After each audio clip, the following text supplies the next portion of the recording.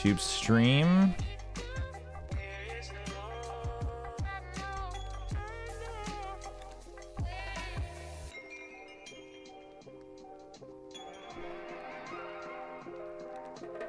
There we go. That's live now.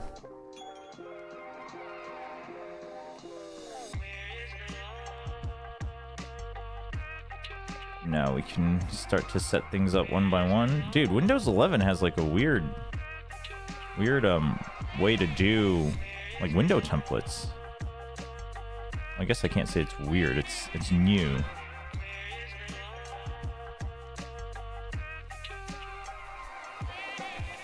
Alex is my father. Hello, how's it going? GENG apparently has been on fire in scrims. I mean, I'm not... Here's the thing, I'm not surprised.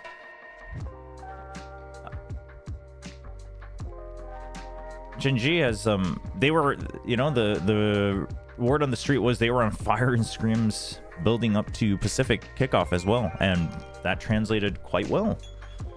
So, all the power to them. So yeah, I think it's a case of like, okay, it's not like simply traveling to Spain has suddenly like wrecked them in some way, shape, or form in terms of like time zone, etc. Or it's not like they've been like trying to do new things that just haven't been working out at all. Whether it translates on the stage or not is always a different question. But I think the good news is it's like, okay, GENG doesn't seem like too, you know, shaken up about everything. So yeah, I mean, Americas have no truly bad teams this year. China has a few, and Pacific has like DFM.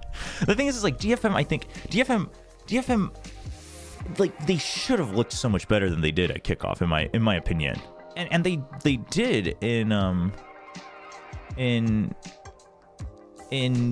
the DRX match. Jeez. Let's warm up our words. Hey potatoes, I don't have my YouTube chat connected to my multi-chat here so I can see it, so let me do that real quick.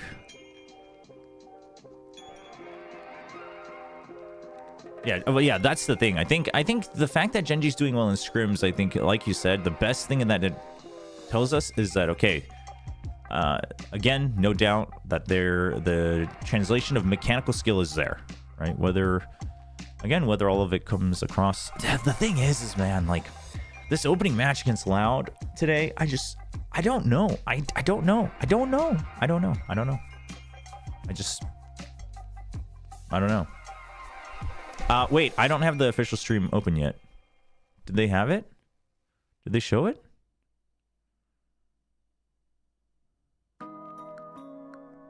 Oh damn, we'll have to bring it up. Hold on. I'm editing thumbnails and everything. They are live, you're correct.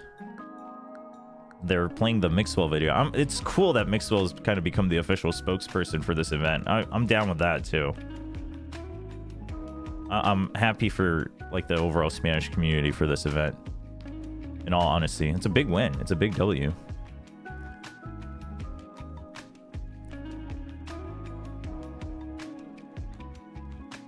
Okay. We're gonna check in on the Korean stream now and then. I think we'll just see how things go. Let me turn off all the other things. Oh, they just said hi and then they start playing videos. All right, the usual format. Let me turn off my music here. Okay, we'll just leave VLR open on this page. Hold on, let me do my pick'ems real quick.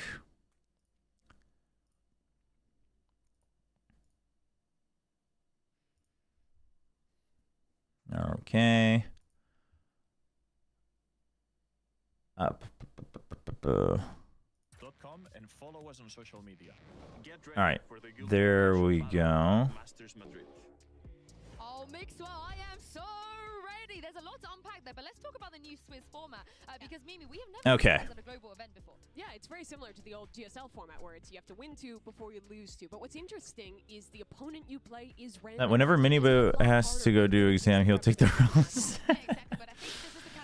Potatoes on YouTube is unfortunate. APAC and CN Doubter. Wow, get out of here. What are you even doing? Suspects are not here in Madrid. So I think that this tournament is going to be definitely one. You got Loud and Carmine Corp went in today. Oh, for today though, the thing is, my pick'em is Carmine Corp and Loud as well. The team who won every other event last year. You have Mine is Carmine Corp, Loud, Paper Rex, and Sentinels. This is really the year of I have faith that Paper Rex will beat ADG. to the global stage. Yeah, all I'm gonna As say much is as I have been a it's Paper not Rex favorites. doubter Favorites, in the beginning portion of the year, Yeah, when everyone I think they'll beat knows EDG. being here, this is their Oh, the chance. stage does look clean. Of course, It's also nice. on patch 8.04. It It's doesn't really nice. have any major agent balancing or major tweaks. So, you know, I feel like we've already seen enough weird things that's been happening at kickoff. So I assume we will Let's, still see some weird things.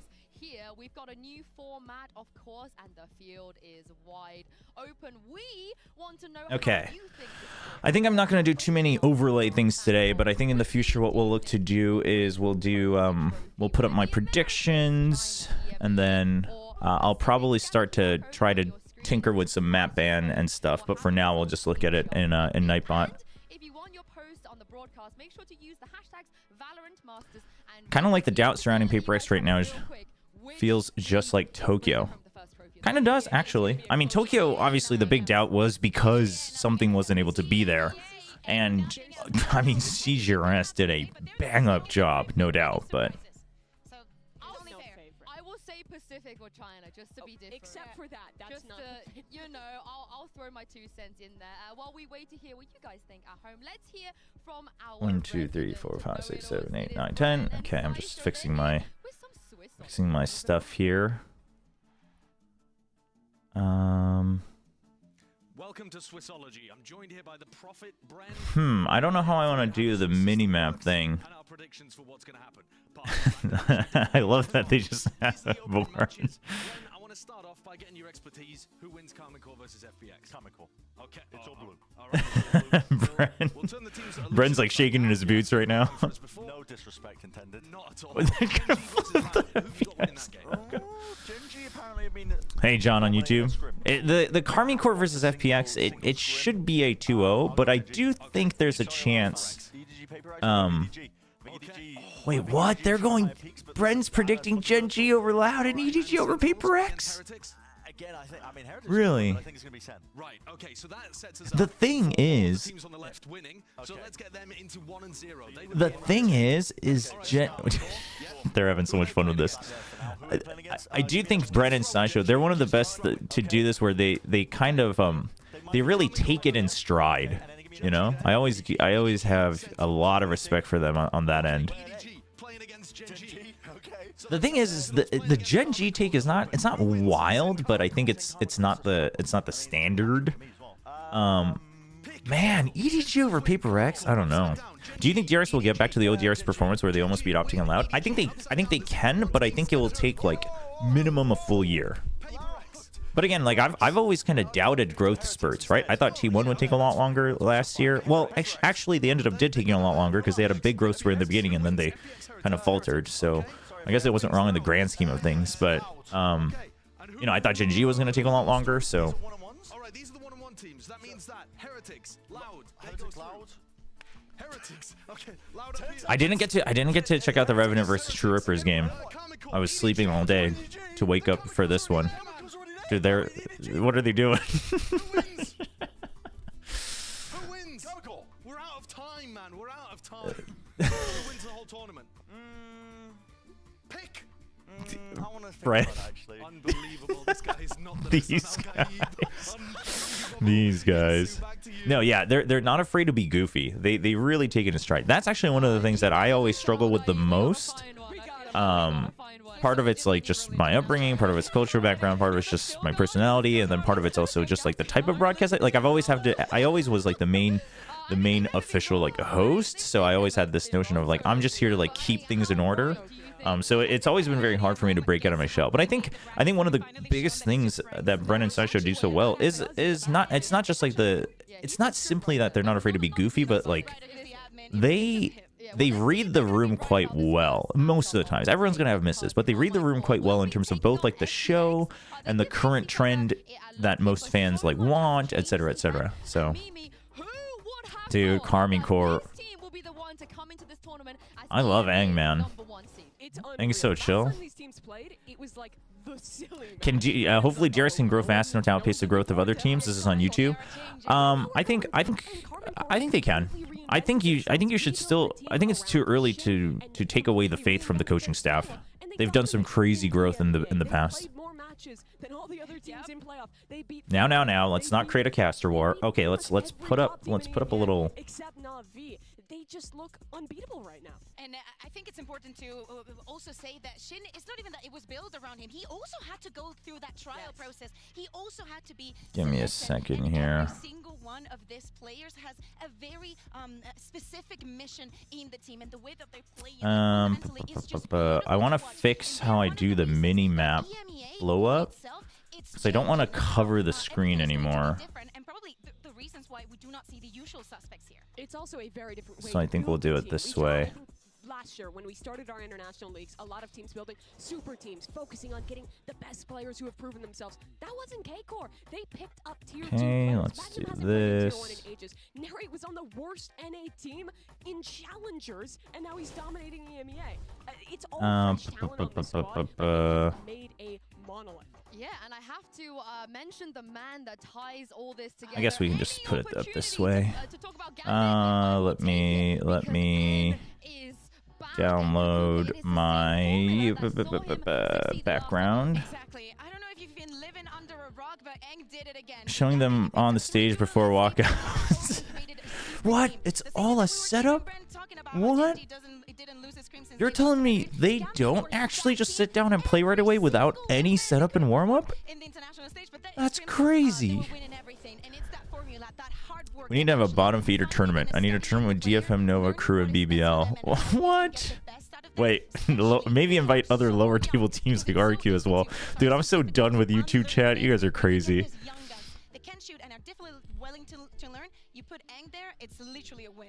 Exactly, right? This Oh, dude, Zai's just like, what? Dude, he's cleaning the monitor for Magnum so he can get the crispest, clearest reads on the game. Dude, FPX is so done.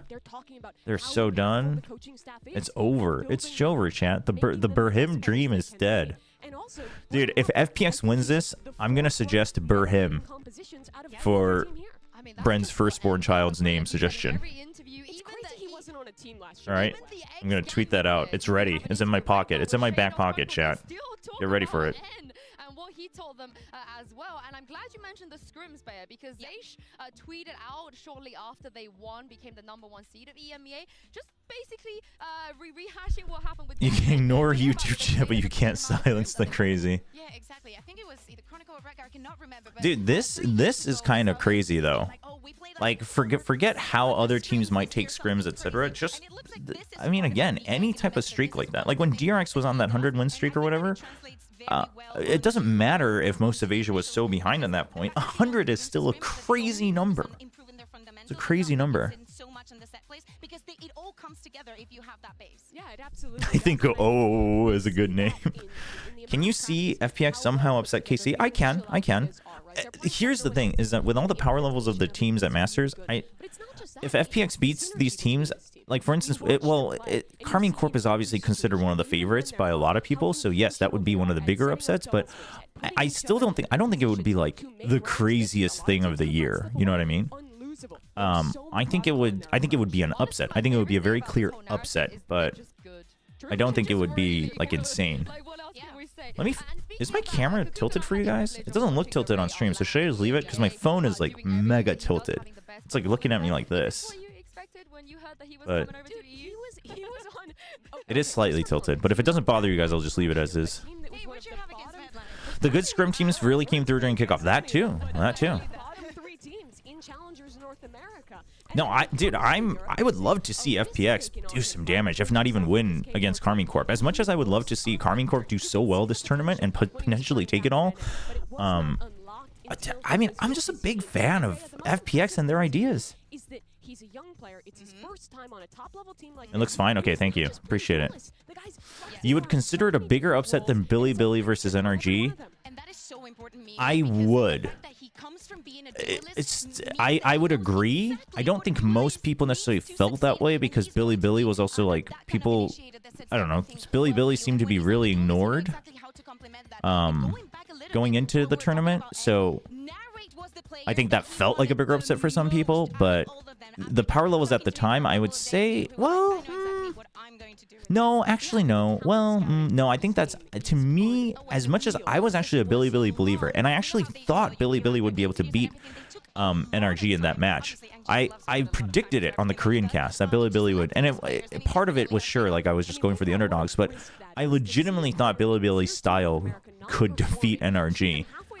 But I do think that was still a bigger upset. He has that look. All paid off. Yeah, my favorite thing about that is after one scrim, one trial, and was like, yeah, you're not gonna play duelist. Life is gonna life all over him. Oh, I do have a new video up about Paper Rex. We should put that in. He gave us a little insight to the game plan, to their game plan even coming into this Masters. Take a look at this. Let's update that for anyone who hasn't seen it. Madrid. Give them one reason as to why they should tune into your game. We're just gonna peek everything. Dude, I love that he just took the fine. He's like, hell yeah. Give him a round of applause for that. Do you think that's a good game You plan? know, I think for such a young player, the guy's only 21, such maturity. Let's shown see. in that statement. Yeah, You can take him off the duelist. You can't take the duelist off him. Like, Oh, what? No, that's not it. Give me the link. I think you have to He's take full risks. of it. He's Copy, full there of we it. go. He doesn't mean it. He doesn't mean he's just going to do that. But I think that this team has also shown a willingness to enable their players to take those risks when they need to. It's a similarity they have with other top teams at this event, like Sentinels, being willing to sometimes break that and let their players Let's just save that. Yeah, I mean, we need the KC versus Sentinel game, by the way. Like, I don't know what I don't care what else happens. I mean, Brennan already put it in the Masters Madrid co-streams every day. Over here. Again, some different changes coming There we into this. I mean, go. do we like these changes? What do we think? I mean, I'll be honest. If there's Alright. a team who's just gonna effing shoot them, it would be. This squad. This is their. You have first 3 year bowls of in snacks? the- Hell yeah. Someone's got the right mindset. Squad before at previous global events, but they've made some changes I think since FPX then. stands a chance, but I think it would be an upset for sure. I think it would be 100% upset if they won. But I don't think it's like like Plat Chat was like there's a 0% chance that they win. I don't think it's that. But he's now. I don't think it's that. I almost got it. It's been a while, but they've also picked up Autumn from Tier 2, or from the OCE scene. That is. For a second said they have something hooked up. The thing is, I do think, especially after, for those of you who didn't get to see it, if you watched, there's, on PaperX's channel, they released their comms video edit for the finals. Again, obviously, these are all edits, so take it with a grain of salt, etc. But I think their big focus there was just like getting used to playing their game, right, with Monette. And it is very clear in that video that Monette was like, he was feeling a lot of pressure, and I don't think the team was putting the pressure on him. I think that's just part of, like, he just wants to live up to the expectations, and you could tell, like, he was saying stuff like, dude, Alex is watching, like, my POV, like, and he was just like, oh, like, I should have done this, or like, oh, like, that screwed me up, and the team was just like, dude, like, chill, it's okay, and like, before map 3 or something, Devi's like, hey, just play your game, right, we're there to trade for you, don't worry about it, things like that. So it's very clear that that was something that they were working on and struggling in the finals. So the hope is that he can kind of lay that to rest for this tournament. I mean, I'm glad that you guys mentioned Autumn as Goldfish, well. tortilla chips, and pretzels. So listen, chat, I'm gonna put this out there. I know it's gonna be a hot take. I know it's controversial, and I might lose some followers, but I just never got the goldfish hype. For anyone who doesn't know, goldfish is it's a cracker from America. We're not actually talking about eating goldfish. I just never got the goldfish hype. I mean, it's fine, but like some people are like, dude, goldfish is like the snack, and I'm like, is it? Yeah, I it feel absolutely like is. tortilla And you chips can give a little with history on nacho this. cheese is really the true winner there. The first Australian to ever qualify to a global event in Valorant, which is If pretty FPX cool gets see to that double back digits, even that's a big deal. It is definitely a challenge, You mean in right? terms of score? Removing that language barrier for Like- players who have like only 13-10, ever been 13-10? speaking Chinese. Yeah, I think that'd be pretty It's very big. different to Yeah. have to make that change. I mean, everyone is adapting. And speaking of a challenge, earlier I spoke with. You prefer salty pretzels. When you say salty pretzels, are we talking like cracker pretzels or like bread pretzels? I've actually grown to... Dude, why does Autumn look like he's a statue? Dude, he's just staring down the camera. Last year. So I wanted to ask you about how the comms, how's your Chinese going? What's it like to be on part of FPX? Yeah, so to answer the question about the comms, it's Let's listen to this. I think it's pretty good now, but when I first joined the team, wasn't like super good. There was a lot of like my other teammates trying to comment in English, and then sometimes in Chinese I didn't understand exactly what was going on. But now I think it's getting a lot better. Just some rounds in clutches, it's not perfect yet, but I think it's getting there. Like the more we play, the better it gets. I think within a few months, or like towards the end of this year, it will be like perfect. I think. Ooh, perfect. I'm trying to, but when I'm coming to the event and like playing, I'm not really getting any lessons in there. All right. But Well, before that, I had like 2 lessons a week. oh, that's Two quite lessons a few week. That's actually a I'm gonna lot. put your, That's huge. knowledge to the test. I wanted to see how good your Chinese really is. I'm going to give you a few words. Some of these came from your teammate Life. Some of these came from the FPX fans. I'll start with what Life gave Oh, me. this So is- I'm gonna this give should you, be fun. The word in Chinese. So you just have to tell me what you think it means in English. You ready? Yeah. Okay. 小心屁股. Oh, they can do this because Yinsu can speak Chinese. Like what? right? Care flank. Yes. Care flank. Care flank. perfect. Got it Okay, spot we're on. So learning. I We're think learning that one some came from Life. Chinese. Now I got a couple of the ones from your fans. All right, who chat. wanted to test your Chinese. Let's as learn well. this together. I'll start with an easy one. 秋天. So What? Tiang. My name. Oh, okay. Perfect. These So lessons Tiang. are great. Okay. 粉丝. 粉丝. Fensu. All right. Guesses. 粉丝. I'm not too sure on that. Like it kind of sounds like what it is in English. If I give you. A Fence. Fence. Yes. Perfect. Fans. Fans. There we Oh, go. fans. 澳大利亚. Australia. Oh, Is there anything oh, that you really? don't actually know? I Oh, feel like I need to make these Audalia. a Huh. little bit harder. I think Yinsu does. Dueyo. Dueyo. I don't know how fluent she is, I think but Dway is right. Dueyo. Like there's people. There's Kinda, yeah, you're there's a there, you're person? there. Yeah, like your people that you sit next to maybe when you play. oh like teammate. Yes. teammates. Alright. Lastly, I wanted to ask you a question. So I know the Chinese To be fans very like fair, to I agree. play, Testing like, him live is names, pretty. what do they call you? Do you know? That's a lot of Uh, pressure. I think maybe Chotian or Ultraman. But surely he was Ultraman, chill with like it. So Ultraman, but Ultraman. Oh. And yeah, maybe Chotian Ge, like Autumn Bro. Oh, that's cute. And is there any Chinese words that you've particularly liked that you picked up since playing? I'm changing some things something you here, say chat. about me? So Piaoliang. Piaoliang. Yeah, when someone makes a great play, it's Oh, beautiful. Yeah, beautiful. Like Uh, pretty. beautiful. Yeah, yeah, yeah. Okay. Yeah, I like it. I Speaking like of it. which, what time is Hopefully it? we'll I haven't see done more my of Piaoliang Duolingo plays Japanese from today. you. Yeah, yeah. Autumn, thank you for joining me and best of luck in this tournament. Thank you. Honestly, I know they're still trying to get their comms up to scratch, but his Chinese is really good. I was he's good. surprised, but also knowing that he's Okay, there we go. Let me do this real quick. and he needs the most important comm. He needs How's to that communicate look? Okay, when that he's looks going to win, great, he needs chat. to be That looks reactive to that fantastic. information. He may say that he doesn't speak it, but I was very surprised with the level that he showed. The thing is, though, that it's very different sitting in an interview on a couch versus all of these words being yelled constantly in hectic comms. It's definitely really hard not just to adjust to a new language, but to adjust to it in that environment of a live match. Yeah, I can't wait to see if they're going to be able to bring us. Okay. Duo is gonna find you. Quickly do it before midnight. All right, I gotta do it. We've seen him on the international All right, chat. stage before. We're gonna do our Japanese real quick. And what is he bringing to this roster? Yeah, exactly. After not While- making, while they after talk about not life. making it through Ascension, he joins this I'm, like, team, all and over the he's, like, place. the other half for Autumn when we talk about the Sorry, speaking of the pretzels earlier, someone was saying they were talking about bread pretzels. Dude, I am all for bread pretzels. I've learned to appreciate cracker pretzels, like especially if it's at like a if it's at like a bar or something and it's just there just as, you know, like a small snack, like I'm cool with it. But dude, salty bread pretzels, like well-made bread pretzels are so good. Absolutely. For Life, It's though, so good. I think what you can always expect out of him is just electric performances. The guy is a fantastic gamer. He has been since the first time we saw him back with EDG. The thing is, with I already how this don't EDG remember team, or excuse me, what this these letters FPX are. team My- plays, they I'm are very failing Duolingo explosive. so They're hard. playing these double duelist comps. They take a lot of risks, and those risks rely on Autumn and Life being successful when they're going for these double entries. Because there's a lot of times where there's not the normal initiator utility, not the normal player there to trade. Oh, that's They E. have to Okay. be Dude, I'm good mixing for everything FPX to up. win, really. Yeah, and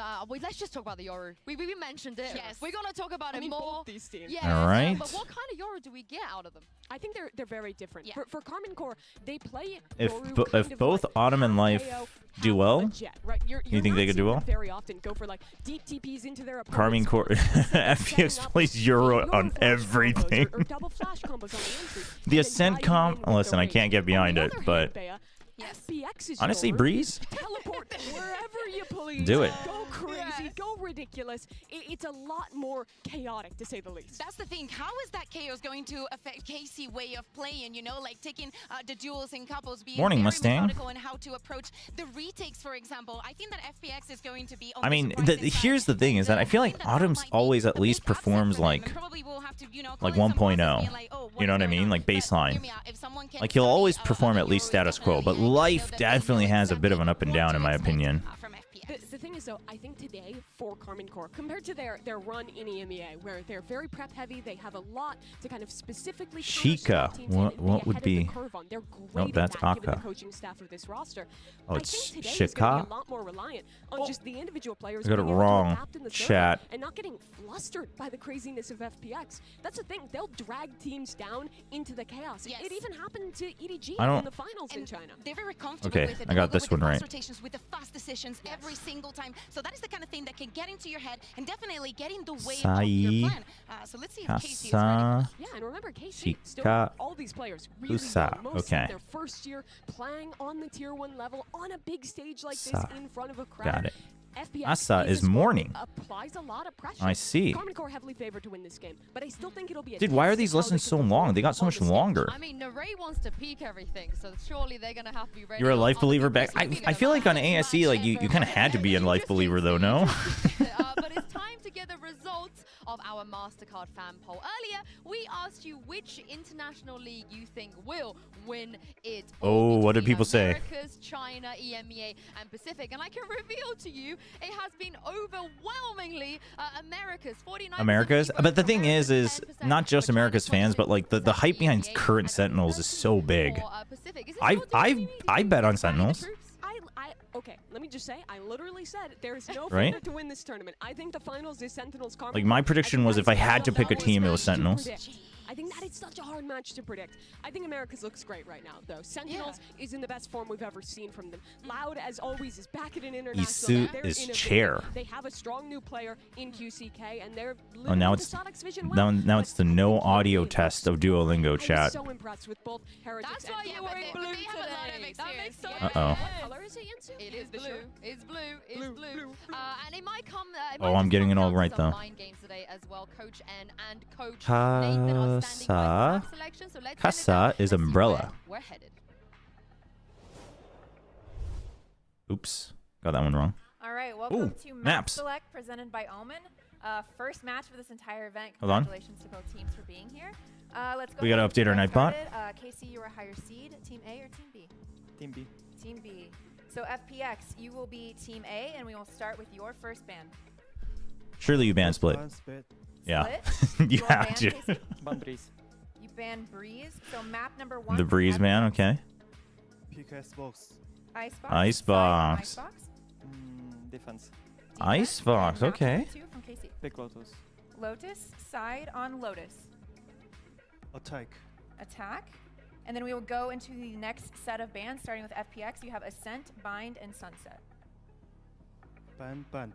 Ban Bind. Really, you're gonna And then leave your ban, Ascent you have open? and Sunset. Ban Ascent. Ban Ascent. Map Okay. number 3 by default. Carmine is wants going to. Sunset. I mean, the thing is, FPX, Carmine Corp side on Sunset. feels good on Sunset as well. Attack. Attack. All right.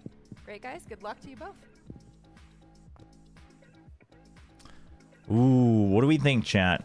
And now Icebox, they are Lotus, chasing the Sunset. but they will get that Lotus, and this is where in the final we saw them absolutely dismantle. Yes. Fnatic, they look so good. Yeah, exactly. And I think that they have a very good While read on I the finish map. my I'm more surprised by the Duolingo. read that I'm seeing from FPX.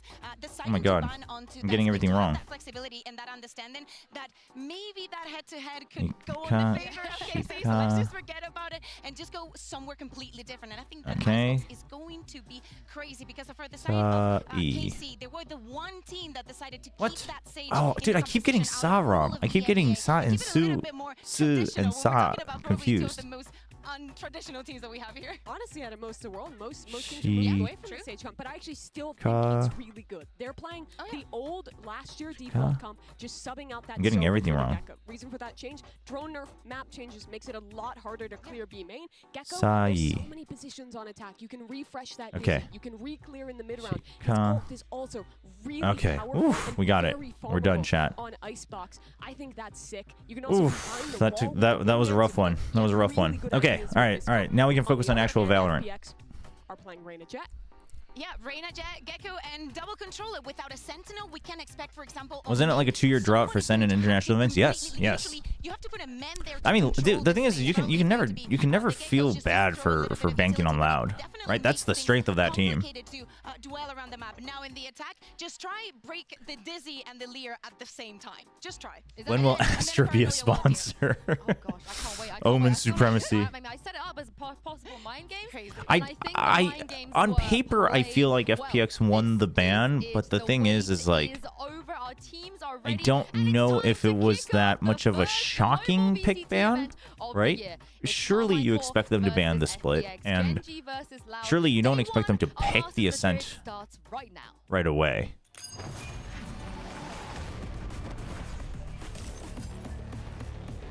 Recon Phantom? Is that the one with the radar on it? Is that the Phantom with the radar on it?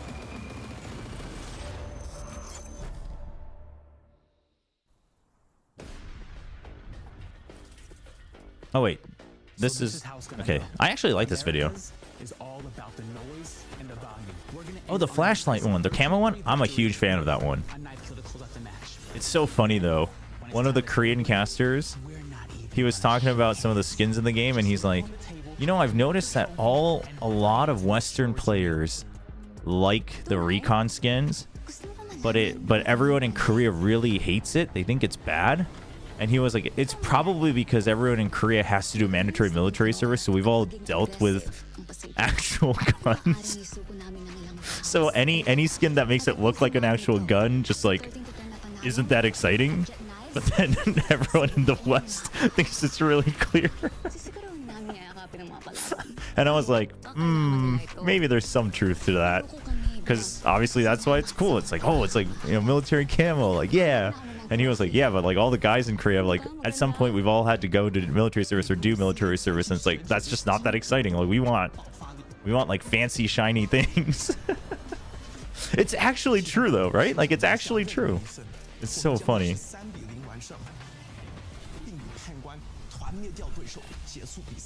See, it's seen in Singapore. See, there you go. Yeah, like I don't see anybody using it. In fact, I've seen my teammates pick up my Recon Phantom and then throw it back down on the ground and like trade it for another skin.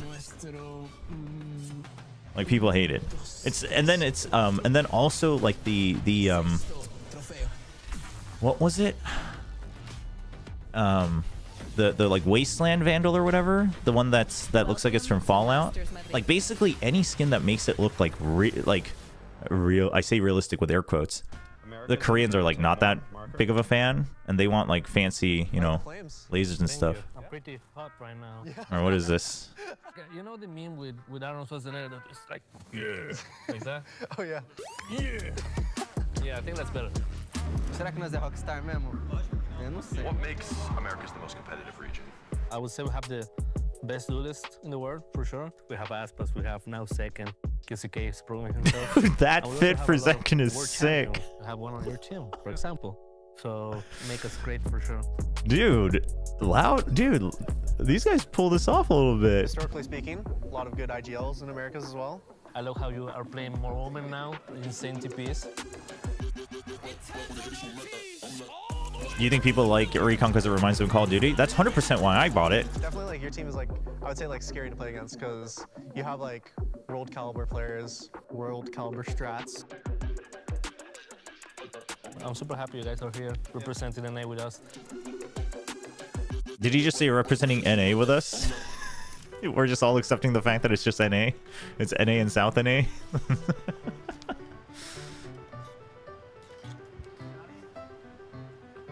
It's John QT, isn't it? I think Masters Madrid is gonna be absolute cinema. They did not. More like absolute defeat. Director's cut. Damn, mind freak. Celebrity coming through. Paper Rex pulls off a lot of cool fits as well. Forsaken, you look pretty cool. Really? Yeah, I look some like superstar, you know.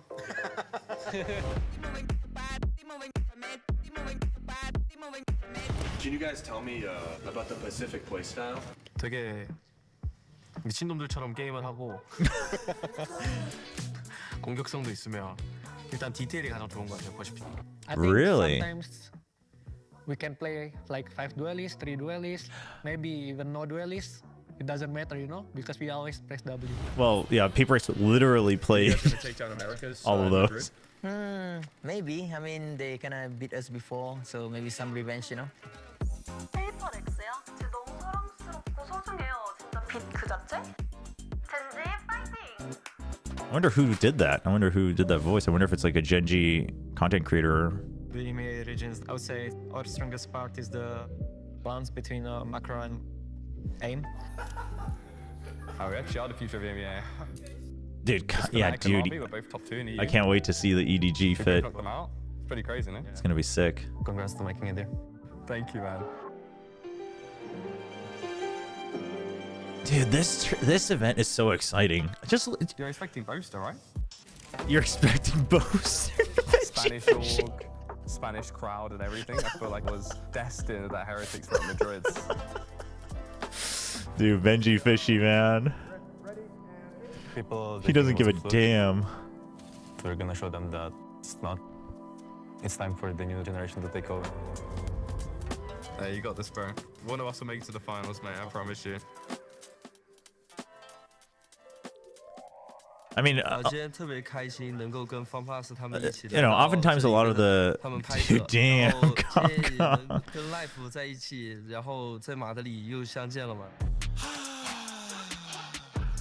Life really goes for the superstar persona as well. In your opinion, what makes VCT China so competitive?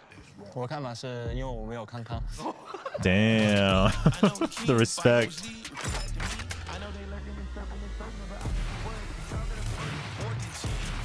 Damn, dude.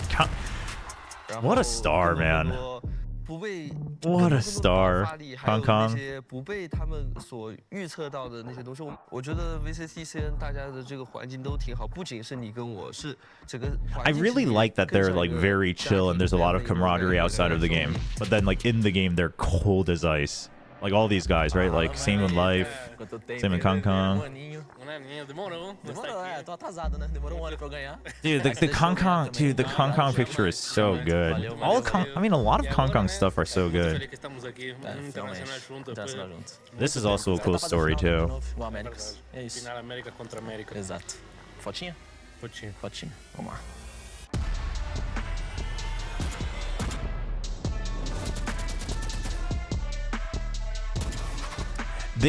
I like the tone they took, that it's not as heavy, right?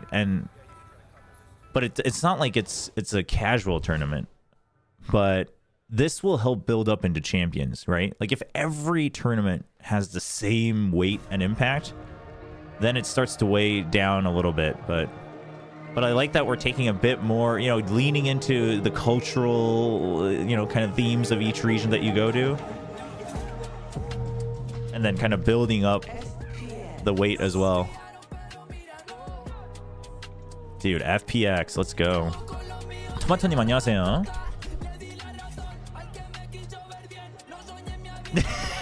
Yeah, it's just he's so goofy. I love it.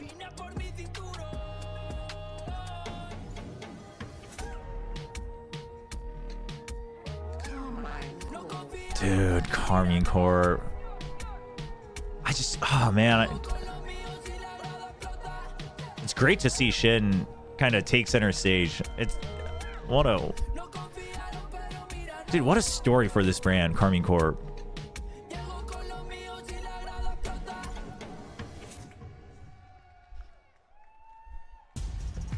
Yeah, no, the fact that we're going like region to region now, especially with China now being in the official VCT circuit, things like that, it's good. When the stage is so much bigger and the stakes are so much higher. For Karmine Corp, most of these players. 근데 제 생각에 마스터즈는 이제 다 비슷비슷하게 갈 거예요 아마. 그냥 이런 뭐 오프닝 영상 그리고 뭐 결승 무대 조금 변경된 뭐 그런 부분. 그다음에 뭐 색감에 대한 살짝 바뀌는 거 외에는 마스터즈는 아마 계속 비슷하게 가지 않을까 싶어요. So just saying that I do think in terms of like overall presentation, all the masters are probably going to start to look like similar-ish, right? And I think they'll do that to not only keep a theme among masters, but that way you can keep masters on that scale and then champions like blows up. 그러니까 그렇게 해야지 챔스가 이제 확 더 크게 와닿기 때문에. 뭐 아쉽다고 하면 아쉬울 수도 있는데요. 사실은 결국에 경기가 재밌으면 재밌는 행사고 재밌는 대회고 경기가 재미없으면 재미없잖아요. Okay. He reached the final to the other one, so he's got a lot to prove coming into this as well. I mean, technically, the next one he's gonna get grouped, or what is he's not making it to playoffs? He's going down one. What's the color? I'm not about that life. I'm not about that life. All right. It's been a while since they've been on an international. Dude, you love it. You love it. You love the hype. You love the hype. I'm all about it. Okay, so taking a look at our first map, it's going to be Icebox. I think are looking better than they used to, but still have that same identity, right? They play. Now here's the thing. FPX. They go the Reyna. They go my favorite. They go my favorite Reyna comp. They've had time to do so. The thing is they beat EDG with this, and they had some legs on it, right? Because you have the Gecko in there. So we'll see. We'll see if they changed it or not. Surely they do, though. Surely they do. Absolutely will. But this event had very low turnaround time for the teams that went deep, especially for a team like KC, who dude, Americas will always find a way to never lose, man. Like, there really hasn't been a huge amount of time to turn around new ideas, which is why I again think that today, in a match like this, it's really going to come down to... Hold on, I was going to do something. What was I going to do? Oh, change my mic sound here. Exploiting the weaknesses, and I can see a lot of them in the FPX comp. The way that you have to play it, the way that you have to default, having, as I said, someone always in the middle. We do not okay. Teams playing 2-1-2 on a map. No changes on both sides. Karmine Corp also going with the Gecko, but they will keep the Sage. And FPX, they will go with the Gecko and Omen. And then the Reyna. So there's no Sentinel on the side of FPX, right? There's no way to check your lurks, things like that. But you've got Berlin's Omen. Okay? That's what we're looking at. FPX loves their Omen. But with these, the thing is man, with your comp on FPX, you also can't get the flanks and lurks too easily against Karmine Corp's composition with the Sage and the Killjoy.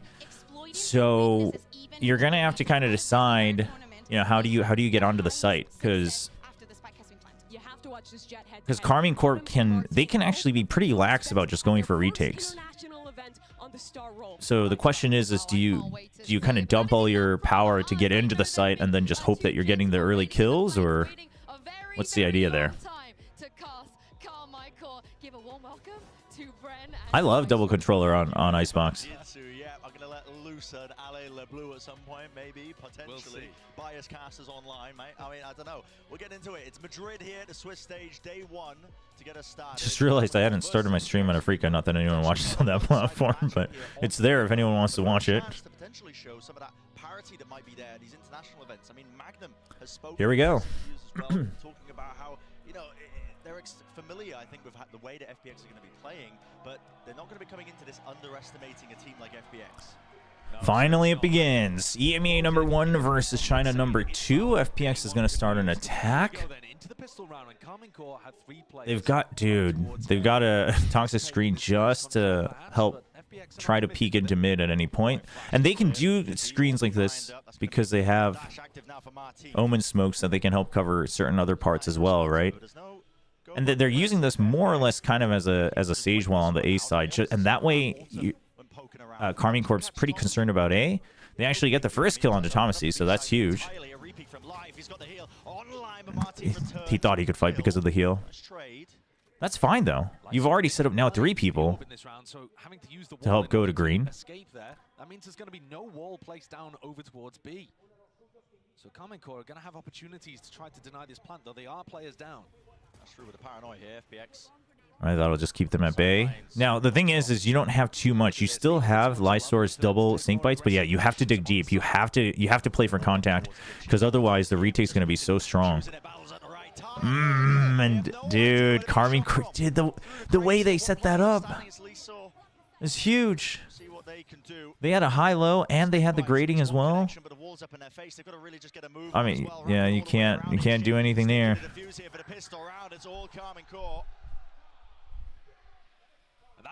요즘은 개코가 거의 어느 맵이 됐든 좀 많이 사용되는 게 있어요. 근데 이제 윙맨으로 설치를 할 수 있는 것도 그렇고, 뭐 아무튼 개코도 몰리가 있고, 사실 개코의 이제 기절봇이랑 다른 스킬들이랑 연계할 수 있는 방법이 워낙 많고, 바이퍼 상대를 통해서 이제 뚫고 그 연막을 통해 가지고 기절봇을 던질 수 있는 그런 유형이 많아가지고 많이 사용됩니다. No, yeah, he thought the shot came from mid because of the smoke. I don't think anyone realized that it was coming from the grading. In English and in Chinese, so that everybody on the team's on the same page. That's going to introduce delays, and it was an unusual position anyway for Magnum to be taking that fight. Did Magnum hear the shadow step? No, he's gonna check all of that. See, with this change now, it's kind of it is a bit more of a hassle to hold on to undertube. But now, I mean, Karmine Corp, they're now in a great spot, right? They've got nanoswarms to delay. They got nanoswarms to delay Snowman, so you can hold on to Snowman. You're confident in the retake. You've got mid. You were checking Snowpile together. You had Alarm Bot, and then you have a 3-man stack on A. You've got the wall to make sure that backup can arrive. It gets a little shaky on that.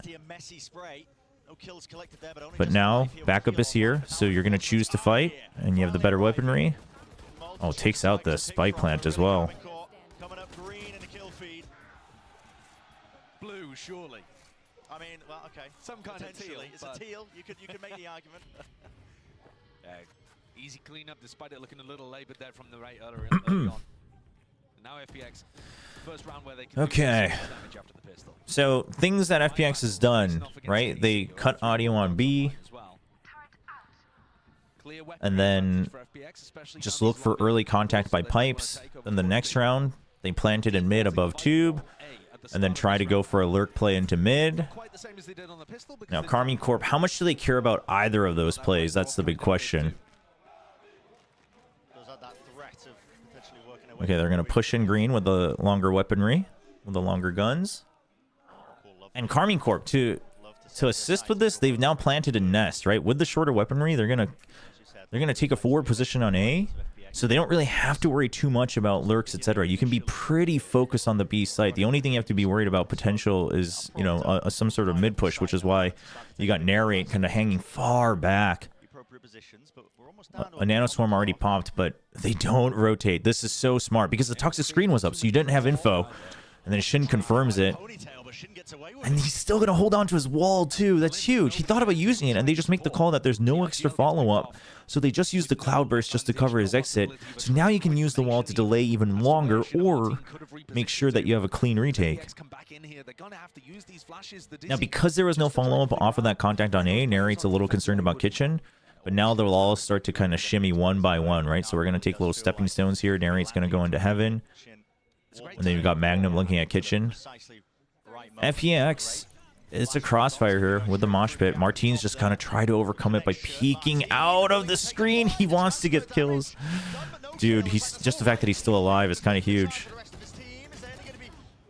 Life eventually gets through it, but I mean, they only get through this because of the heal potential. Uh-oh. Spike. He's just gonna go for the fight.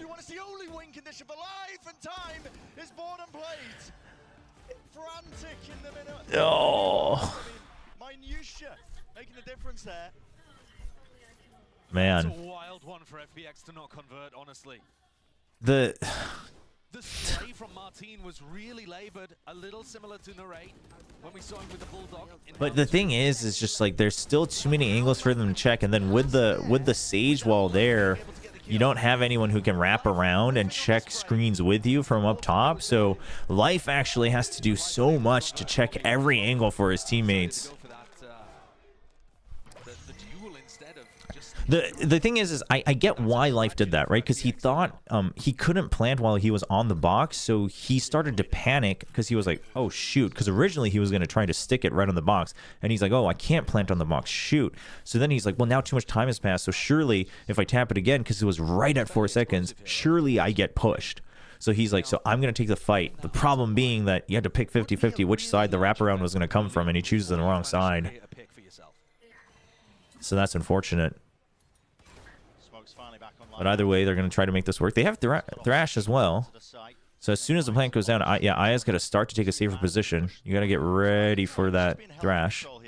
Now they're prepared for that grading, so they're not going to peek into that. Autumn's just holding a back angle. Somebody has to check Snowman just a little bit better. Life's not quite watching it. Wingman goes down. Brilliant gets one. That masks Autumn just a bit. He gets one. Oh, the reload. I mean, that's what you get with the Stinger. Okay. Aya, you have Thrash. I mean, at that point, he was surrounded, so not using it is the correct call in my opinion, but... Plenty of time left on the clock, too. That one had danger in it. It absolutely did. I don't see the plan from FPX in these rounds. It's like Life, go find a kill. Welcome to a lot of arena comps. The thing is again, at any point, so I'm gonna go ahead and say this. I think one of the reasons Paper Rex made arena comp feel believable. Oh, they're going right into their comms. Okay, so here's one of the reasons Paper Rex was able to make Reyna seem like a believable comp is because they just don't play macro, right? Like when they play the Reyna. I'm not saying they play just Brain Dade Rush A only. Like they will play macro when they need to, but they will come in with a couple tactics and like set plays, and they'll launch that just against you again and again and again and again and again until it doesn't work, right? And once it doesn't work, they'll start to play a little slower, play the map a little bit.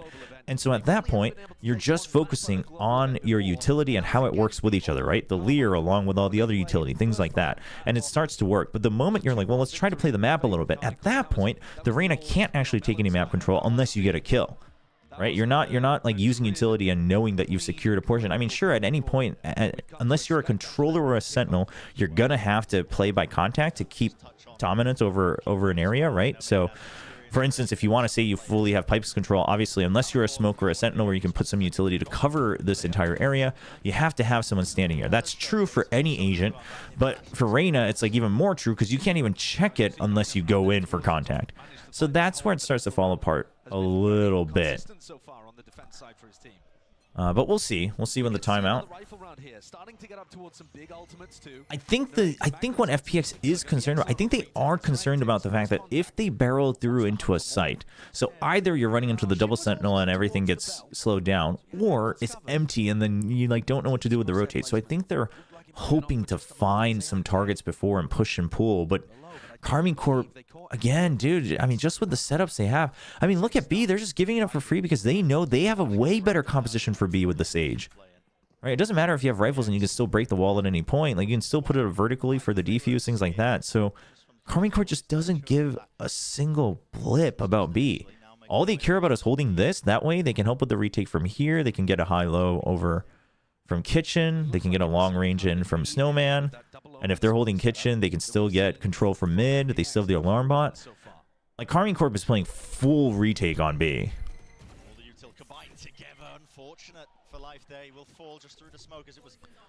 But then something uses Lear behind other util. Well, but that's my point, is that Paperworks can do that because they're always just saying, this is where we're going to go in and we're going to fight.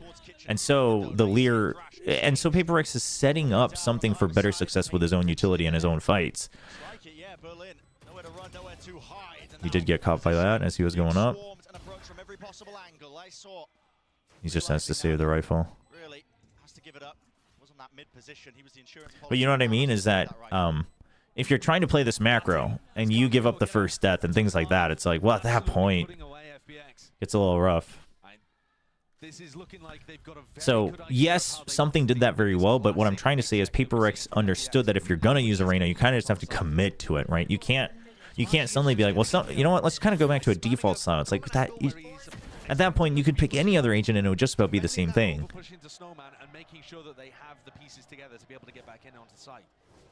FPX are finding it difficult here to force the fights. One of the big powers of their composition is the ability to combo flashes together. Yes, putting up the toxic screen default on B would help a little bit, but Carmine Corp's retake would still be stronger for sure.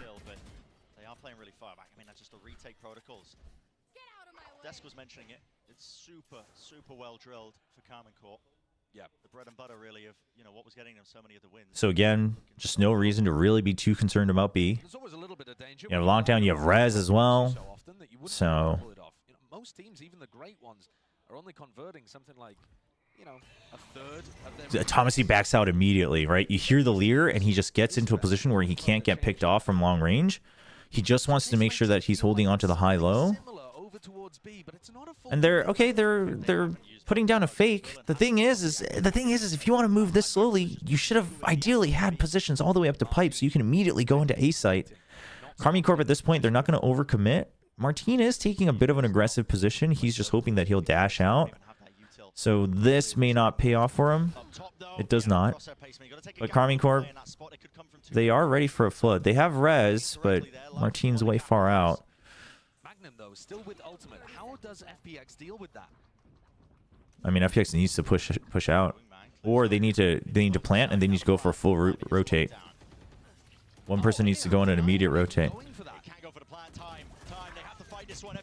Oh no! It just all gets shot down.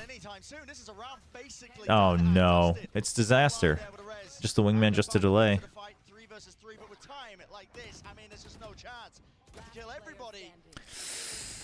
Oh man. And a complete tactical outplay there by KC. They're thinking ahead to, in terms of the ultimates that they have available, it's very clear lockdown is going to get used. And FPX didn't come up with a game plan quickly enough to try to challenge it before it went down.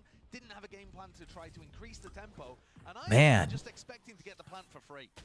They're thinking, all right. Yeah, FPX. I mean, the fact that they try to go for the plant up top rather than just going for a safe plant, knowing the lockdown is there. I mean, this is definitely, it's just so much assumption from FPX, assuming that Carmine's just going to use it only for a retake. I mean, Carmine's playing very well, right? It's not to say that, like, FPX is giving... The thing is Carmine's playing really clean and very, very just organized and just very clean Valorant. And FPX isn't able to adjust to that. Framing this in the context of FPX trying to get this revenge matchup against a Carmine Corp that's retooled so heavily, looking for a potential good beginning to Madrid. This is a disaster. They had their chances. 2 timeouts. 2 timeouts in map 1 first half. That's a rough start. That is a rough start. And get comfortable, get into the groove. Down 0-6 without any timeouts remaining. If they don't end up winning this rifle round that we're about to watch, it's a disaster zone. That could be dire. Okay, there's no ults really to rely on for FPX. We've got a brick blue wall. We got op. And now with the op, you can hold green, right? And I mean, surely you expect the op given the economy, but FPX just hasn't had to deal with this. They think they might get green for free. broken. Martin can now play onto the angle. It's watched for the shot. Missed and go to wide. I mean, putting up their own smoke there to be able to mask getting on top of the box and trying to get your own high-lows and things like that is not bad. But dude, firing that shot on the rotate out, and then you planted Tomasi here as well. Dude, this is some... Uh-oh. Uh-oh. Chat, what's going on? Okay. Oof. But, dude, firing that shot from here and then planting Tomasi here is crazy. Uh-oh. The stream's dying, chat. I mean, Narrate just back towards rafters there. Dizzy also returning as well, getting the acknowledgement that his play is there. Now there's 45 seconds left. Could pivot into So that even if they went B, there were multiple layers that Karmine Corp still had. And then you still had the op prepared for A. And you have your Blade Storms. Great cover from Narrate. Dude, 4K. 4 kills eventually shut down in the end, but 7-0. It's a scoreline we're looking like. The round differential is immense right now, and you're truly seeing it. I mean, we said on paper it was going to look like one of our more one-sided matchups, but Karmine Corp... Don't tell me the opening match. Don't tell me, chat, the opening map is going to be the very first international map of 2024. Rinses them both before FPX can use them to get into the site, and then swings around for 4 kills afterwards. FPX are getting pasted. Is there a secret Yoru lore on Icebox? I think there is. It's a really interesting idea, right? This is one of our Dude, Martin's just getting mega aggressive. No, and he gets out. But the thing is, it's just like FPX thought that they just always had this for free. And Martin now is saying, no, you don't even have that for free. It's really good Valorant from Karmine Corp. Was it risky? Sure, but given the rounds that they have and the weaponry, it was absolutely a risk we're taking, because the moment it works, the moment you get a kill like that and get out for free, now FPX is like, okay, so we have to use a lot more to take over green. So they're scared of this area, they're scared of this area, they're scared to go here, and there's just like nowhere for them to go. Absolutely caught a timing still. Autumn will shut down a counterpart. Damage number, no kill collected. Smokes at some point surely going to be... Oh man, we're just... Dude, Berlin isn't even getting to showcase his crazy omen plays. It's a big... Yeah, that op kill is big. Hunt for any more sort of kills. Now this is a player advantage for FPX. Question is now, how do Karmine Corp approach it? Dizzy, round to the back along with the molly. Thrash. It's not coming around yellow. Surely your teammates call for that. Autumn. It's a little just... Okay. Whew. And the Thrifty as well. Huge. Huge. And now you have a Thrash. Right? And because of the op from Karmine Corp, it's not like their econ is entirely safe either, despite the wins here. Over in Snowman, that sets up the player advantage, and FPX are finally able to capitalize and bring around to themselves. Can they work this into a little bit of momentum? Yeah, that's our vibes merchant, Lysor. He's kind of the big hype guy. Aya a little bit, but Aya's a bit more of the goofy one. Lysor is the big hype guy on FPX. Berlin has the operator. Yeah, I mean, he's TP close. Dude, the Omen operator, I'm all for it. Okay. Cleared out the box, but I mean, they're not able to take over it, so they have to expect that there can still be someone here. Surely he checks that. The paranoia to push him back, and then the Lear as well. This is... See, now that they're grouping up, it's huge. The only problem they have if they're grouping up is that this lurk is free. This is free. So they have to watch out for it. I mean, you're hoping that the pit buys enough time in Berlin. Dude, but Berlin just doesn't expect... Okay, there we go. On the side of FPX, this is basically a done deal into the round. Look at it, second one on the board. They've figured it out. I mean, if you're playing the Reyna, you can't play slow defaults. You just can't. I mean, you can if your Reyna's just going to outfrag everybody, but they're not. The 7-1 actually always happens. It does happen much more commonly than you would expect, huh? They're going to give us this space for free. That's what they've done every other time. And FPX have brought the battle to them. Amazingly enough, those 2 rounds have actually been enough to knock down the economy of Carmichael. So we're not seeing a full buy here. Wow, FPX can actually do this. They're grouping up again. It's smart. They're doing it. Now, KC's counteracting it a little bit with just much more mid-control, right? What they should have learned from that last one is, oh, right, there's no Sentinel, so we can go for flanks for free in either direction. So we'll see if that changes. Obviously, this one is it's a half buy, but... Martin's been the dice that they roll to see whether he can find value. And this time, just missing the timing of FPX, who've all gone into B. Oh, okay, a surround onto the yellow. Oh, this angle's so risky, though. You have to have such a good timer on that Omen smoke up by Kitchen. Yeah, you have to slowly back out. Okay, yep, they back out.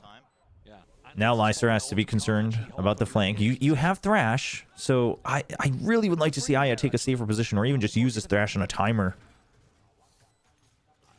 Oh, I don't know. They're sending Lysor on the lurk, though. They're sending him to wrap around. This isn't bad. But there's a Thrash on the other side. Martin, what a peek. Oh, huge. And here it is with a spray down of life. War can't save you from that one. Okay. Okay. Adapting to what Carmen Core have been doing, making sure that he's in a position where he's still going to be able to get picks over the top of the wall.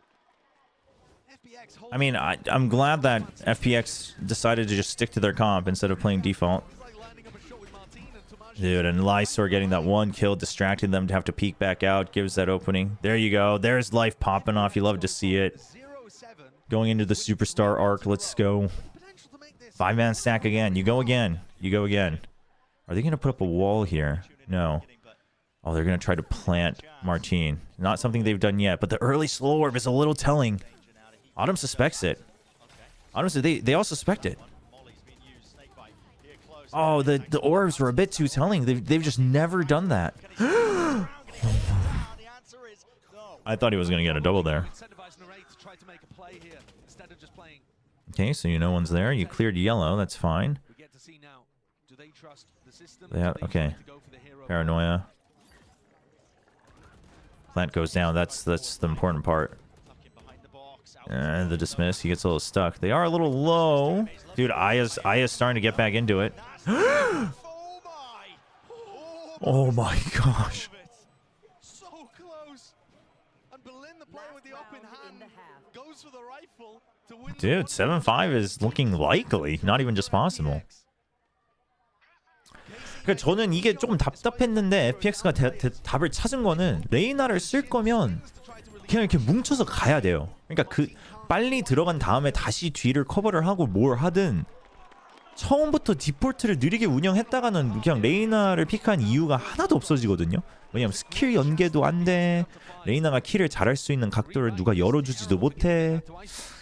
그래서 뭉쳐서 가는 거를 하는 거는 좋은 선택입니다. And then now they're gonna have Berlin go on the lurk. If anyone's gonna go a little bit on the lurk, Berlin going is probably the best shot just because he has a little bit more mobility. They know the Bladestorm's out and they know there's a pit here, so Berlin suspects that there's a push out somewhere on the map. Now he doesn't see anyone coming up just yet, and he's gonna make noise leaving, and now it's up to Autumn. They're gonna try to dig into mid, and then it's gonna be he's making more noise just to get a reaction out. They know somebody's on A, man. This is a read. This is a read. He sees him. Oh, it's so good from FPX. They're learning. They're starting to read the utility from the... I mean, the moment that FPX is able to pressure KC to make the first move, they start winning, right? That window will always get people for quite a few times. Now there's... Dude, I would love to see FPX wrap around, but it looks like they're going to just push out. They're going to go for a push out. No way. No way. No way. No way you're doing... What? No way. There's no way it actually works.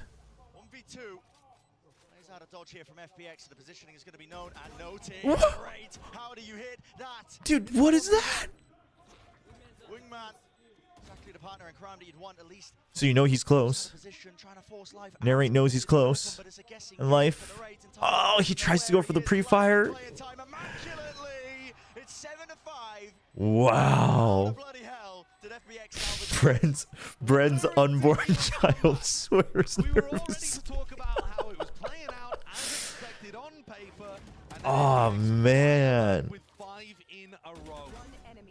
And a lot to do with the rifling coming online. I feel like ENG has just woken up. Go on, look at me, bro. Let's go. There you go, dude. Life, yeah. There you go. There you go. 네레이트가 KC를 가서 진짜, dude, what is this? This is so cool. 저 멋있는데요? 네레이트 선수가 진짜 본인의 자리를 약간 찾은 듯 마냥 잘하고 있죠 지금 KC에서. Oh, you guys want to see crazy production value? You guys want to see pips in pips? Oh, it's crazy. It's insane. I should really just load up a PNG as well so that I can put up the map whenever I want, so I don't have to rely on the screen. But finally, once FPX realized they can go in as a group and that's their strength, that started to pressure KC to make their first moves. And then, but that was more in the predictable category, right? Because FPX is like, okay, since we did this, what do you think KC will do? Okay, and then they just react to that.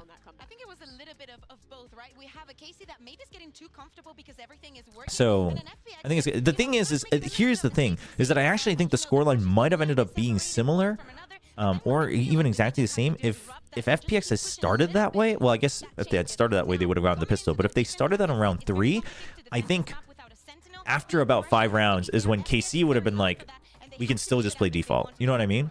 So if KC wants to close this map out, they have the fans to do so in this arena right now. There's not a huge amount of fans. We'll see. But every single KC fan feels like 10 of them. Yeah, shout out to the Gentlemates fan as well in the Gentlemates jersey. But this blue wall, it is looking so strong. But I'm going to send this back to the casters and see if KC can close this one out. We'll see if they can close it out. But I mean, the thing is defense with the Reyna, this is where it really becomes like life go kill. You need life to get kills. The thing is the opponents, they have mega safe plants with Sage and Gecko, and then they still have the Killjoy to watch the flank. So we'll see. So like getting early control of something like this or something like this isn't going to matter too much. That string of rounds, but we'll see. It's a new half now. Getting started with a pistol. And it looks like there might be a clash in B main to begin this one very quickly. It's an unusual spot to fight over. This toxic screen just to get early green control, and then they're gonna pinch in from mid. Dude, FPX is just going for a crazy fight. Dude, what a setup. And then the one way. Oh, he gets 3. The one way's too strong, man. Dude, Lycer doesn't need to fight this. It's a 4v2. Oh man. This one out. To the side. Oh, the Dizzy. It's so good. Lycer getting the last 2 kills is huge. The Berlin getting all the early kills is, it's great, but obviously the ult's not exactly the greatest thing that you want, but how has he managed to pick up 3 there? That protocol, dude, this is, I think is a really nice idea. First player jumps through, drags the crosshairs. I mean, the thing is like Berlin was going to get one no matter what, but the entire intent was that they would trade immediately with the jumps. The crazy part is, and this is where PaperX does things like this a little better. Everyone jumped in the same direction, right? So ideally, if you were going to commit to that, what should have happened is you had people jumping forward as well. Oh, you're a little split on that. This is a quick rush. Everyone's weak though. You don't need to greed this still. Sure, the weapons. Oh, they didn't. They're not. Yeah, they're not going for the weapons. That's interesting. Well, I think one might be dropped on top of the box, so they didn't want to waste time.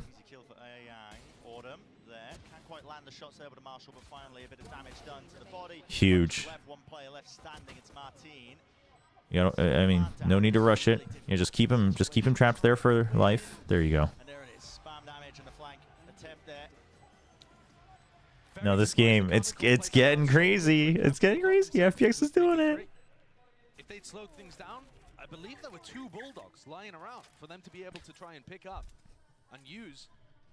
But they got There was definitely at least one bulldog. I think there might have been 2. It is kind of interesting that they just didn't decide to go for the pickup. I think they thought the site's empty, let's go, but...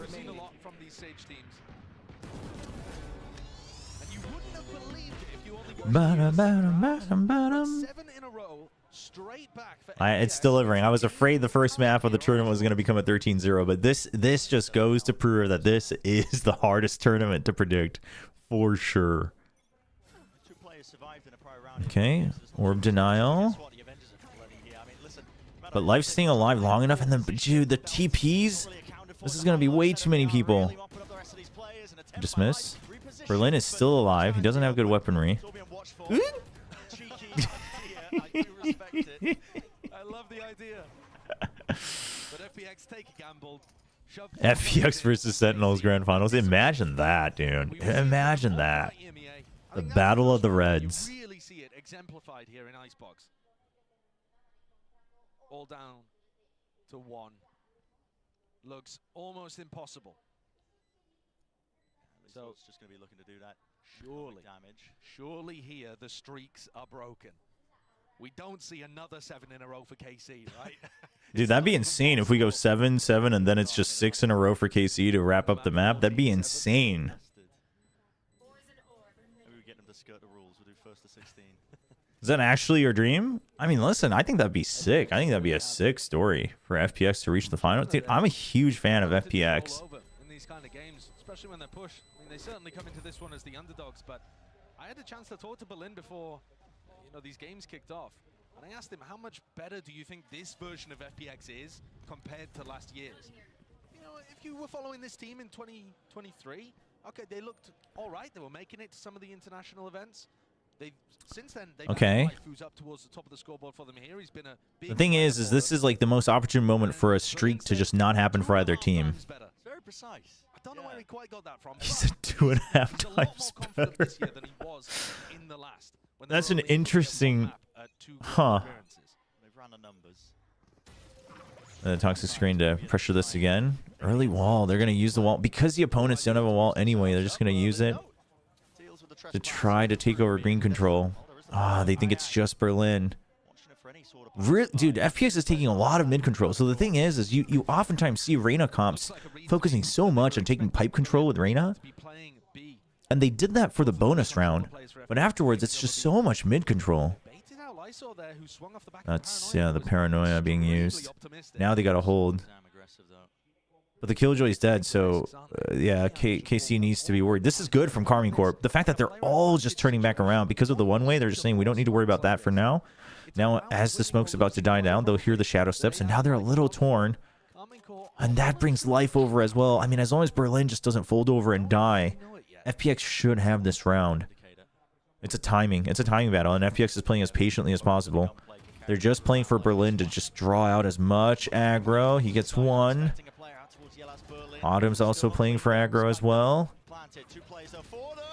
Clear the flash, but the follow-up? No! That's outrageous. FPX had them cornered, caged up, no exits. Utility being used from the back as well. And Martin ducks, bobs, weaves, and picks up 3. Dang, dude. Did Narrate not get hit by the Dizzy? How have they done that? I mean, the first pick, lovely. But then this kill before getting the Dizzy. Oh, he gets Berlin as well. Stand up now. Stand up. Berlin was not meant to die there. That's insane. A bit of fire with these Karming Corp players in their first time on the Big Masters stage. Getting heated. Stack though from the FPX players here. So, okay. Still aggression showcased here by Martin. I mean, his teammates are going to be there with him. Got his back live. What? Dude, what is?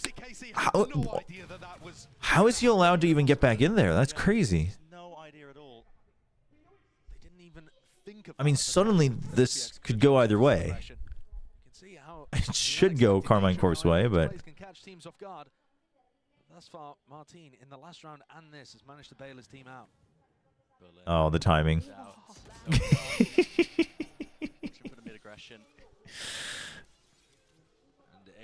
I think they did think he was a teammate. I mean, I don't know. I don't know what happened. That was kind of nutty. His shooting's been fairly good. The most likely outcome here is that he just goes down and gets a thrash online for the next. This game has been so streaky. There's only 30 seconds left. Waits for as long as possible for timing. Don't see how he's able to convert. And KC are going to be able to respond with 3 in 근데 a row. 세이지 픽은 그러니까 일단 기본적으로는 B 사이트를 공격할 수 있다는 그런 장점이 있죠. 이제 리테이크도 쉽게 할 수 있고. 그러니까 B 사이트라는 영역의 어려운 점을 보완해 주는 게 일단 제일 기본이에요. 그래서 옛날에는 세이지가 무조건 칼픽이었고 지금도 그거는 가지고 가는데 상대방의 조합이 이제 세이지가 없고 그런 부분을 고려했을 때는 본인들이 이제 싸움을 할 때 더 유리한 각을 만들 수 있는 그런 점으로도 이제 좀 자유롭게 쓰는 거죠. 카마인코프 같은 경우에는.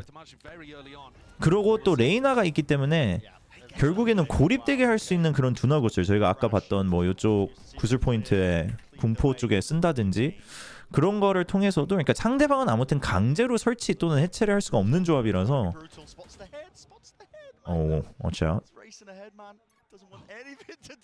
어떻게 보면 카마인코프가 보통보다 조금 더 융통성 있게 세이지를 쓸 수 있는 부분이 많아요.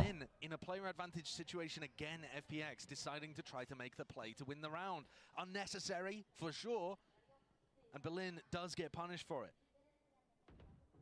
I mean, okay, they're gonna get the rest, so now they know. There's no reason to fight for that though. You have Thrash, so surely you work that for the retake. The problem is you have an op, and they have pit, so the Thrash is gonna have to choose between pushing people out and pushing the pit. Oh, here we go.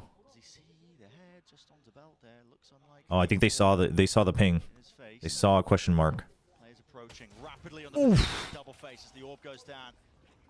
Well, I don't know if you go. And then you've got Lurks. You got Magnum.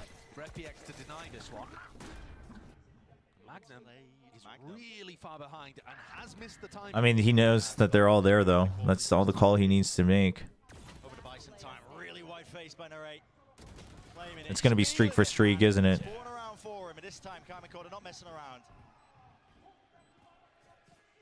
This is another situation where KC lost players early on in the round. They weren't expecting the op to be on that sight line. It is entirely possible for the Viper to throw that mid lineup without exposing any part of their body. But Autumn caught Tomashi at the beginning. Oh, man. Dude, narrate. Dude, this is a crazy replay angle. Narrate for Karmik Court. One of the North American imports over to EMEA has been lighting the world up. He's been looking unbelievably good. Okay, so now FPX is kind of going back to defaults from Reyna's, right? You take pipe control, because the dismiss is so good in this area. And yeah, now you know that Berlin's just going to go aggro every time. The FPX, the thing is, you know, this round would have been such a good time for a timeout before this round. But they already used both of their timeouts. It's a shame, really, because they're starting to kind of devolve just into very, very standard stuff from the Omens and the Reynas. I mean, they're coming in with the flank. Dude, Aya's getting caught out with his Dizzy in his hand again. He still gets a kill somehow.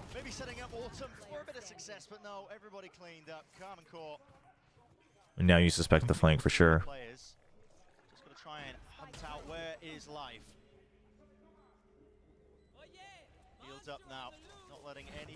Ah, he tried to jump right back into it, but oof. Oof. Of Masters Madrid. Do they really count when you've got the Thrash Attain on them? I think it is the disrespect. Yeah, I think they shouldn't personally. Don't think we should be recording those in the stats, but yeah, this is very well done. I mean, there's a world where they can bring it back, because the thing is FPX, have kind of played into Carmine Corp's hands. For the majority, they have got this on lock. The anticipation of Berlin's push at the Okay. beginning of that round and the way they So now they don't push out. I mean, granted, it's a broken buy as well, right? You've got Bladestorm and a Guardian. Try to go for the Bladestorm peak. You got caught out on it. But they're leaving A open. But dude, KC has a read on this too. They see the initial strength here. They know that they've been playing aggro with this toxic screen. And then there's nobody on pipes. Okay, he's going to dismiss. They know he's still in the site somewhere. He just wants one more. Oh, dude! The Raider Dream! Oh my god.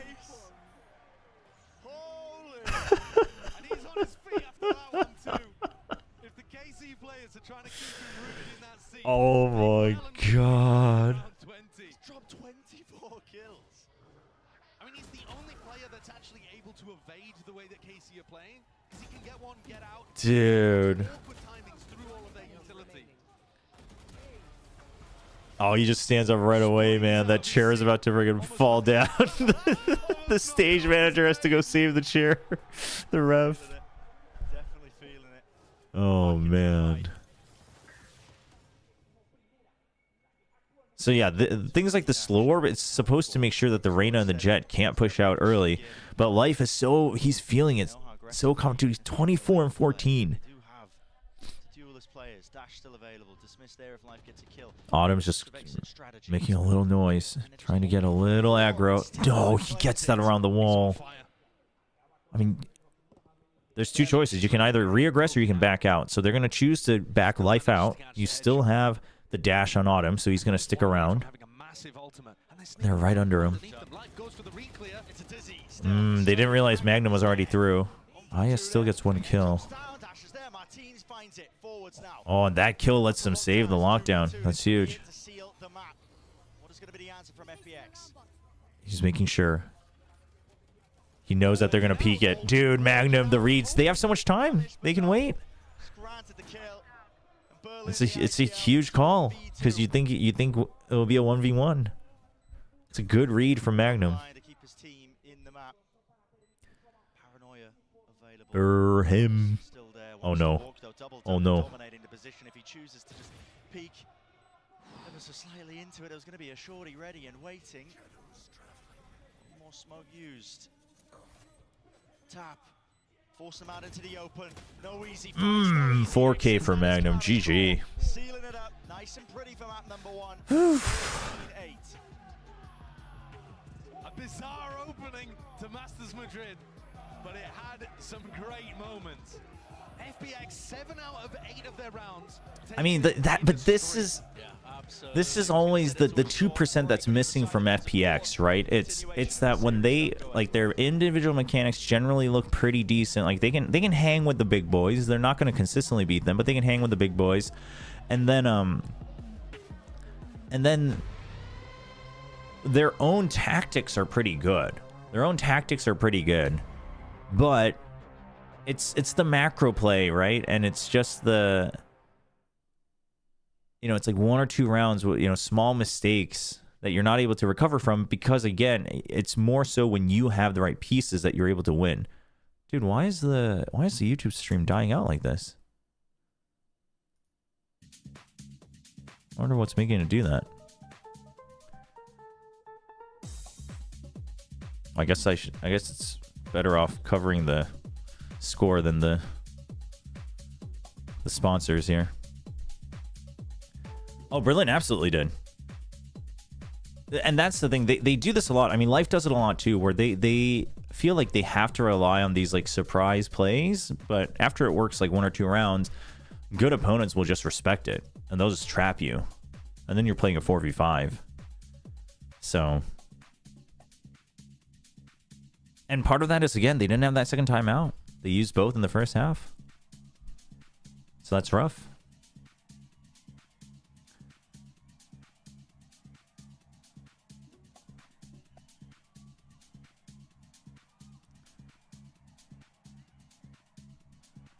Here, maybe we can do this. Ah, that's clean.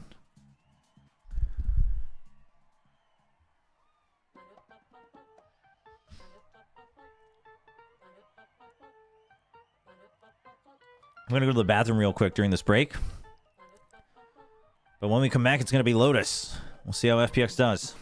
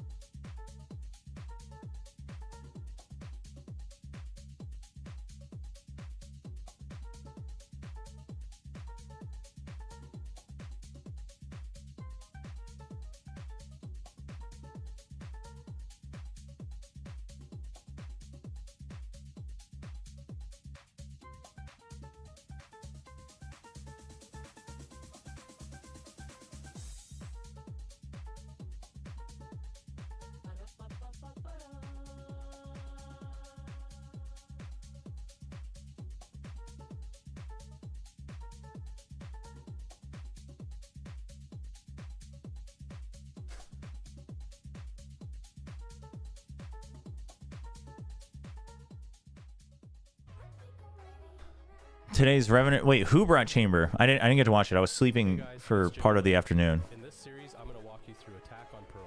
Watch out for the stairs, clear this angle. You're going to be able to fight this.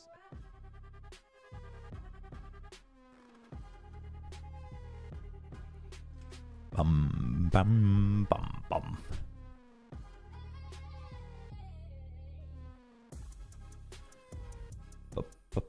Bum bum bum bum. Let's see.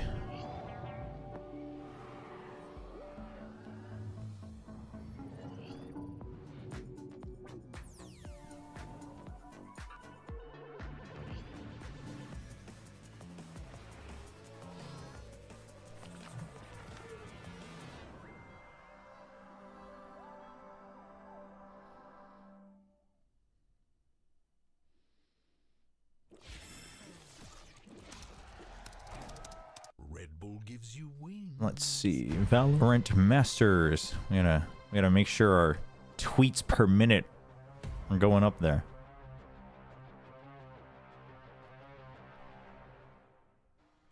Hey guys, Mega Fabs here, and I'm standing right now with Coach ENG of Carmen. Congratulations on that first map, the first map win of Valorant Masters. Dude, VCT Pacific rep, let's go. Had that near comeback. So how did the boys keep their In this stream, we stand VCT Pacific talent. I'm not gonna lie, I didn't say anything, to be honest. I feel like we are ready, we prepared it, and I know people don't understand, but FPX pretty decent team. They're really strong aimers, and yeah, it just I expected that they gonna shoot hard and hit hard. So Dude, ENG knows, man. But about us, yeah, I ENG didn't respects. say anything, to be honest. It's just all like props to our teams and you and Ahmed. They prepared them also. The mentally wise, that's yeah, we are ready. So I don't know. I'm just happy we won. Full trust in the team, gotta love it. Let's hope that Carmen Cow. Dude, the vibes are so good. 별 큰 말은 안 했고 그냥 사람들이 너무 저평가하는 것 같은데 FPX가 잘 싸울 거라는 예상을 했다고는 하네요. Dude, what is this? That's sick. The tower? Give me that wide shot again. The plushie tower? No. Not ENG. Mika Fabs. This is sick. 전반에 너무 많이 늦었죠. 그러니까 저도 했던 말이 그러니까 레이나를 가졌을 때 5명이서 빠르게 공격하는 거를 조금 더 일찍 다시 알아차렸더라면 그러면 좀 달랐을 수 있어요. 레이나 조합은 특히나 아방에서는 공격 때 무조건 잘해야 됩니다. well, but I think they play around that one piece of utility, even though you can't. Okay, so going on to Lotus. Very, very well. For me, that second half was a showcase of just how strong KC's fundamentals are. Yeah, Mimi, let's take a look at round 18 because not many people can deal with K-Core's pressure. And if, unfortunately, We get the chamber on Lotus. Oh, yeah. We get the chamber on Lotus. Pretty cool for me. The way that KC. The thing is I don't know if you can. Also, I think it's a showcase of how FPX's Not sure. show some weakness. Running no senti on this map means that if I'm not sure if you can. You can fight against Carmine Corp's Lotus with that. where you're trying to set up those combos, you leave gaps like this. The chamber on Lotus is good, but man, good teams will put. Like, I mean, the thing is, again, chamber similar to arena. If you hit the first shot, then you go in with an advantage. So we'll see. Doing so, and I love that we have this stats for him. We were talking about the versatility, the feeling 281 ACS. This was a perfect showing from him. It absolutely was. He said he was just. Dude, what a great story for narrate. I mean, what a career path, really. He did swing in this one. I think that when KC is willing to, in the late rounds, take a little bit of that risk and let him go crazy when he's feeling it, he's really good and adds an extra dynamic to this team. I mean, this is the thing. He does this on Gecko. He will do this on Fade, as we see him later. Which version of Narrate do you guys think is the final boss of the Narrates? I really like his Gecko. I'm on the Gecko train, yeah. But The Gecko? Hard to play Gecko solo initiator. Yes. He does it so well. Yeah, exactly. I think that he has a very good balance on how to support the team, how to go on those more aggressive plays, because he's the kind of player I mean, just to even get to a Masters, you have to remember that, like, you know, we follow the grand storylines and we talk about like all the teams that are going to different tournaments and things like that, and it's like. I think that's why I like the Gecko, and also because he can just like. Yeah, it's it's nice. It might not seem as crazy, but. Dude, it's hard to get onto a master stage. It's hard.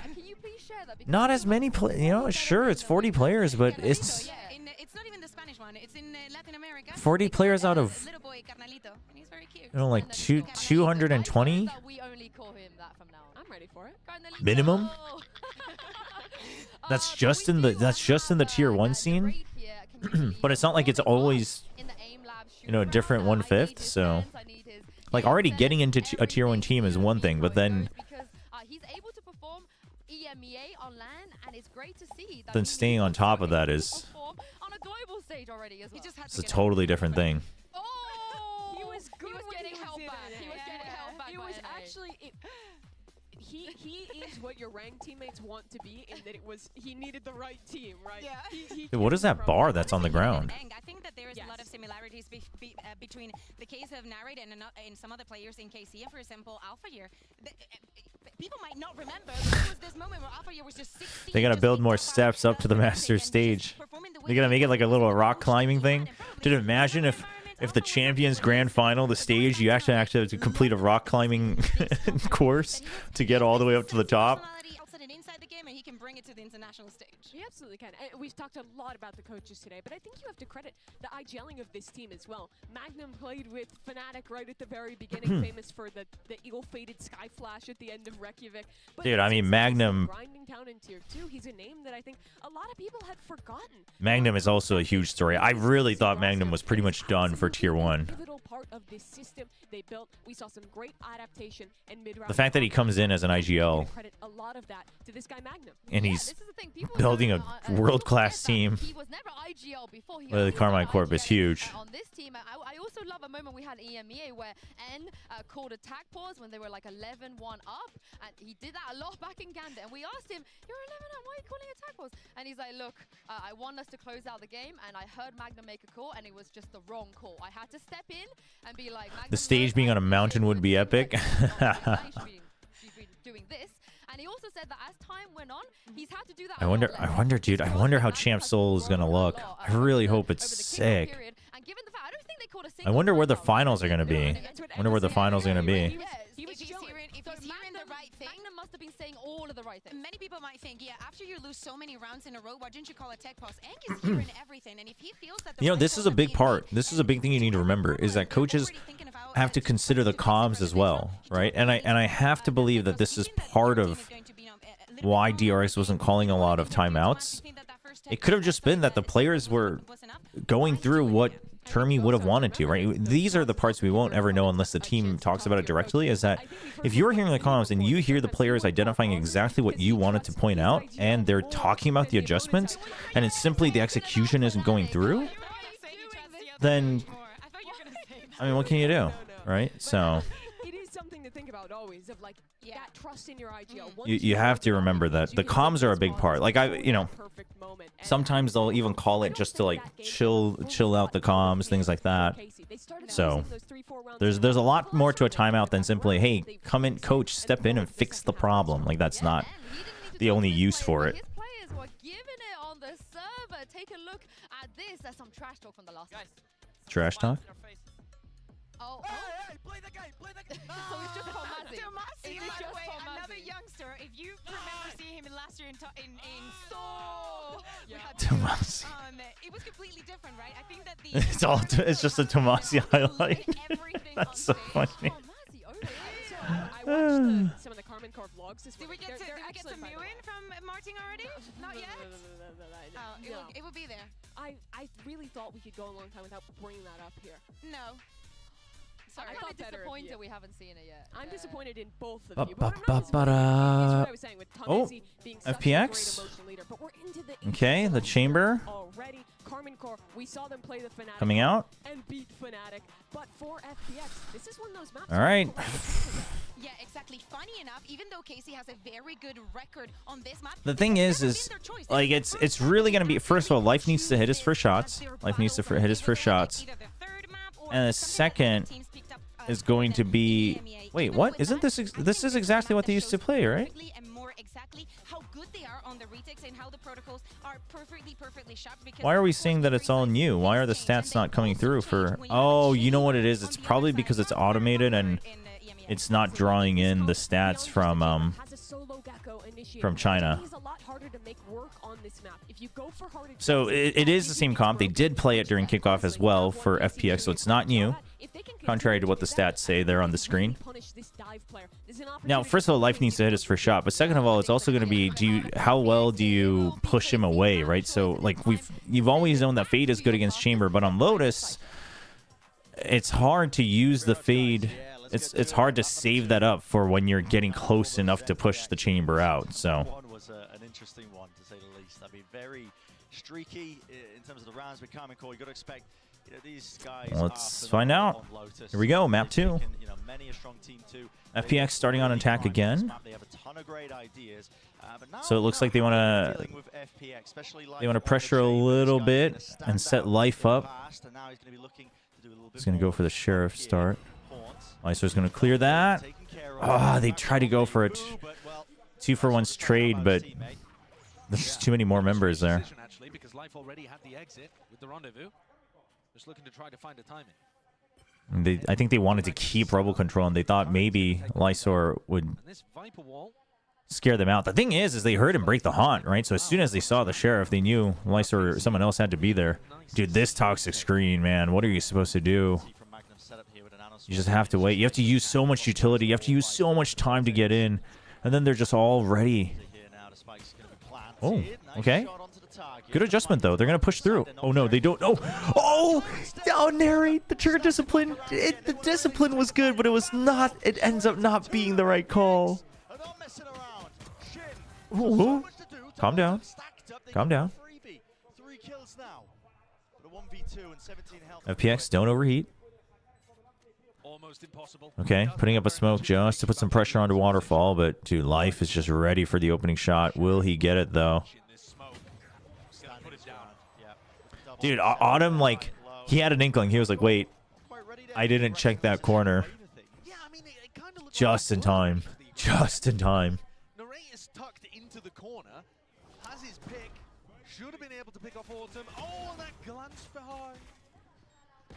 And yeah, it's just the fact that Narrate isn't able to hit the goal. FPX looks good, but then we'll throw like 1/3 of the rounds. So I'm trying to also take out throw from my vocabulary, but they do greed a lot. They do greed a lot, or sometimes their aim gets a little shaky. Again, it's just that they are lacking the consistency to be considered like a top team in the world, right? Like that's why they're considered the kind of sole clear underdogs of Masters Madrid. It's not that it would be crazy if they won, but the consistency is always going to be against them. So I think that's something to consider. On Lotus, they feel very comfortable there. The desk was talking about that too. But they've also played mostly against more meta compositions and relying on having a great understanding of how those work. So The utility that they throw. Rebel for free, but the thing is there was nothing around the one way on KC, so they're just going to go for the stack onto A once again. It's a retake. It's a flood retake screen, right? It's to delay, and then they're ready to flood the site. It's going to be a little harder for KC to get a read on.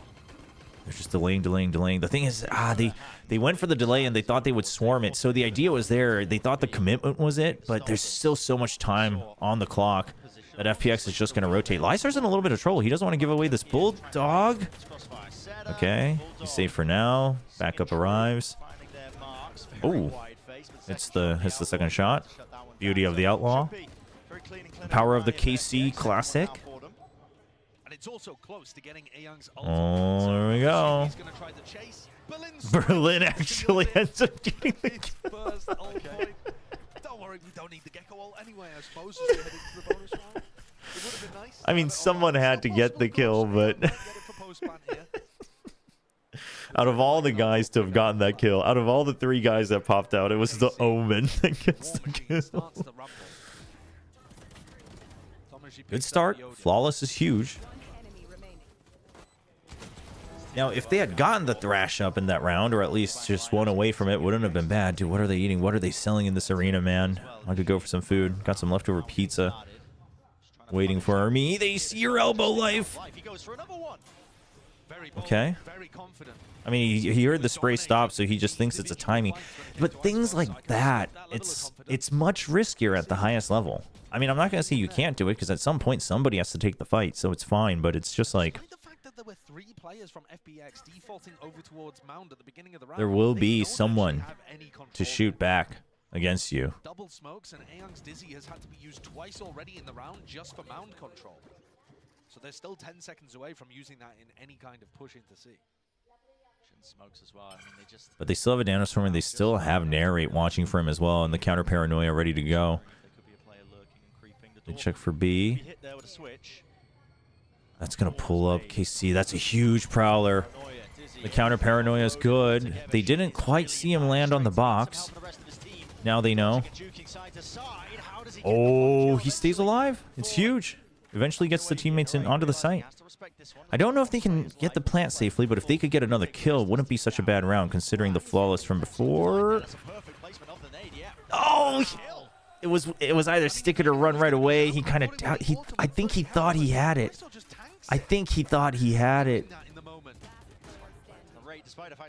I mean, okay, they at least get the plant.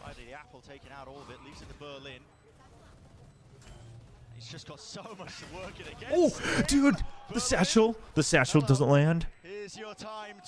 Oh my gosh. Oof. That one down right quick. So bonus round conversion not there, but he made it a hell of an expensive round. I mean, listen, only 1 player surviving. Yeah. KC. Dude, burr him, man. It looks like KC are going to have their pick of that one. It's going to be an easy battle, but Berlin once again in a pretty similar manner to what he did in round 13 on Icebox. I mean, that's a big round for FPX, especially considering how things went. It shouldn't have gone like that. But Tomasi eventually secures the round. A bulldog and a judge to work with. Martin is playing Lysaur's screen? You mean the one that cuts? Yeah, this one? I mean, this is just trying to put the pressure on B. It also means that the retake on B finally gets a little bit more difficult, because usually retakes on B are considered a bit easier. It also lets, potentially any time that you want to go from an A to B hit, right? So this way, you're kind of telling them you better have someone on your default to watch B, because otherwise we will take it and then our post plant will be much easier. The thing is that screen doesn't really let you fight for A control too much, but FPX is pretty content in just saying throw your early util if you want. You've got this screen, so it's not like they're pushing them away from here. It's not like the one-ways are coming in just yet on the A Rebel fight. So FPX is just saying if we want to ever go to A, we'll just fight our way through it, and that's exactly what they're going to do. Free gained now. The plan down for Berlin. Unconventional plan spot. And they got Thrash as well. They have stairs control. They have outlaw control. Heavy reliance on tree. Dude, IA's positions when he has the Thrash is always just... I mean, I think he's trying to just not be in the obvious positions, but good cutoff from Autumn. But yeah, IA's like in a position where he needs to fight, and he gets taken out. So that second Thrash not going to be used. I mean, sure, you have the numbers advantage, so... Maybe even second-guessing himself, wondering if he gets another one, could be played, but no, now making the smarter decision here, so saving a rifle, running away with it, so FPX up to a third round. Yeah, getting themselves into a really nice position.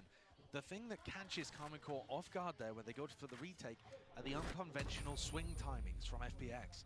As soon as they hear the Paranoia double blast pack come out, FPX don't respect Okay, so... they swing into it. And that catches KC Now, weaponry, not there, just one Vandal for KC. And still, you're still saying that we could still come to B. You guys are on weak guns, we could come to B. This screen is actually, in some ways, I think it's doing wonders for FPX. Perfect timing to try to catch Martin in the back.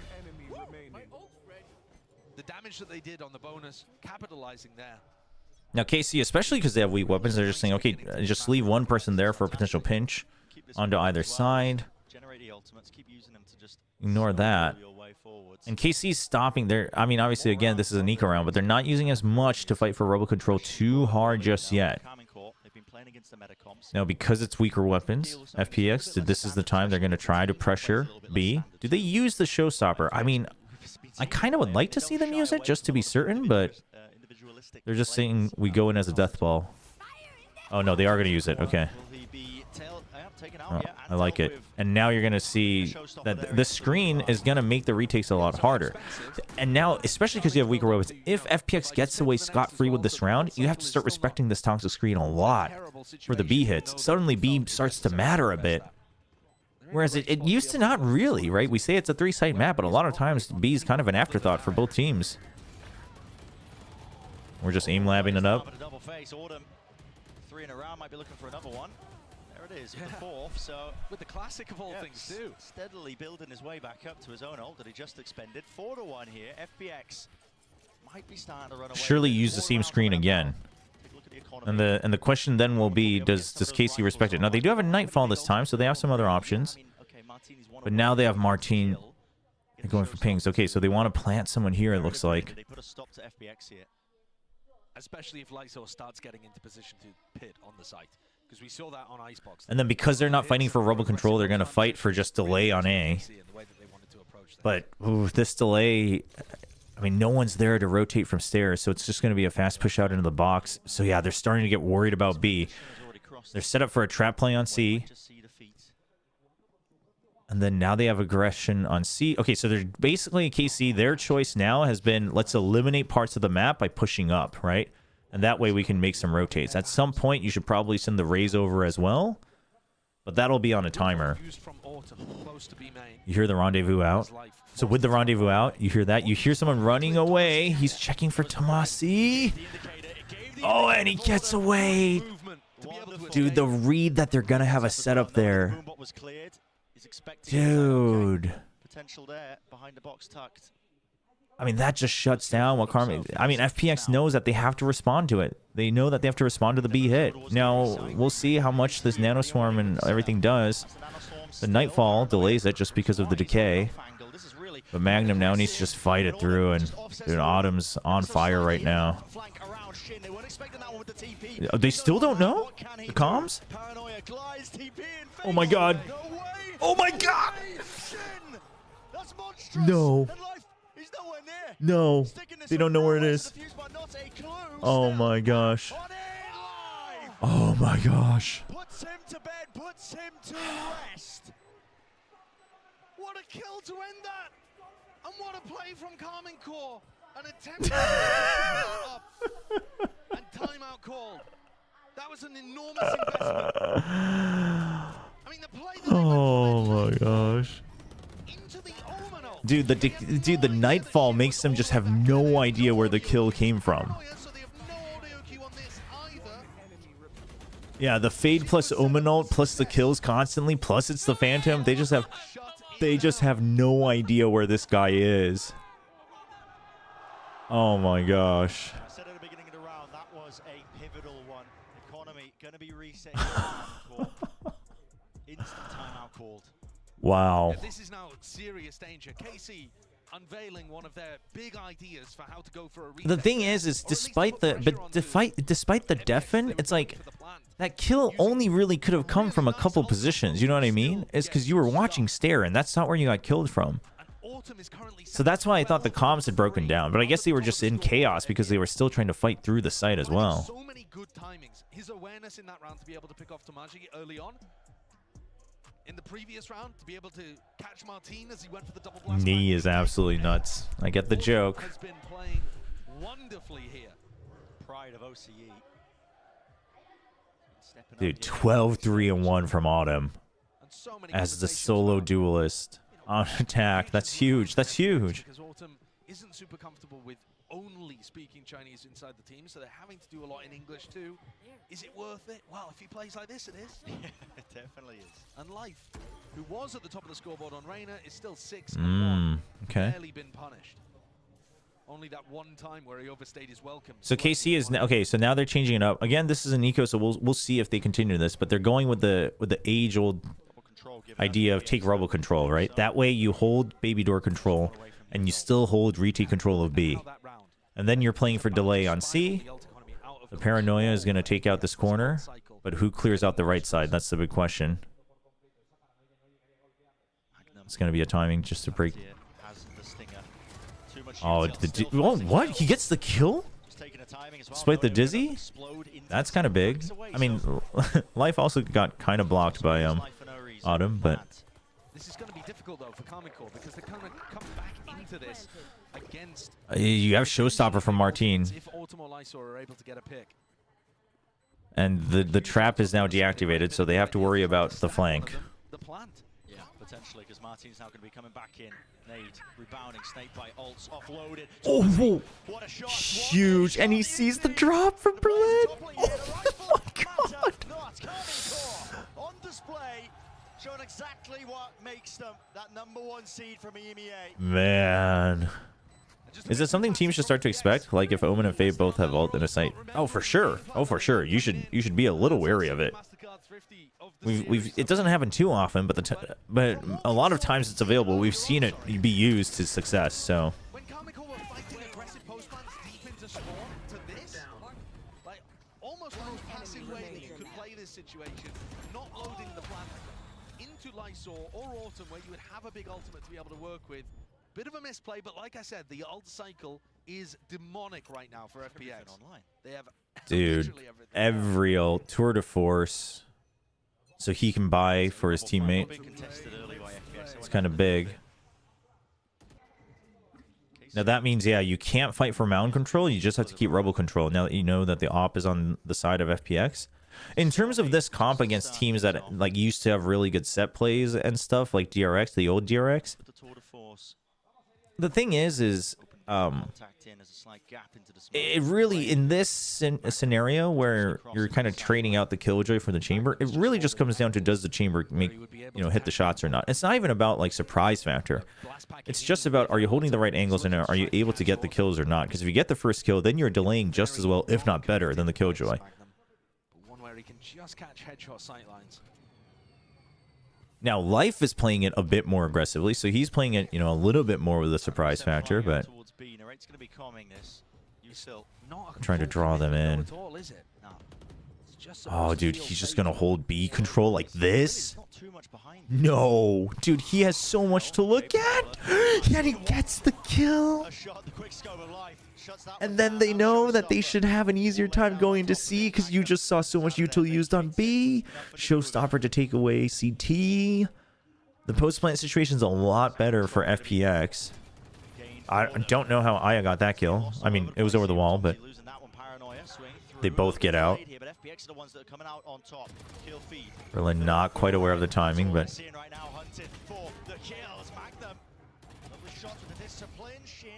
Shin's doing his best to keep KC in the game.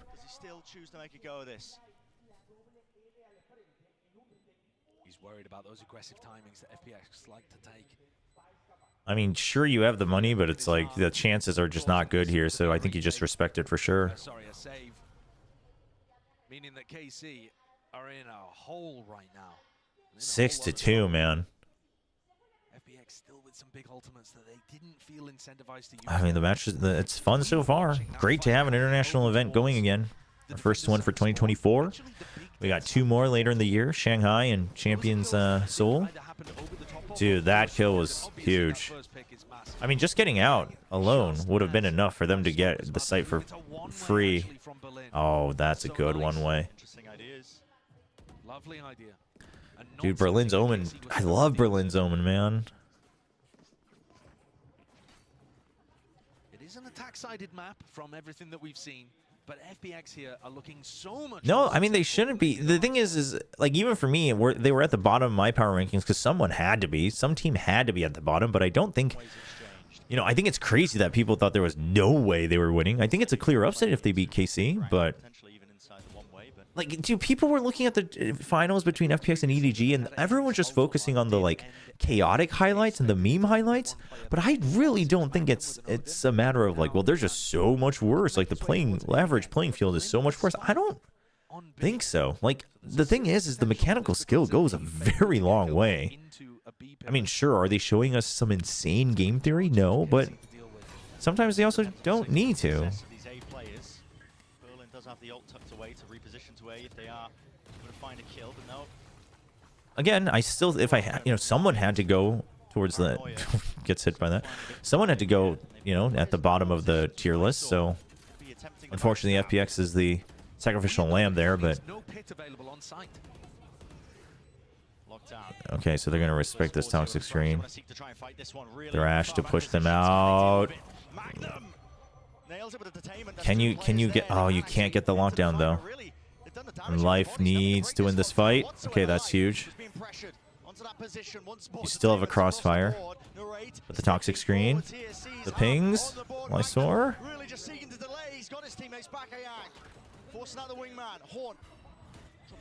Half stun already. Oh, he doesn't get it. Didn't get the haunt right away either. The lockdown's huge. The lockdown is very big. Really important round for KC to be able to get on the board.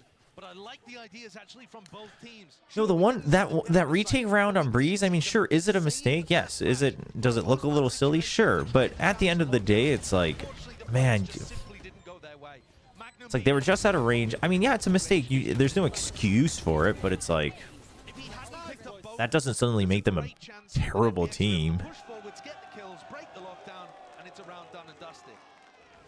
I mean, that's what EDG started to do, right? They started to just add in just a little bit of basic fundamentals, and then they started to win a lot more. Yeah, no, they were hiding far away. The problem is I think what I would say is the actual the cover from Shin, that's huge. In that round, what I would say was the actual problem is I think they thought they were in range to hear it no matter what on the A site. He doesn't have the spike. No. He was hoping to just TP himself out of there and doesn't win the fight. Right, so that's the mistake they made. But now they learn, you know? I'm not going to say it's a good play, but Rifles back on board. And this is where the ult cycle has declined a little bit here for the attack. you know, it's like Mako walked back into the lockdown right before it ended, and he thought he timed it perfectly, and he gets detained.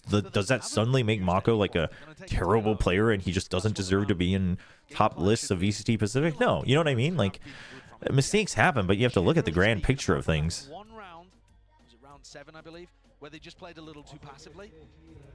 For the rest of it, they've been up, aggressive in Karmine Corp's faces, forcing the duels, utilizing nice pieces of utility like the one-way on C, the thrash to push the lockdown over towards B as well.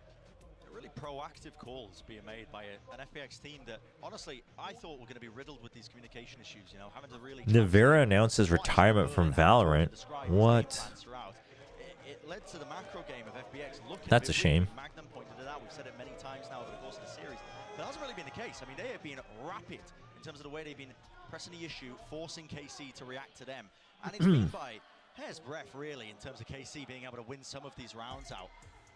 Maybe they can even it out. Maybe they can make it 6-6 here. Timeout has been taken by FPX. They're feeling that struggle now to hold on and maintain this lead that they've gained. KC have also, I think, found it a little difficult to tell exactly where FPX have been moving around the map. Because they're playing quite far back. I mean, they're pushed forward in like B main at the beginning of the rounds, that kind of thing. But generally speaking, Karmine Corp are taking a more passive approach to the defense, relying on those good retakes. And that's giving FPX a lot to work with. Okay. Here we see KC start the round with 3, ready to play around a rubble. A very They're still sticking with this screen. I would have liked FPX to change the screen up just a bit, a couple of rounds, but they seem to really like the pressure it helps put onto B. And I think they rely on life allowing them to just kind of take rubble control at any point if they really want. The thing is quite frankly, it's not that bad. Because if the defenders want to take rubble, they'll take it, and they'll pressure you right up to this line anyway, right? So all you need to do to make sure is they're not getting into lobby. So it's not like you're really losing out on too much, but once you choose to take rubble control, then it gets a little harder. You have to have your omen smokes ready to take it piece by piece again. So they're using Poison Cloud for the first step. It doesn't cover the entirety of it, but you're using the opponent's toxic screen for it. Baby door is still open. They're pressuring it, and they're just gonna go for a pinch onto B, and dude, Aya just gets all of it. Dude, they were so distracted by the... This is an insane fake and a double push into B, but it works because Ayang just gets all of the kills. Hey, Diordio.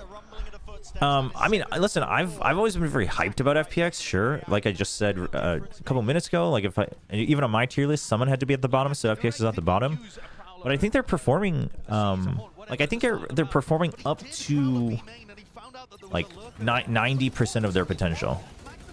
You know what I mean? So like no matter what, if they win, I think it's an upset. But I think they're putting up fights in the way that I expected them to.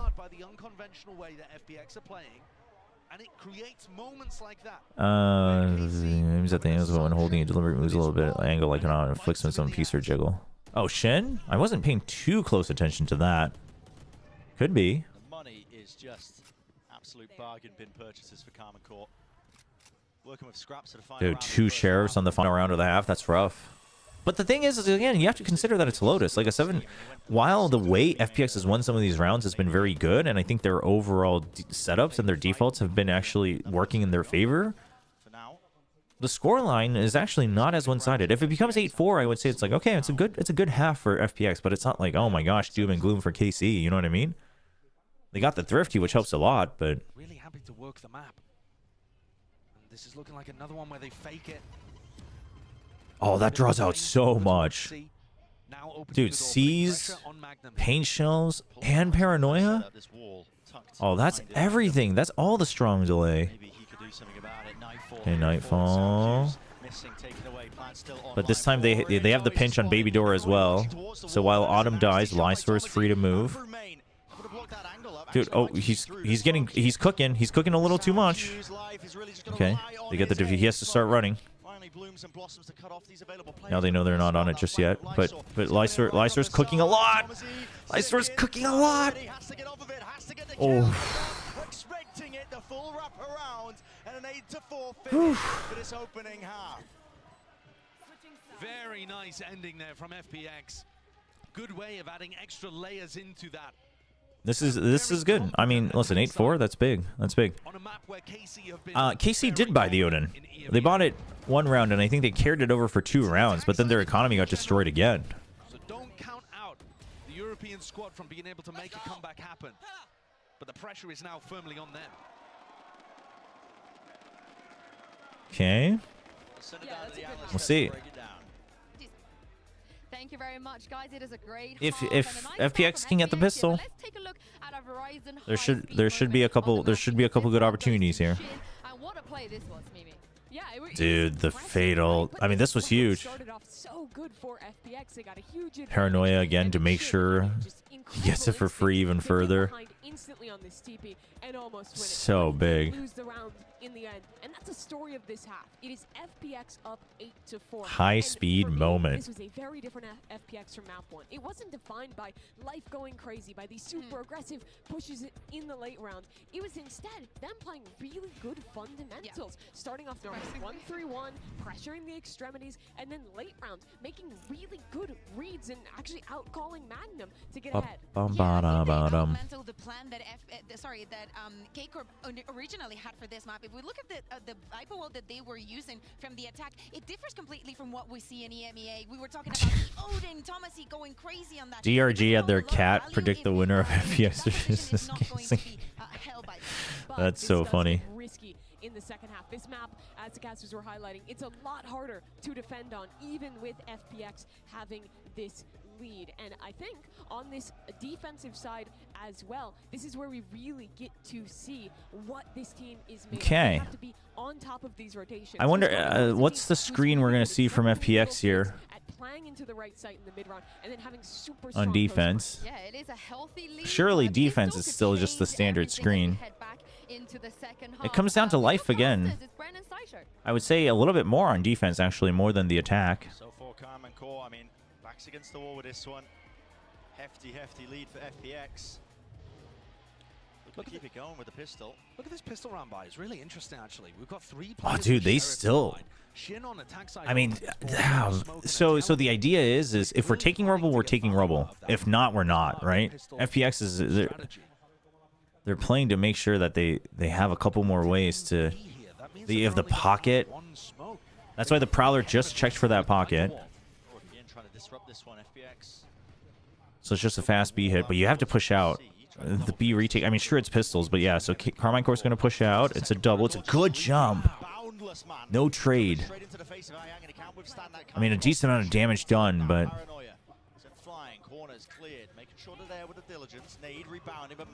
That's a huge kill. Still the double door. No, now it's not a crossfire. I was going to say the baby door double peek was going to be the big thing, but... I mean, how many angles can Autumn cover on his own? He just gets the half. Gets off of it, but now damage is done. Snakebite tap. They've got to realize this now, surely, with the time cues, but they all collapse in time. Carmen Core, the pistol round win. 그러니까 자네 싸움을 안 하겠다는 거죠. 공격 때 FPX는. 그래서 그 장막도 그냥 B에 오히려 압박을 줄 수 있는 걸로 쓰면, 왜냐면 어차피 수비가 자네를 먹고 싶으면 먼저 먹을 수 있다는 생각인 거예요. 그러니까 그 외에는 조금 더 뒤로 빼게 해놓고 그 다음에 그냥 확인차에서만 스킬을 쓰는 거지 막 자네를 싸워서 이기겠다는 생각이 애초에 없었던 거야. Do you think that no star in Valo is no star players? I mean, I think we have some in the making. I think it's still too early. I don't think it's a problem yet though. Right? I mean, the first year we were in COVID era and things like that. China's only now getting into it. Dude, the death ball. Could have gone in any direction, but eventually it's the Bulldogs that carried him through it. Yeah, after that initial wave of utility, I mean, Tomasi is still a little low. They just couldn't quite hold on. As soon as the KC players could see, they shot back. And Life tries to make the play there, shut down. All down to Berlin. We've seen some outrageous situations from Berlin so far in this series. He's managed to pick up a Bulldog. He could do some damage, but the fact that it's B side is a little tough. We have star players like Bala. I mean, we have star, like regional star players. I don't think we have anyone that's really dominated or started a legacy just yet. But it could have been the start, and we just don't know it yet, right? So we'd have to wait and see. Freshly rejuvenated. He's found a timing past Magnum, but he's set up a crossfire. This triple setup is so strong. You just don't win. No, man. Too much to account for. Too much to account for. If he had to get that first kill immediately, but that's unfortunate. 3 rifles to carry into the bonus. The Bermuda Triangle post-plant setup. You ain't getting out of that one. You can't do it. Can't do it. So yeah, this is going to be a fairly potent bonus round, but not the most that we've seen. There was a little bit of damage there. Also, something to keep in mind, Autumn was 12-3 to begin this game. Okay. So You look at where he is on the scoreboard. Guardian? No, Vandal, but half armor for Berlin. Okay. Absolutely electric beginning. Oh, Odin. Okay. In order for FPX to be able to close this Early out, Odin. their second map ever at a global event, you're gonna The need important thing will be to not lose it. to really make sure that they can Just close pushing this them one. back. Man, the fact that they're not even taking rebel control on defense is a little interesting, but Just to set Shin up into a forward position.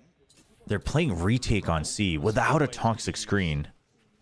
Early on here, I mean, talking a minute 20. It's kind of insane. Try and go all the way back over towards A. Berlin. He's going to get pushed out into the open. Ah, the timing, man. They just they Berlin, what are you doing? They are wild. Oh man. I Oh man. A lot more. Ayang out wide into the open. Lysor, he's found Listen, I love Berlin, but I can't defend that. I can't defend that. I can't. Wall fades. No one accounting for it. Spike dropped down. He's brought us into a 2 versus 2. Huge kill. You saw the paranoia was coming in from Tree as well, so you know they were there. For FPX to be able to recover this. Oh, that's a ton of damage onto life, though. The Odin spam perfect. But he might Lysor has to do it. to find a timing. What happened to backside? Shin is just on top of the ropes, man. That's a bonkers play to go for. Well, now they suspect. Now they suspect because they already have heaven control. Lysor needs to isolate the 1v1s. He's checking for heaven. Does he? I don't think he checked the corner here, though. Oh, he does. But he's already on the rope. Why did he get out? Because Berlin sometimes, as great as some of Berlin's calls and ideas are, sometimes he just kind of makes the assumption, right? Berlin, who just threw the round away so early on. This is an anti-bonus. You have an economy advantage to clear the round out. He just assumes that, okay, if there wasn't any reaction on the door, I can probably creep out and I can probably take the space and I'll get a kill and it'll be good. But it's just like, that's an assumption, a very big one. Didn't think that KC were committed to rubble whatsoever. Hey, what's up, Lauren? And we've seen a few moments from YouTube chat popping a little bit today. the big round-winning plays with those kind of moments where Yeah, you got a couple of regular Twitch chatters as well. Welcome to everyone that joined today. Thank you so much for the follows. We'll be streaming every day of Madrid. I mean, this is a huge stack, but you can't get that early kill. You can't actually finish him off. That's huge. Just so we know, he also fired 4 headhunter shots. So that's a lot of creds as well without getting the kill back. Feels his position. Earns a kill because of it. Really should not be any more dangerous. No, it's fine. I'm not saying you guys have to be chatting. just wanted to give a shout out to both. Listen, I'm totally cool with people just here for the ride. no problem. Happy to be your background noise when you're doing something else. Has no idea that these two players are so close. He's getting bullied. Lunch money taken here. The high-low setup. Man, I can't imagine as a student getting bullied and getting your lunch money taken away. Like that has to feel so demeaning. Like I mean, it happens. I'm not saying like that's a crazy lie to tell. It does happen. But I just like I can't imagine just how defeated you would feel if that happened.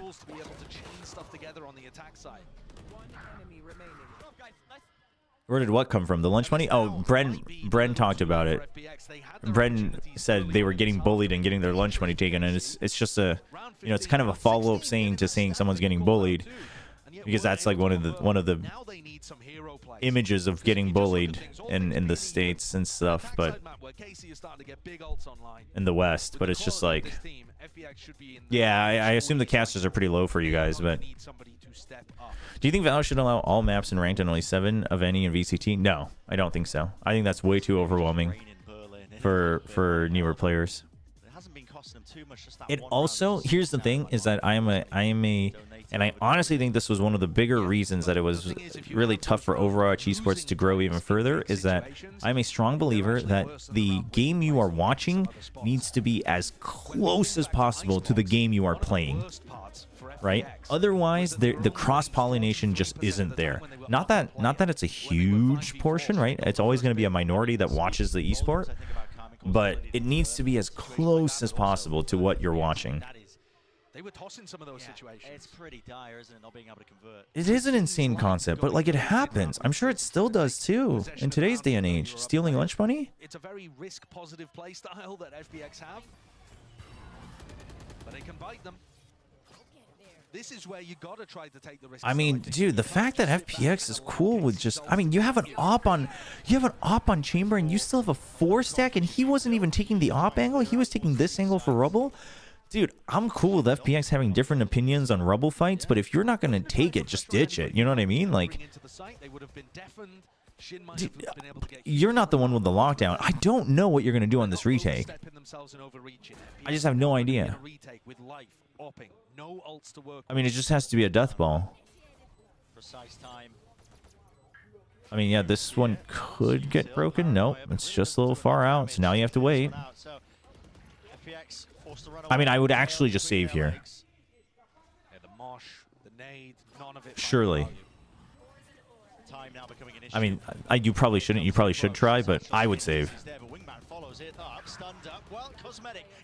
Okay, they will clear it. Good thing they didn't save. Uh-oh. Right as the half. Oh my gosh.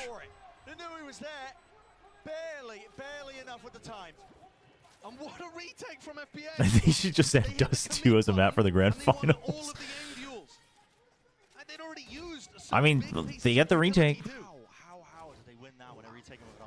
I'm not sure. Everyone's scratching their heads at the same time. But guess what? I do know how they won the retake. You know how they won the retake? It's the same way GENG was winning retakes. It's literally just good death balling in terms of the angles you're holding. And then you just win out the fights. You could argue maybe Carmine Corp wasn't holding as many of the good angles, but oh, this is a risky pit to hold on your own, my friend. I mean, they saw that he was out of the pit. Dude, here's the thing. If you're Carmine Corp, you just keep going C-site. 100%. Every round. Being able to get the pit online as well. They're fighting tooth and nail for this. They did have all their util, so but it's just that like they had to use a decent amount of it against the lockdown, and they didn't clear that, so it just seemed like it really should have been against them. But good job for sure. I mean, it's very clearly intentional. It is very clearly intentional. They just have no idea where to clear for this pit, man. Just the way it is. Because you can still get out of the site in the pit as well. You just can't. Yeah, it's very clearly intentional that they want to go for retakes on C.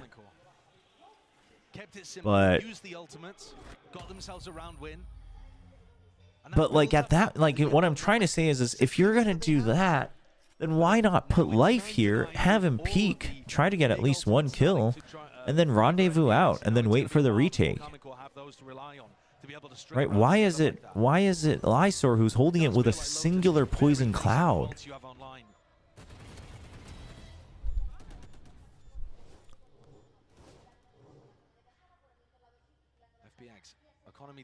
I mean, this round is an eco, so I mean, I'm just trying to figure out, like, are you just that confident that but the thing is you can't even hold Waterfall as well. Like, you're not holding both of these for sure. This time they will. Okay, so they're going for faster retakes or faster rotates this time. So okay, so at least you're fighting to hold both Waterfall and back of sight. So that's good. So this is an adjustment. And now you have Showstopper, so there's a possibility of speed. Stay alive though. If he wants to use it in this, any chance of it, a tap from the rate with the spike. They are trying to force out at least some util, maybe the ult out of them. Now sticking and committing into Oh, we saw him. Ground setup. Backing them Oh, away with the rifles here. gonna pick that back up. C's should have hit Lysor. Yep. On him. Now it's too late to try to use the Showstopper. You're ideally trying to get one kill first, but essentially a solo swing there from Lysor, not really set up for it. Oh, hello. Notifying a team Well. of his position. There's not too many more pieces left for FPX to do anything about it. And these last 2 rounds have been just Huge. ordered for KC. Do you think a game mode should be there that will pull out any 2 to 3 maps?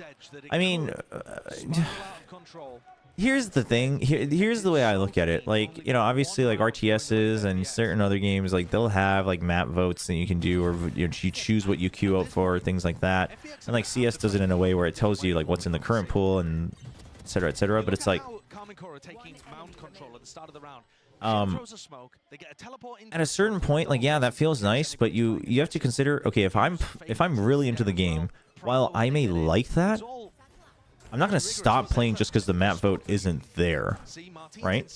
Whereas if a newer player or a player who's not that good at the game or doesn't get to play that regularly, they have to like pick and choose what maps they want to play, and maybe the maps they like don't have long queue times or have longer queue times and things like that. Those people will stop playing. So in the grand scheme of things, it's probably not a smart idea. Okay, they're finally taking Rebel control. It's insane. And then they're playing a high-low on C as well. They've really kind of doubled down on this. Paranoia. It's timed very well. Oh, yeah, they had the right angles. I mean, Life kind of ditches his teammate, but him staying alive is kind of huge. He took out the Raze as well. You still have your showstopper. You do not want to get in a situation where you're trying to exec with only 25 seconds left and there's a showstopper on the Karmine Corp, they're trying to go for a fake now because of the time.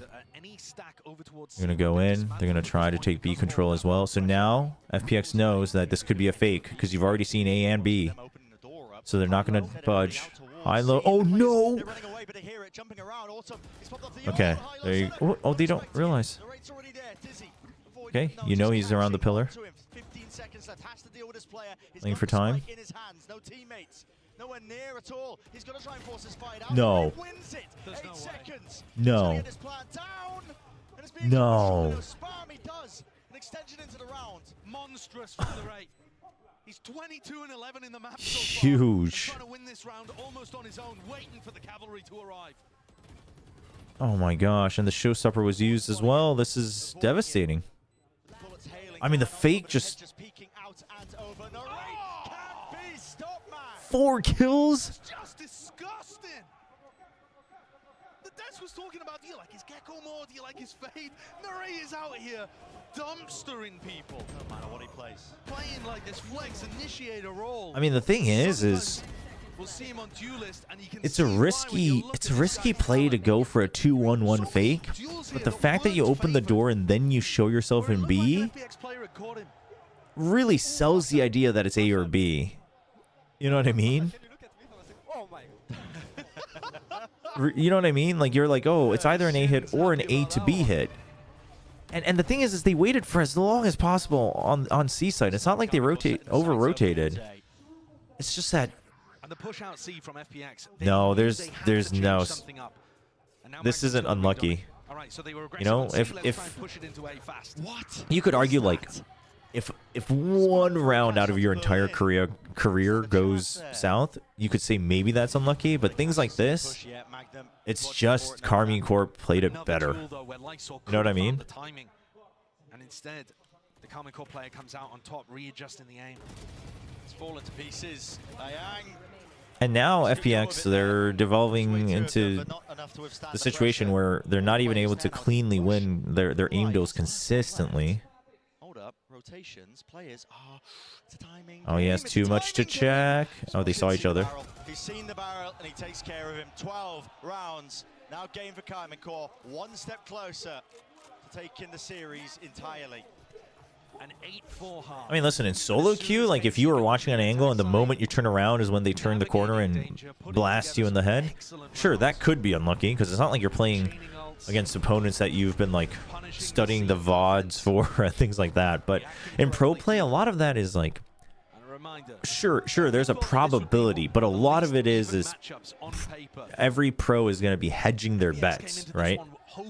So one team hedged their bets better. Dude, this smoke to help take mound control. They're one round away from getting knocked into the bottom. Easy over control. Another Nightfall. And now they just go fast into B. Oh, huge double kill with the Guardian. Those are amazing. You have Thrash as well. You have Thrash as well. Needed it, and the kills are just being collapsed upon. Shin has got his ult, picks up the spike, repositions. Oh, dude, Berlin's already here. Berlin's already here. Berlin's here. Oh, but Berlin's gonna go for the 1v1, and he can't lose it. You can't lose this. You cannot lose this. Yeah, surely you use the Thrash. Oh no. Oh no. Shin, no way. Oh my gosh. Dude, I thought Shin was going to win that. He played it as best as he could, to be honest.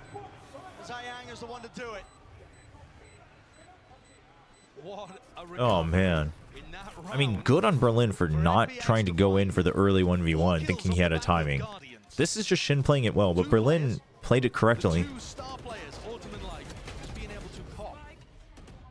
Dude, Shin's amazing. I mean, dude, the thing, every player at this tournament is so good, man. Like Carmine Corp too, like, yeah, sure, we all, you know, you can talk about Martine, you can talk about Narrate, but then you got Shin, you got Magnet, you got Tomasi, like, everyone's so good. Are going to win this series. First time we're seeing a bit of aggression on the defensive side here from Life. Horns dealt with. Waiting for the peek out. So many positions to look for here, Oh, that's unfortunate. Okay. I mean, KC just wants to make sure. They know that the C side is weaker, man. But this time it's a 3-stack. It's a flood. It's a flood. Good bait in from Life, but the re-peek from Aya. Lysor's on the site though, and Spike is down. So it's huge. There's no Omen alive. Extraction is the name of the game. I mean, how do you get this out? So yeah, you just have to go for a pinch. You just have to spread them thin. You still have 50 seconds. And for FPX, you just literally have to just scout and then go for crossfires. Okay, so now you know that the haunt is there. But the thing is they think that's the main force, and you're going to be coming in from Mound as well. You needed to win that, Berlin. Okay, trade back. Okay, they heard the fire from Narrate. Lysor. Tomasi's crept in. He doesn't know this. He doesn't know this. The poison cloud is really masking his intentions. Dang.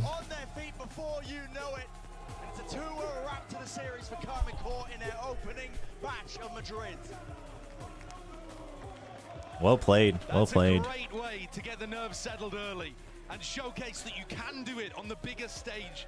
I mean, the poison cloud fake out at the mind games at the end, because then you're thinking like, are you creeping in through this? You're not. So then on a timing, he's looking right above the fence, and Tomasi just swings around the other side of the pillar. Well played. But no map win for the Chinese squad, who still only have one so far in these 3 global showings. They'll have more chances. The Swiss system gives them future opportunities as well, though they have no idea who they'll be facing next. Yeah, I mean, here's the thing: is that surely.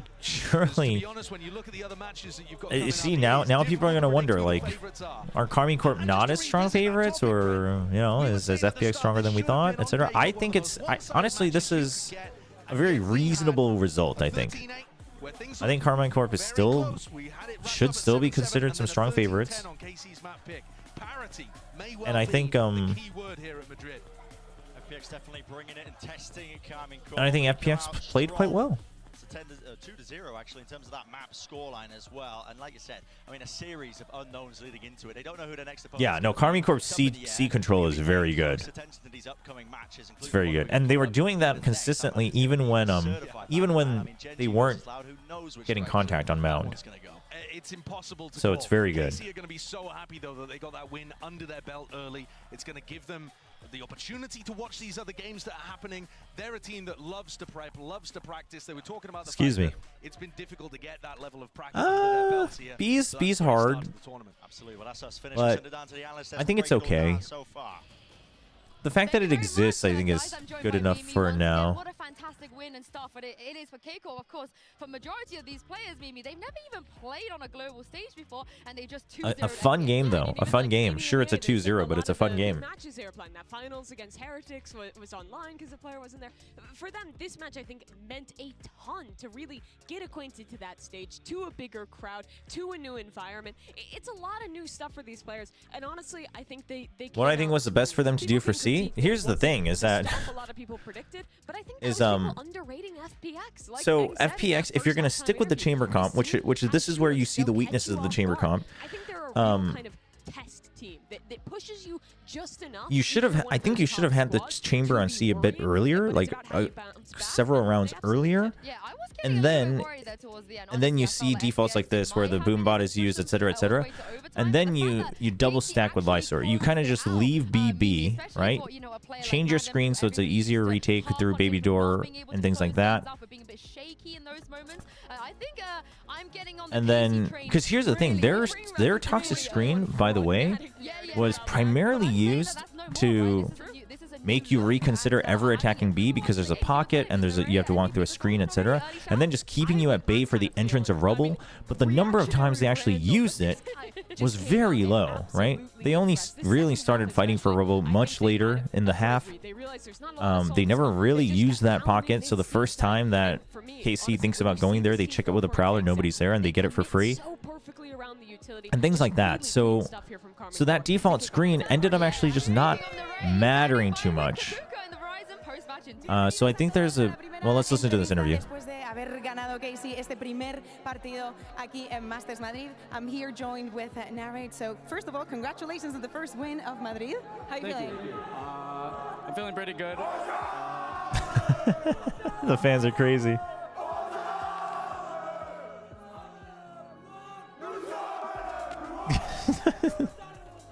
Narrate just wants to talk.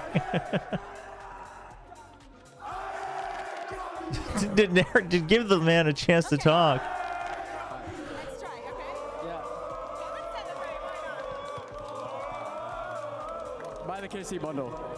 There you go. Buy the KC bundle. The crowd has been amazing, so thank you very much. Now back into the Narrate, he took it back. He said buy the KC bundle. How do you think this team has been different from everything that you've seen in EMEA? How the preparation has been different to, adapt into a Chinese team? Well, obviously we have, like same thing with every team in this competition. We have a lot of info on them, so it's not really any different from any other team we played. I would say that they're really good at making really good individual plays. Just absolutely, if you make any mistake, they will punish the fuck out of you, and it's like Narrate really just doesn't give a damn. We can play perfectly, but if some guy just finds a perfect timing, he's gonna kill all of us. Okay, le he preguntado qué tal ha sido, ¿no? Prepararse. Yeah, I think that's the big thing. Is that and Narrate's saying the exact thing is that yeah, sure, like in game theory they might be behind, but at the end of the day, mechanics, it's an FPS, right? The mechanics are good enough. But Fnatic did rebel control, but always got punished. Sure, but here's the thing: is that if you're going to give it for free, you have to do something else. You know what I mean? Like you can't just give that for free and give everything else for free. You guys are the least experienced. I'm not saying they should have done it and it would have worked, but you should have done it and then if you then train, you know what I mean? Like it's always a chess game. Let's listen to this real quick. Play every team as well as possibly can. Just play our game. So I don't think it's really gonna affect us. Like even though like you saw at EMEA that we don't need stage experience. We're just the players that we are. We don't crumble under pressure, and that's it. Damn, the confidence. Dude, lots of Karmine Core fans. You love it. Dude, I'm liking the Masters Madrid jerseys. Chamber, Reina, of course, a lot of things that we do not see in EMEA. Was it hard for you to adapt onto all of that, or was it just the duels? To be honest, like it's not that hard to adapt to. Like obviously we knew their comps before we played them, just because they played them in like Chinese League. And so like we kind of knew what we were going into, but also I feel like a lot of EMEA teams also play kind of crazy stuff as well. So it's That's not true. Like we played against a billion different comps and scrims, and it's just preparation, and our preparation's really good, and we know what they're gonna do, and yeah, we just execute. I mean, I think the big thing there is that they might not have played against it on the stage, but sure, they might have played against similar things in scrims.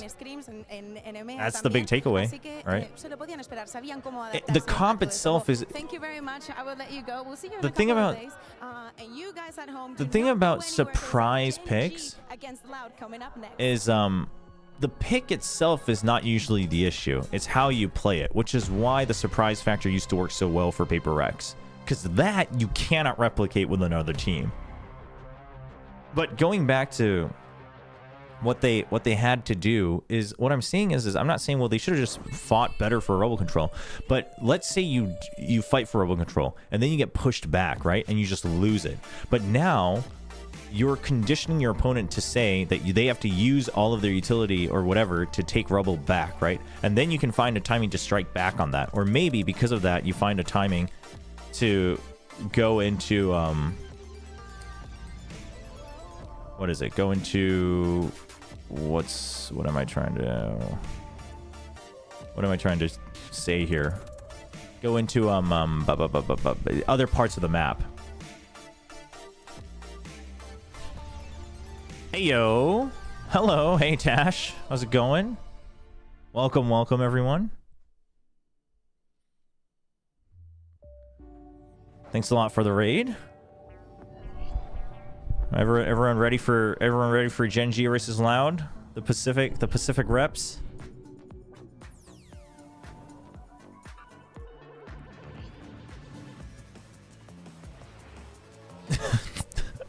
Chat going crazy. But furthering on that, so what I'm saying the problem was for FPX is it's that you need to, like, if you're gonna give up space, you have to take space somewhere else. You can't just say, well, we'll just give up everything and then maybe win a retake. It's like, well, you don't, I mean, unless your retakes are really good, but they weren't that good. So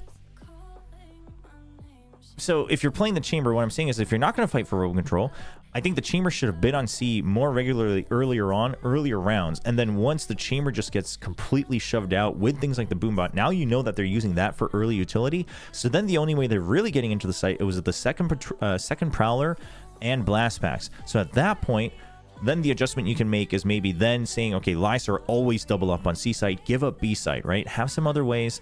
You know, maybe you leave the trademark near waterfall so that they don't get into B and all the way through for free. You have someone watching Rebel because you're giving up Rebel control anyway from stairs. That way you're not giving up B heaven too easily. And then you just keep the site, the door, stairs, trademark for waterfall, you know, C link. And then you have the chamber to delay them just a bit. Then the snakebite comes out immediately. Now they have to pause. At that point, you can start to push out, maybe back into B site, maybe have someone ready to open the door, things like that. Like, there was no trap play with the door ever, despite C site being the easier site. It's just, but all of these adjustments, the biggest thing is the adjustments were made so late. You know what I mean? Is that they're adjusting to it late. They're giving over the initiative to your opponents. And then if you're reacting every time in the chess game, you will lose. So you need to have something else where you're forcing their hand. That's how they got so many rounds back on Icebox, is they finally took the initiative back and they said, okay, now it's your turn to answer back. And they had every response ready for every answer that Carmine Corp had prepared. And we just didn't see that on Lotus.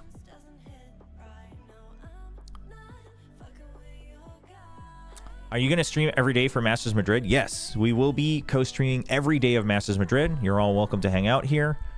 Just, you know, don't get too toxic about the players, etc. But we can enjoy all the games. All this analysis attached just curses, so they curses them to lose.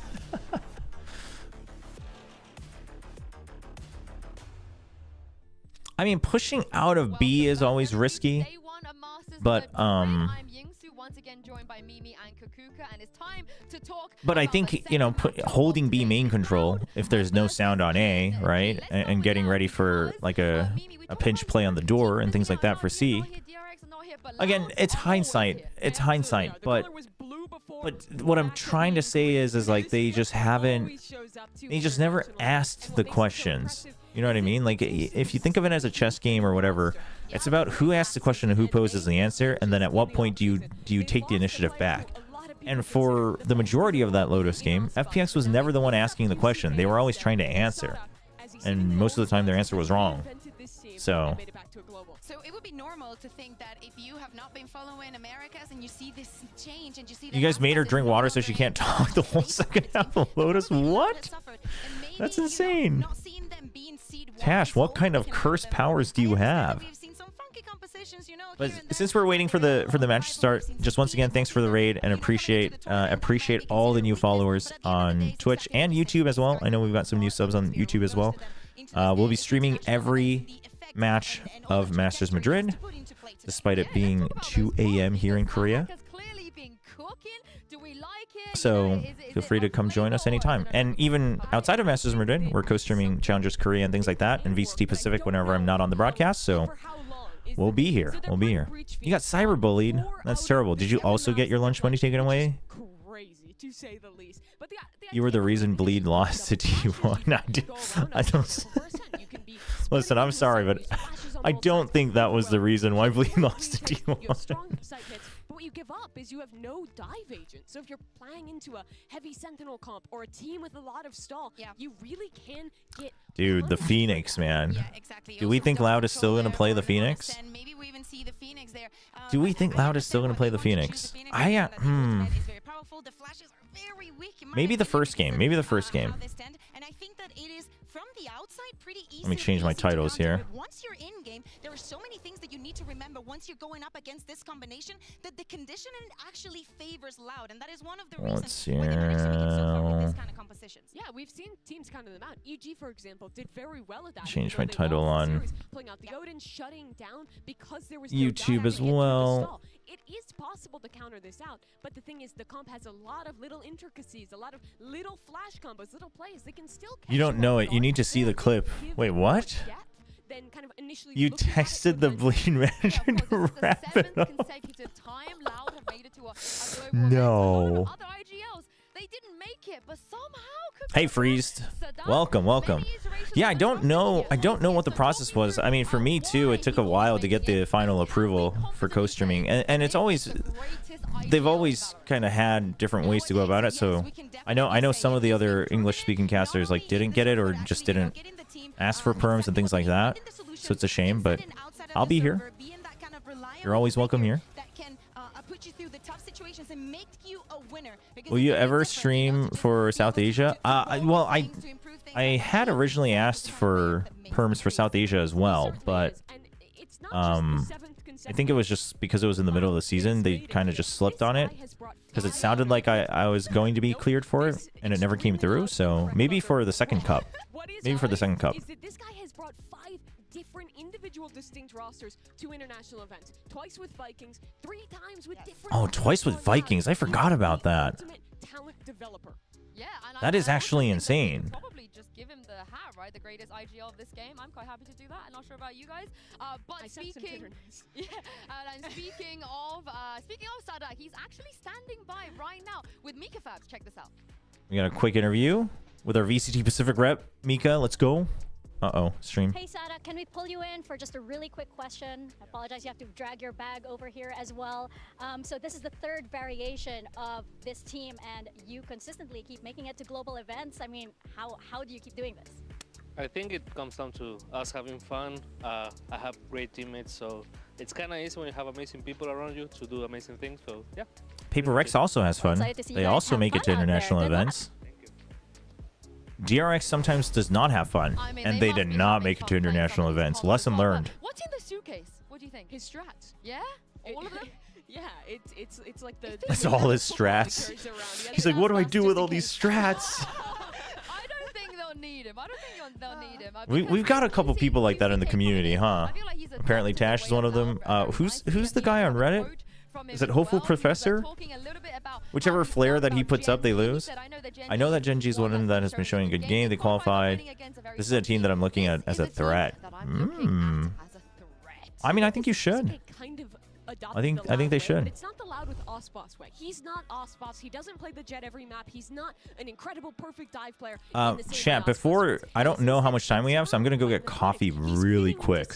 System. And So enjoy the analyst test, and I'll be right back. Loud than the one we talked about last year. Yeah, exactly. I think that this is another reason that makes Loud the team that, you know, a lot of people support and love. It's the fact that if you change these pieces, you can see a new version, but it is still a version that works. And they're not just fixated into, for example, Paper Rex being crazy, just playing the crazy comps being extra aggressive. No, with Loud, you can see very different iterations, and they still make it work. So it makes it in time difficult to adapt and play against them. Yeah, Loud, very familiar team here on the global stage. But today, Kakuka, they're going to go up against what I would say epitomizes the surprise element we've seen in the regional leagues. How did GENG get here? Well, basically, they beat DRX to qualify here, and it's been a very long who did time. they beat in the finals? Just some small team, right? Yeah, just a small team. You might know it.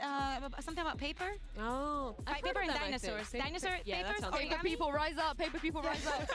No, but GENG, I mean, insane that they made it here after what? Only being shown at Lock-in last year. Yeah, exactly. So that is the thing. First of all, we were surprised when you look at the global news and you're like, oh my God, DRX is not making it. And when you dive into how and why GENG managed to make it here, how the individuals play within this roster. Lakia also back into this international stage that is going to welcome him with open arms. There is many reasons to believe that GENG is the threat, and especially after what we heard of Scrimbox, that they're winning everything out here. It is a team to fear. Allegedly, the streets have spoken, and GENG hasn't lost Scrim since coming to Spain, which They is said it themselves, right? Yeah, they said it themselves. Reliable narrator, myself.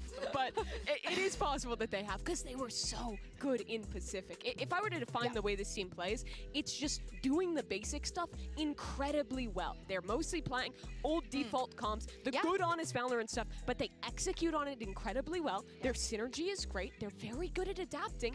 And then they also just have players who, 3 of their 5 players seem like they were having life tournaments in kickoff. Yeah, exactly. One of those players is the ultimate rookie, I feel like, coming into this. And let's send it back over to Mika Fabs, who's with Karen. Hey Karen, can we pull you for a quick question? Pacific's Golden Rookie. So this is your first Masters event. This is your first global event. How do you feel going up against the former world champions in Loud? I wasn't playing when they won champs. Oh! You gotta love that answer. You gotta love that answer. I wasn't playing when they won champs. I mean, he's not wrong. He's not wrong. If they win after saying that.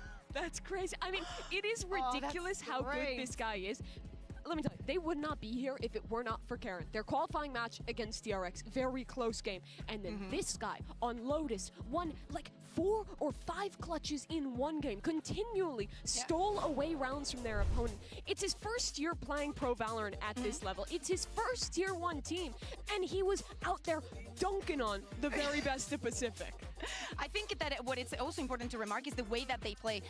You were mentioning, Mimi, the standard compositions, and actually a very standardized and different way from what it's usually played in Pacific. And when we think about, you know, it's probably the perfection version of DRX that they've been trying to achieve for years, but actually didn't make it. This GENG has done it. And the fact that they can win against Paper Rex, remember, the Paper Rex that, you know, they might sound crazy, they might run these funky things, but they always make it far and deep into tournaments. Do not forget about that. So if they are able to interpone, to just be better with the play in standard, it means that they master what they do. Yeah, my question is, where does Karen compare to the other rookies? Because there's some great rookies. We just saw Narrate, Mimi. Do you think he's going to be up there in that kind of caliber? I absolutely do think he is. I think that the performance he showed in Pacific looked as good as Naren. The thing is, how do you rate between those 2 international leagues? Because I think we have seen the level of Pacific to some extent not be up to what it was last year. Paper X not playing to the same level, they've said it themselves. DRX not even making it here, whereas I think we saw a lot of teams leveling up in EMEA.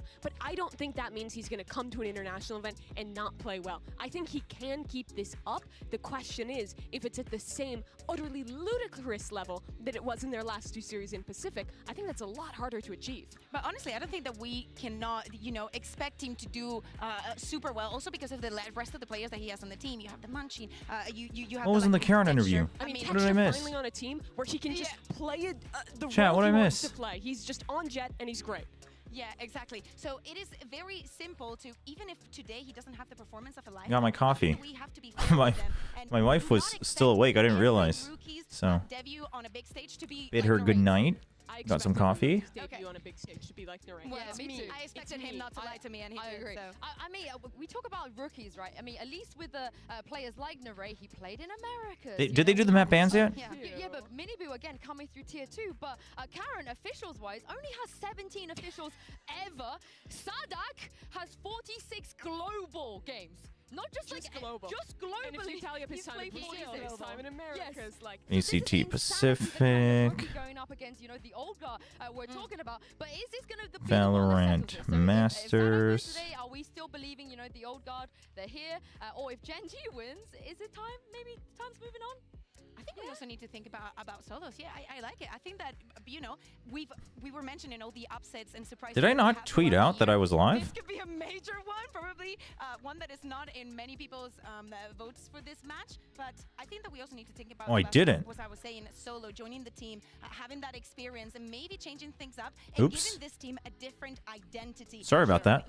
They asked Karen, how does it feel to play against Loud? And Karen replied, I wasn't playing when they became champions. Some conclusions about it. To answer your question, though, I think that That's sick. I haven't moved on, but I think the world has moved on.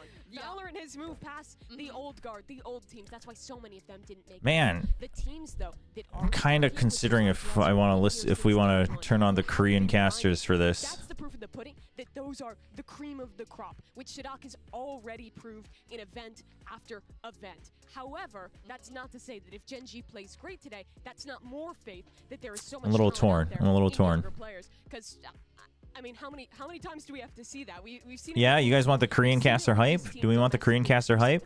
Half the teams here having rookies debuting. I mean, the interesting thing is, we talk about how Karen wasn't there when Loud won the championship, but Let's do that real quick. cast our eyes back to old, not just old guard, but like old. Oops. Nope. Old guard. Lucky. Keep playing that. Well, actually, let's keep it off.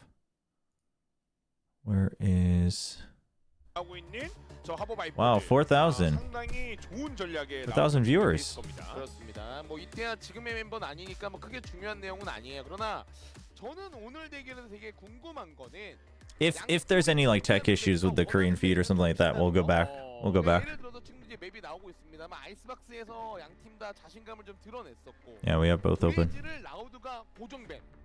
젠지는 열었을 때 최근에 많이 줬죠. 주요 경기 때 그러다 보니까 Okay. 결승전에서는 So what do we think is gonna happen here? 그렇죠. 반면 젠지는 로터스에 대한 사랑이 워낙 뛰어나고. I wonder if 항상 또 싫어했었거든요. surely I guess Loud's still gonna ban Breeze. I think. 말씀하신 뭐 브리즈도 중요하지만 어센트 사실 라우드 하면 가장 거론이 매번 많이 됐던 게 전 멤버들도 그렇고 현 멤버도 어센트의 완성도 괜찮다. And I wonder if after that, do you go for? 어센트도 쓰거든요. 과연 그 전략을 동일하게 가져올지 아니면은 레스나 사닥이 말했던 Do you go for a split pick? 좀 봐야 되겠죠.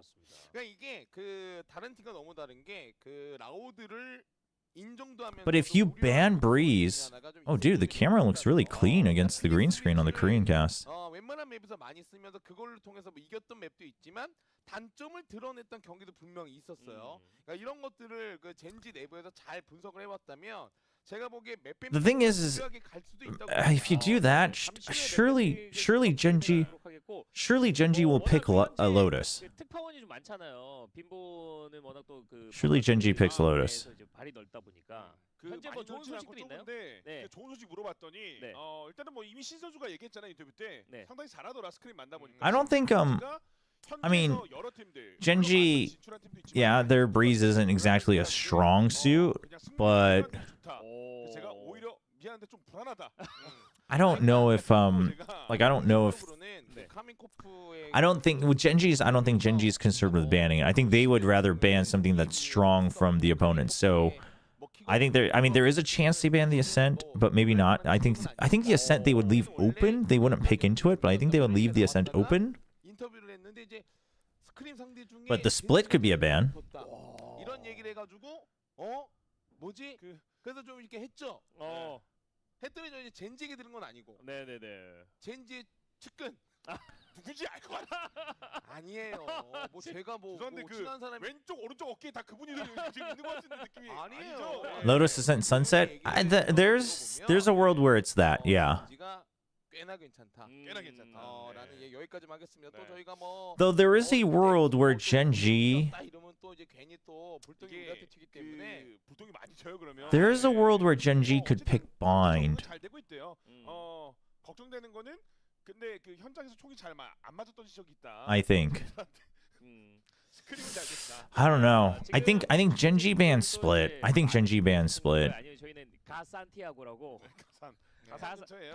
가산티아고에 있습니다. 그렇습니다. 네, 가산동에 있기 때문에 마음은 가 있어요. Why did Riot avoid adding a TP like bind and breeze? I mean, I think I don't know. I don't think it needs a TP.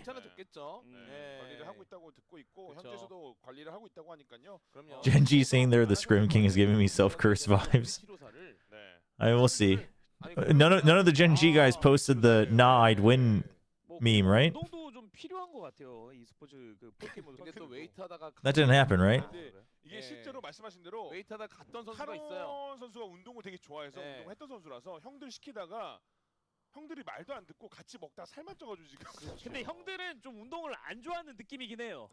Thankfully, no. Okay, that's good. 연락 왔던 게 먼치킨과 텍스처가 되게 포부를 밝혔어요. 나는 킥오프 전에. Man, I didn't realize I didn't post my that the co-stream was live today.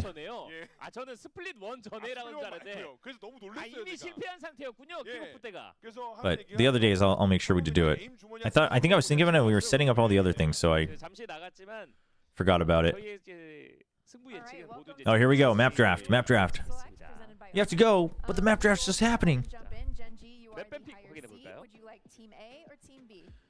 We Team B. Team B. Team B. Team A, and we will start with your first ban. 이게 팀 B가 유리한 게 Lotus. Oh, okay. So we're banning. They're gonna leave Breeze open because they believe GENG's not gonna pick it. Okay. Okay. The Icebox.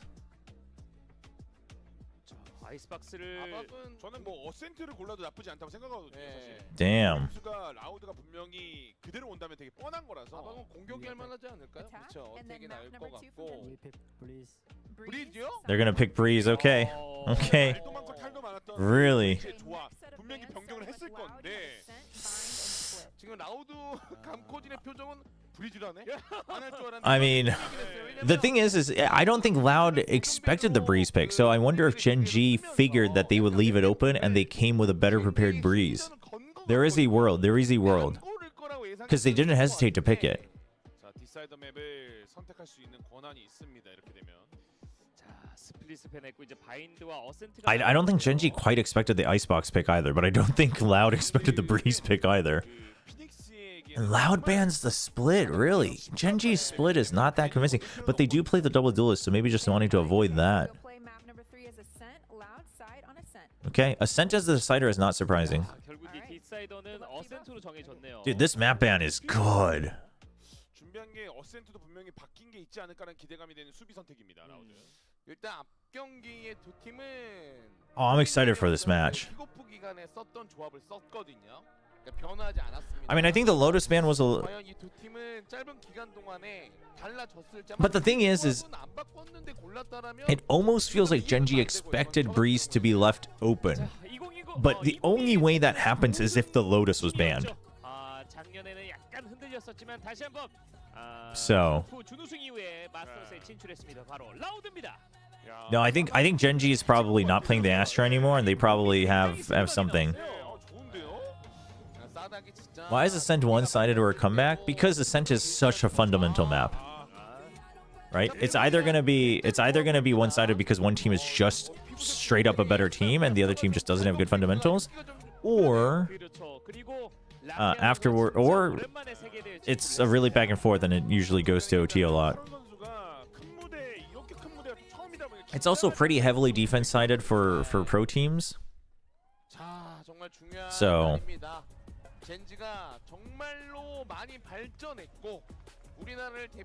oh, they were cheering for Munchkin.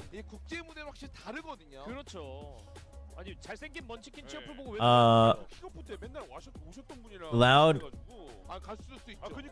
Wait, actually, no, I think the Korean casters are saying, I think we've seen that fan during kickoff, and I think they're right. I think we did see them during kickoff in Pacific. Huh.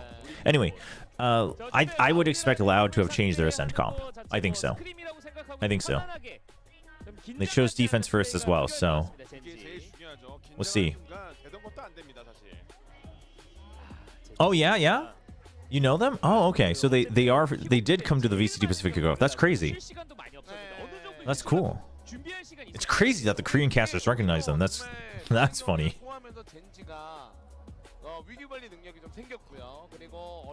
All right, chat. Here we go. GENG, what have we changed, and what has Loud changed?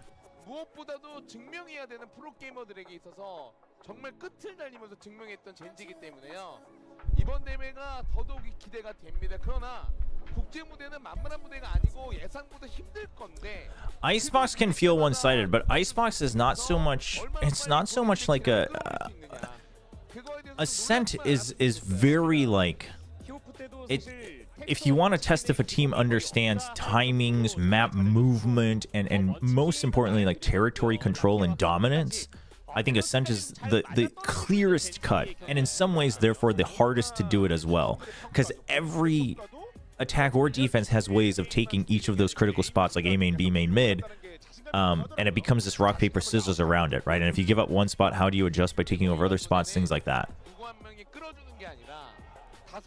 Oh, I see. 물론 라우드가 예전에 우리가 알던 라우드만큼의 전력은 아니에요. 멤버 변화가 있었고 뭐 QCK But Icebox is not so much that, rather than it is just kind of more of a one-sided designed map. 자, 젠지에게는 분명히 넘을 수 있는 산이라고 생각을 하고요. Dude, I picked Loud in my pick'ems on VLR, but I do think GENG can win. 아스파스는 Z 위주의 게임만 가능했는데 QCK는 퀵은 좀 다른 요원들을 가능하다, 좀 받아들이고 있다, 이런 긍정적인 효과들이 있습니다. 그리고 그 아스파스 Oh man, oh this match. We've been waiting for this match for so long. 그렇죠. 그게 중요하죠, 사실. So curious. 사실 뭐 아메리카 쪽도 센티널이 우승할 거라고 예상한 분 많지 않았잖아요. 물론 강팀이지만. 그러나 NRG도 탈락을 했고 결국에는 뭐 이지야 뭐 멤버 변화가 많았으니까. See, here's the thing, GENG. The biggest thing is Munchkin and Locky have to be consistent. I don't have any doubts about Texture or Meteor. I think Charon, at this point, should have enough confidence to kind of fire you off right away. Oh, we have the Asian picks. No changes, not surprising from either team. 그 넘어서 뭐 준우승, 우승이라면 어차피 꺾어야 되는 팀들이긴 하거든요. 다 만나서 한 번씩은. Is it because it's so blue? Could be. Icebox is very blue. 첫 상대 원래 그 매도 많이 맞는 게 낫다는 말이 있잖아요. The thing is the Harbor Viper comp is, I think, better suited to deal with the double flash comp here from GENG. And Loud is no stranger to those tactics, to flash tactics and things like that. So GENG is going to have to be really careful about when they use their utility and how. Like, what do they do off of it is going to be the big deal breaker. Dude, HSK? HSK is taking the headset? 젠지의 아이스박스에서 또 먼치킨 선수의 플래시 드라이브와 함께 연계되는 장면들이 진짜 좋았거든요. 근데 그게 또 많이 노출이 됐고 또 이런 조합을 많은 팀들이 또 최근에 쓰다 보니까 이게 아마 라우드 정도의 분석력이라면은 우리가 잘했던 맵이 오히려 Played 4 times. GENG. 그래서 저는 좀 마음에 든다. 상대가 아마 버렸을 만한 맵이거나 젠지가 자르지 않을까라고 느낄 만한. Can Breach become a pick in Icebox? Not in pro play. In ranked play, sure.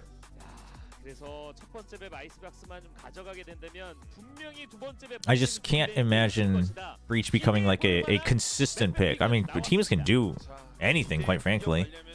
But I mean, we see Breaches on Breeze, and they make it work. 하지만 그게 하버 앞에서는 좀 무격할 수 있는 게 각들을 자유자재로 본인들이 만들어 쓰는 게 하버다 보니까 그거는 먼치킨의 But it's a question of who does it take over. Now things could change if, like, let's say a new agent comes out and Viper no longer becomes like a strong suit, etc., etc. Like if other agents change, then yes, Breach could find a spot. But it's always about who do you replace, right? 이런 부분에 대한 대비가 되어 있어야 됩니다. 자, 아마 서로 조합이 너무 다르다 보니까 All right. GENG 파이팅 텍스처 또 응원해 주신 팬분의 모습까지 나오고 있습니다. 카완지는 항상 Curious. GENG's on attack first, right? 카완지 때문에 말렸던 경기가 꽤 많아요. 너무 많았죠. 자, 오늘 준비된 두 번째 Against Harbor Viper. I just, man. 아이스박스에서 경기 함께 만나보시죠. Dude, Loud's going with a 1-4 setup from the beginning, from the get-go. They're just gonna play, dude. They're just gonna play for the initial hit on B, and they are just gonna fight for control of A.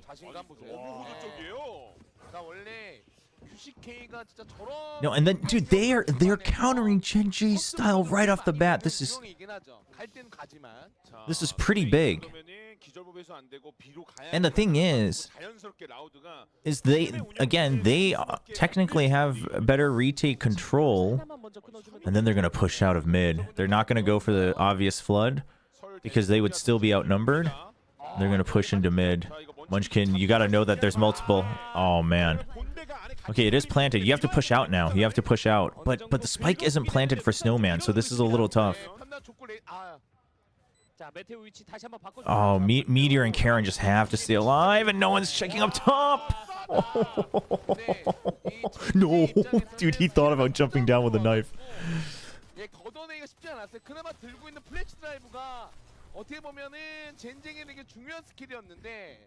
먼치킨이 꼬리를 달리면서 좀 세게 얻어맞았네요. 야, 미드 쪽 셋이 나와주면서 I mean, this is straight up Loud prepping against GENG. That pistol round. It's straight up, we're gonna push with numbers as well. And then once you've been pushed back, we will fast rotate because we know that you're gonna try to hit the other site. At least they're gonna try to at least push and pull, right? And because there can always be a second rotate, they hit mid instead of over rotating to B.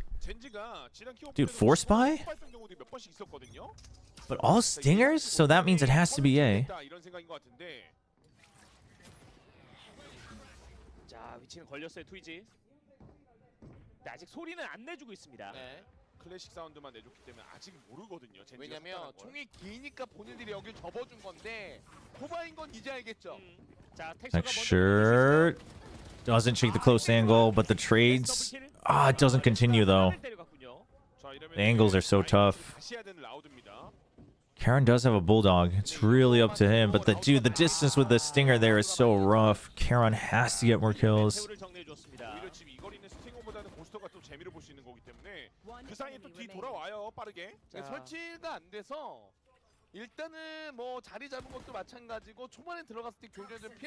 I mean, with the bulldog, things are doable, but it's just that you're so low. Oof. 추가키를 가져가면서 2대 0입니다. 자, 이러면 사실상 3개의 라운드까지 준다는 마인드를 지금 포괄한 거기 때문에 이러면 문제는 퀵의 자금이 말도 안 되게 크게 굴러간다는 거. The sheriffs, I mean, yeah. When icebox, sure. 오퍼레이터까지 이제 나오거든요. 그러니까 만조를 기반으로, 그러니까 이제 망대 전진을 통해 가지고 더블을 막을 수도 있지만 반대 사이트에도 오퍼레이터까지 바로 배치되면은 2-3 setup. You're saving up for 3900, building up for the op. All sheriffs here for GENG. Still a 1-4. They're gonna go for early mid pressure. I like this from GENG, right? So immediately they're going for mid pressure early on, and then if they can start shaking that up, that'll really disrupt some of the power that they have over here and over here. No, he doesn't quite have control of it. Okay, you hear that there's someone watching under tube. So Meteor, that's the cue for Meteor to push up. But, dude, look at this. As soon as they get contact under tube, Kao and Zine helps look for window. I mean, they don't spot each other, but Loud is prepared for this as well. Clean shot. Oh, oh.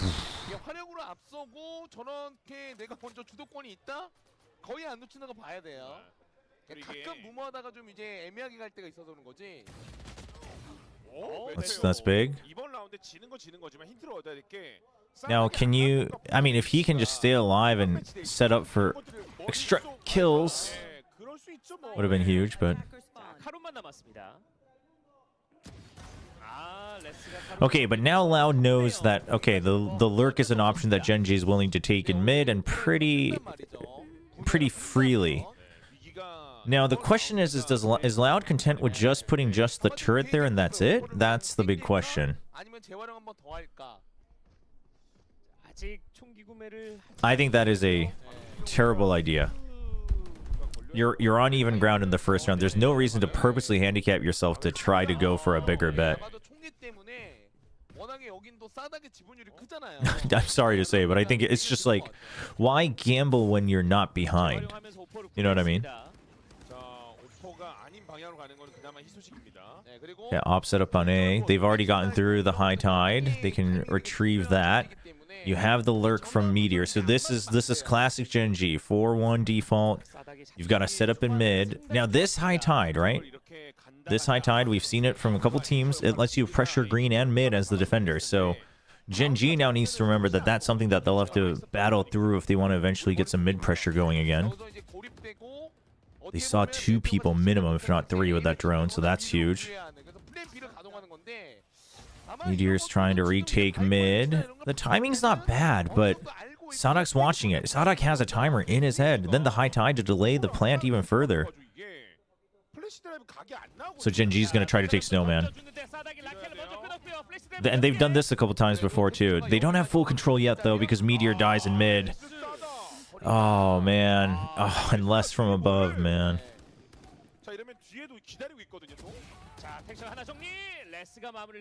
Loud's movement on the map is so good. 결국 이제 스킬 연계를 통해 가지고 우리가 원하는 공격 타이밍을 만들고 교전해서 이득을 얻어야 되는데 지금은 그런 거에 카운터를 치는 조합이다 보니까 타이밍이 안 나고 레스가 that was with the spray through the smoke. Oof. And then Meteor. And then he turns around and gets Meteor. That's huge. 애초에 플래시 드라이브나 성각이 안 맞는 후방 라인까지 다 빼놔요. 야, 우리는 너네 거 빠지고 들어갈게. 이게 사실 하버바이퍼의 장점이거든요. 그렇죠. 그리고 경기를 잘 볼게 보면 처음에 정찰용 화살로 인포를 얻어서 High tide again for mid. 그다음에 몸으로 본 다음에 어딘지 갈무리를 하고 그다음에 돌아와서 들어올 때 카운터 화살까지 찍고 대기하는 거기 때문에 젠지의 러시가 좀 안 되는 거죠. 자, 이제 5번째 라운드입니다. Stingers again. 이번에도 스팅어 3자루.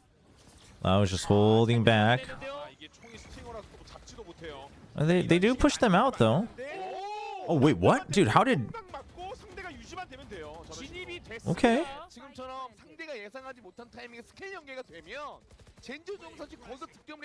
they going to use lockdown? Surely not. There is a thrash, so... Oof.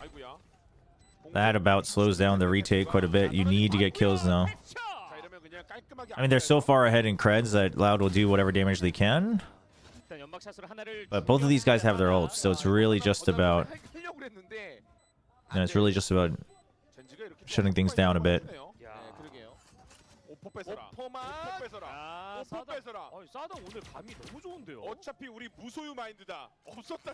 Well, they're going to chase for the op. I mean, I think they should. Big kill. Big kill. I mean, they can buy up again, but that'll slow things down for the later part. Are the round... they haven't been that close. Loud's just had a read on GENG. So well prepped against GENG right now. But this one was a good round from GENG. Finally answers back.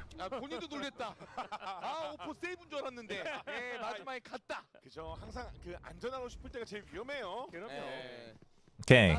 So if GENG can win this round, you start to claw back into it. The only thing is you have so many ults you have to deal with, so the Thrash is going to have to be so important. They're going to go for a 5-man hit again.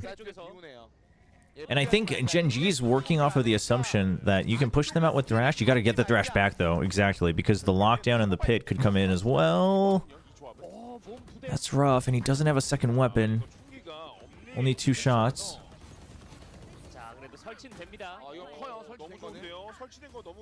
The mosh pit. Okay, they get rid of it. Hunter's Fury. Oh, Texture! Huge kill. That's a massive kill. Oh my gosh. The reset. And he can reposition.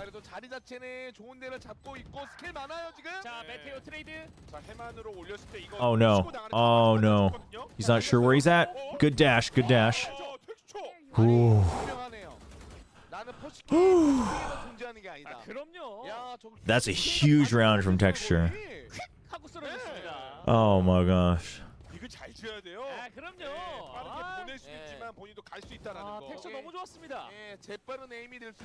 Oh, dude, just the jiggle right there.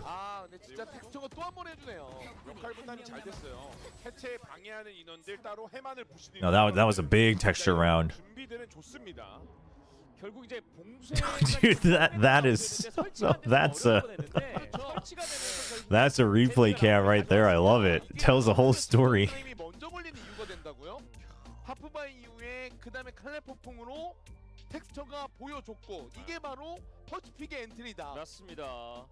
So GENG, I want to say, obviously we won't know for sure, but GENG probably goes for the 5-man push into A once again because there's so many ults on the side of Loud. So they know that Loud should be pretty willing to give up the site, except GENG was very well prepared for the lockdown. So they take that out right away, then they disperse away from the Hunter's Fury. And while the Hunter's Fury is going on, because they're getting pushed out, Texture actually goes back to mid to check. He's not necessarily checking for the op, but what he's checking is if they're pushing out this hard, could there have been a lurk? Could there be someone on the flank? So he checks for that, and he actually gets the kill. So while sure, Texture hits really good shots, it's an overall good round from GENG.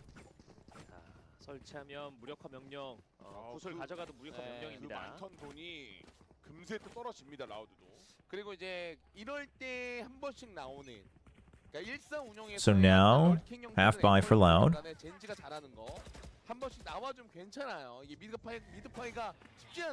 They check close on pipe. That checks right under pipe as well on the other side, so they know no one was holding close. Okay. Oh, the pit. To hold on to this? Really? Oh, and you're gonna shut off the re-entry? Wait, but that drops the pit. I mean, mission accomplished one way or the other. Dude. Texture with a... Oh my gosh. Huge move from Texture. I mean, it was funny because Kawanzin ends up killing both, but the point of Texture was trying to make was I'm going to go in and make sure you can't refill the pit. He peeks out of it because he's just trying to take out the Viper as they have to run back in towards the pit. Oh, snakebite as well, and he's going to walk into it as well. He's going to go for the chase. Oh, got a little confused by the box.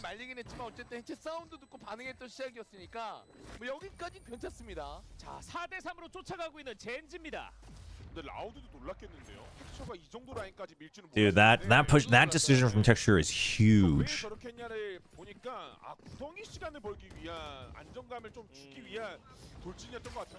He blocks the arrow, actually. That's so funny.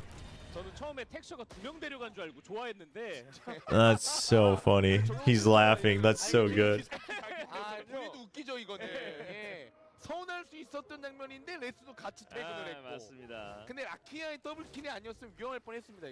Okay, so now they play slow default. GENG, they've gotten a little bit of tempo back. They want to hear if there's an answer. Dude, what is that shot? Texture should have been able to hear it, but we'll see. So Quick's just gonna back out, not able to get the early kill. So yeah, they get the pings down. They hear the run out as well. So they're aware that somebody was here. So GenG's gonna look to. Now they're going classic GenG operations, right? They're gonna slow clear this, and once they get close enough, Meteor's gonna start peeking into A. Except they're not gonna get close enough thanks to Quick. Okay, but Meteor answers back. Okay, so he still peeks out on the same timing. Okay, with the drone, the rotate to A is not going to feel too good anymore. So Meteor backs out, but Loud's not gonna move out. I mean, they have no reason to, right? They were willing to kind of back out and take a backwards position. Quick actually retakes green, so Loud knows. Loud knows that this is an A hit. The null command has to be huge, but there's the flashes, the double flashes.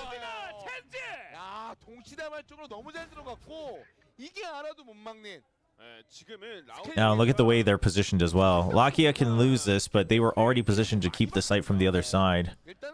And he gets tagged. Oh, whoa! Jeez. So what happens is, the past couple rounds, GenG is able to start to figure out that they're going to deathball into the site and then get the plant and actually deny the retake. So Loud, especially after the initial pick, they kind of lost out on information. So they're trying to regain information, and they're not able to actually keep their distance from the null command or the flashes. They're trying to fight the execute. Right? And part of that is because the null command hits the Killjoy, so they can't delay anymore with the Killjoy util. So they're saying, let's fight for it and let's delay the plant. But that means you're now susceptible to the flash execute. And now you've been tagged. He gets out. Well, that's the most he can hope for. And look at Meteor's position. This time he's gonna dig under. And Sadok's always concerned that there could be some lurk, but he's so early on this, and they haven't done it that early before. And they've been pushed out. It's a free kill for Meteor. I mean, you know, dying and giving a rifle is a little unfortunate, but they'll get it.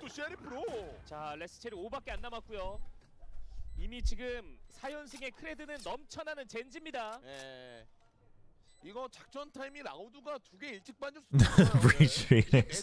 Oh, nice Fox. That would be insane. No, it was very clear that GenG had prepped against, or Loud had prepped against GenG's defaults. Like, their pistol was literally built to counter GenG's tendencies.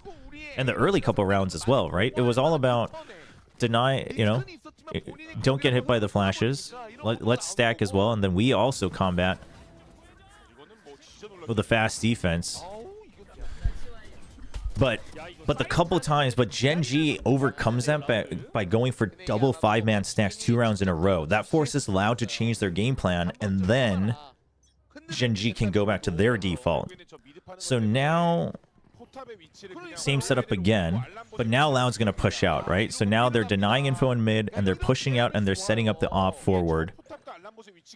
So now Meteor, he's just going to wait for the push out on A. And he's probably going to go for mid control again. The thing is, Sadok's going to be watching for that. So GenG should be pretty committed to this. They're going to flash into Snowman as well, take deeper control. That gives the signal for Meteor to go through. Dude, that kitchen hall position keeps getting GenG, though. The thing is I don't think it's necessary that GenG's just not thinking about it. I don't think they're used to having to care about that position.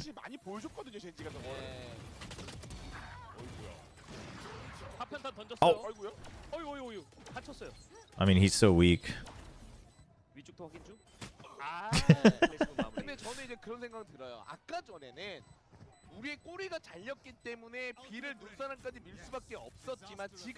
So this time, I mean, so Loud pushing hard out of A, that already pressures GenG to deep commit onto B. And they're prepared for the Snowman push as well. The deep Snowman flashes, I don't think are going to work anymore against Loud. It worked once, but they weren't able to even keep control even that round. So GenG has to think of a different way to target B. And now that they've shut down B again, Loud can comfortably focus a bit more on A once again. They also have Reckoning and Hunter's Fury, so they can go for a retake again. I wonder if GENG goes for a hard push into A off of that. Not for now. They hear the ops in mid, so it could relocate wherever. Oh, they're ready for this push out. Dude, huge read from GENG. Huge read, and I think part of it's because they heard the op in mid. They heard the op in mid, they just got denied in B, so you imagine they're not just hanging back and stacking B. So you wait for the push out. Oh, the chase through. That's a great trade from Lakia, but there's a lot more allowed as well. I mean, both teams were so ready for this. That's insane. Okay, now you just stick together.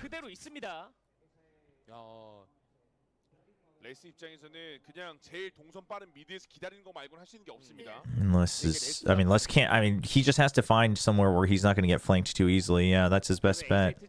There's still 40 seconds left.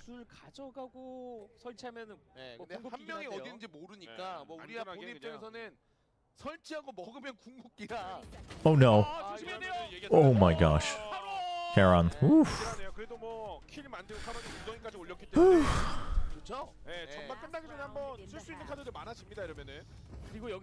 Okay, still Reckoning and Hunter's Fury. Lockdown and no command. Readily available. But since there's Hunter's Fury, I think no command, you prioritize the no command if you're going to get an ult orb.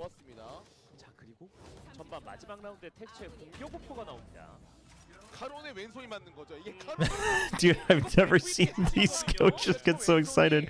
That's so great. Okay, the Odin to make sure there's no forward position. 0 point. And okay, so they're making sure that the high tide gets no value. It's a good counter from GENG. See what they do with it. They've denied any free territory on A. They'll still have to clear corners, but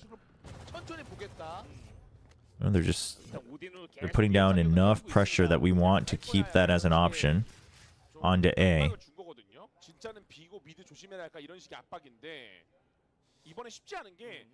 Now GENG, they're gonna go for the 5-man stack. The orb, they don't have the orb yet though, and it's not gonna be free. So I'm curious. Surely they have to consider the potential ults delaying them as well, but they don't have a lurk this time, so it's just gonna be a stick to it. Texture has the attack operator and he's on the ground. He has to go up to the nest. Okay, they're gonna go for the no command. And nobody's still seen. Good trade. No wingman though, so now just stick with it. Hunter's Fury and Reckoning not available. You have the pit, but both of those ults can counter that. Oh, dude, wait, what? Where was that spam?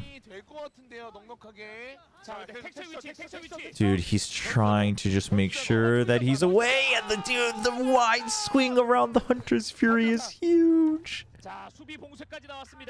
Oh man, this is a good retake. Oh, the timing! He thought he had it. He thought he had a timing. He thought he had a timing.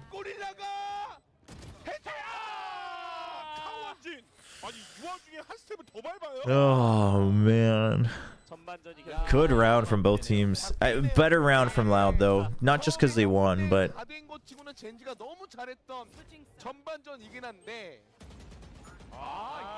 dude, that's a crazy lineup.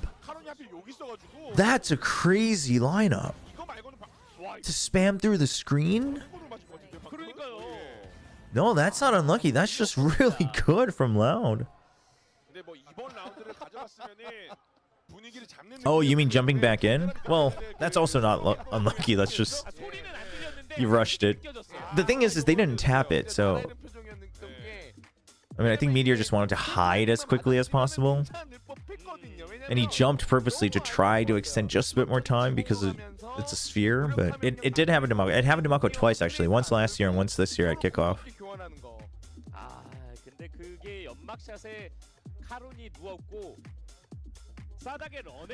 Oh, it's a good half so far, though. It's a good half. The thing is I think Loud's I think Loud's prep has been better. I think Loud's overall like analysis of GENG and their tendencies is better, but GENG has forced a lot of the responses away from them. So, you know, still just as strong, but I think Loud is like 1 millistep ahead. No, this is a good game. This is a good game. It's rare to get this analytically and emotionally invested in an icebox game. 오케이, 너네가 좋아하는 전장 만들 수 있지만 반대로 뒤에 빈틈이 생긴다면 내가 물러갈 수 있어라는 걸 압박을 줘야 돼요, 메테오가. 아, 그 눈사람을 밀었던 2개 라운드에서 레스에게 멀티킬을 2번 맞은 게 좀 많이 아깝긴 하네요. 이제 마지막 라운드긴 한데 Hold on. I'll have to check this later. 6대6 동점으로 전반전이 마무리됐습니다. 4대0으로 밀리고 있었던 젠지였는데 자, 그래도 전반전 동점으로 마무리를 지은 상태였고요. 이제 후반전으로 넘어갑니다. Why didn't KO trade Soa for Killjoy? I'm not sure when which one you're talking about. But you have to, again, like, oftentimes you just have to remember that, first of all, pros are human, and second of all, we see the entire minimap.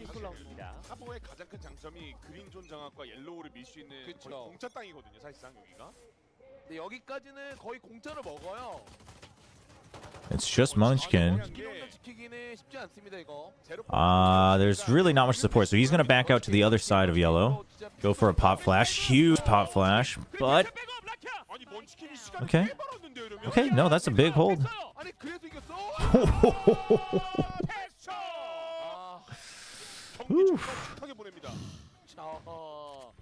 Good pistol. Dude, Munchkin, the choice to come all the way back here, this was huge, right? That was a big decision instead of just trying to fight, because otherwise nobody can support you.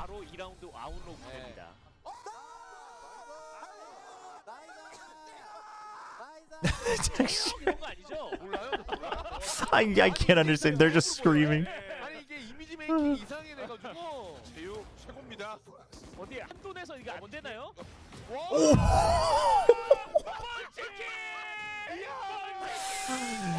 Dude, I told you we just need Munchkin and Lakia to shoot back, and they're doing it. They're doing it. Oh man.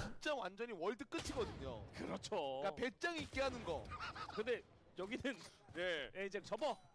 스캔은 저지 불가인데 저지 당할 것 같은데요, 이거는 지금. 안전하게 먼치킨이 자신감 붙으면 이거. Dude, how did Munchkin get a triple there though? That's insane. Dude, he got orb and triple. He got 4 ult points towards the null command this round. So what? That's 6 points already. He's gonna get null command round 3. 쉽게 봤다가 잘못하면 가겠네라는 느낌 분명 받을 것 같아요. 근데 2개 라운드 연속해서 설치도 못 합니다, 라운드가. 좋아요. 8대6. 자, 2,400 그래도 들어와서 다 나오긴 하겠지만 빡빡하죠 지금. Where's Munchkin? Yeah, he's 1 point away. That was a. So he tags 4, so he's ready for it, but. Dude. It's solo. Oh man.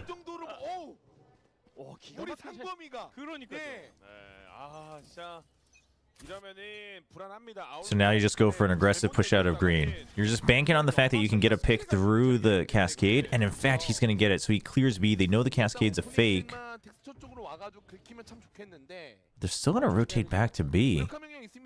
They think they would have pushed him back further enough. They have no command, so okay, they're playing for potential retake, but Munchkin's not in a position to do so, so he calls them back.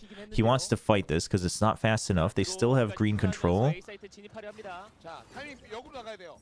Are we going to use no command? Ow.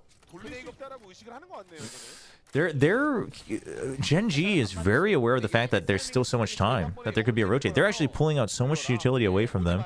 And then the no command take time and he wins that? 먼치킨도 몰아서 먹는 스타일이어가지고 뒤로 못 돌려요. That's kind of huge. Now they're kind of stuck. The spike's dropped. 자, 먼치킨이 시선 끌라고 플래시 드라이브 하나 남았어요. Oh, great swing out. Hard to expect him here though. Keeps them at bay. 뒤에 거의 다 왔어요. 자, 한 대만 긁고 가면 돼요. 레스를 한 대만 긁는다면 Dude. Texture, he needs to creep up. So Munchkin's just staying alive. Munchkin's just staying alive. Okay, they know he's there. The Texture's here. Spike's still down.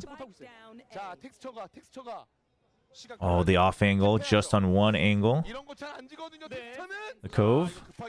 Yeah, you can wait until the spike is finished. Goes for a second peek. Oh, dude, Tui's fired back. Oh. 한 거는 우리가 아니고 라우드거든요. 9대 6입니다.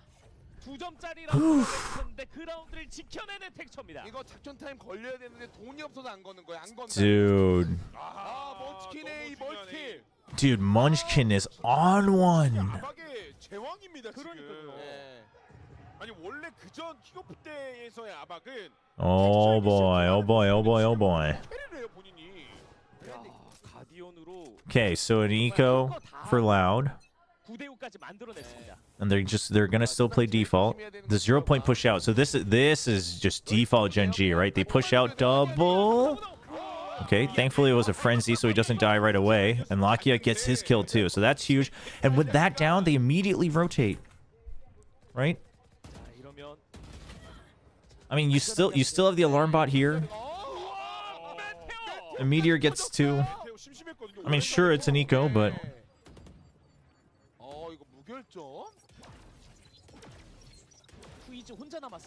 Tui's is gonna get a kill here. Oh, maybe not. Flawless. Which gun is hardest to use? What do you mean in terms of value? I'm not quite sure I understand the question. 상대가 준비된 심판을 어떻게 요리할 거냐. 오히려 이런 라운드 극단적으로 미드 푸시도 나쁘지 않거든요. 야. Good response. 정말 저 And the thing is Lakia getting that kill either way would have still gave priority to GENG, so.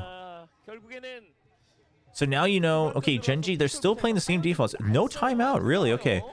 So they could probably go for the 0-point push out again. That makes defense much easier for them. So Sadak now has to be pretty wary of this.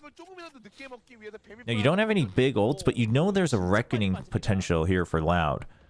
The most ideal thing for GENG is, yeah, you force them to use all their smokes to get in and get the plant, including reckoning, and then you can try to go for the retake. Now they see Sadak here. And they clear the turret. So now GENG takes priority. They're going to back off, but they take priority in that if they want to come back to A, they're going to have to use a lot of util, right? Because the Killjoy util is not protecting them anymore. So they just back out. There's no over-rotation. GENG has a good read on that. There is enough time for the rotate. So GENG is just not going to overreact, but the thing is if Loud starts to rotate now and they have to clear everything slowly, they have to commit to A, and they just don't have any information on either site. They're gonna try to go for a fake here. They're trying to draw out util. They get a kill into KO. That dude, the kill is what draws them out. There's no way that this works. Dang, dude, what a call from Sadak. It's a crazy commitment to go for a Killjoy Sova fake with 30 seconds left.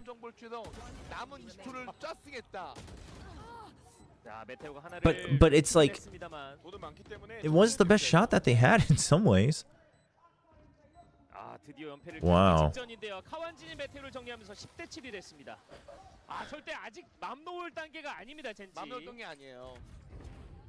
Big round from Loud. Big round. I mean, it was a rough round for them, but the fact that they recovered from it is huge, and they still made no noise while that fight was going on, right? That allows Les to get that kill. I mean, even if he doesn't get the kill into Texture, they get the site for free, more or less. Op out. It's gonna be a push out from Tube. Loud might have a read on this.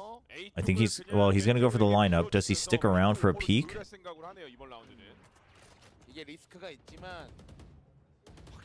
So Lakia is just trying to cover texture as he peeks out. He's gonna find the turret. He's just hiding away from the turret. Okay, finally takes it out. They know the op pushed out. Now the drone used for pipe as well. So GENG, they know they've given up all this space. They don't have ults to go for fast retakes. And because of the drone, they're just going to commit over to A. And Charon just looking for a cheeky kill, but he has to back out. Good retake, but there's no follow-up, right? Sure, there's a drone. But the 0 point... Kawanzin gets a kill, but the 0 point tags no one. So Munchkin is wary of a B site. And Charon just says, I will just hold Snowman. And now you just have to hope for a retake on B. You do have Thrash now. They do have Hunter's Fury. Tags him quite a bit, actually. The Cove, just to keep them at bay. The Cove makes sure they can get out for free, right? Okay, the Thrash. It's used early to clear the site. Oh, and the High Tide, and just to go for the spam? Okay, I mean, they have Hunter's Fury as well. You have 0 point. Munchkin needs to land the 0 point, but he's going so far away. Great post plant from Loud. Huge. The Hunter's Fury tags one, I think, but it doesn't tag anybody else. So either they're deep in the site or they're hiding to peek out because the Hunter's Fury hadn't cleared out the quarter right next to the High Tide. So Tui's just gets that kill. He's ready for it.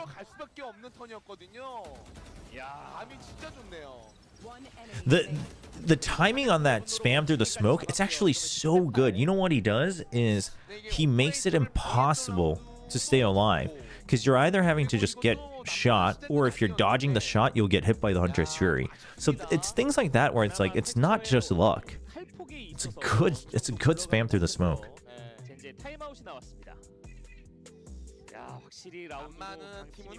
It is a needed timeout because here's the thing is that GENG's defensive defaults haven't been getting them too much value. The early rounds a couple times, but as soon as Loud responded about the A push out, they haven't found too much value.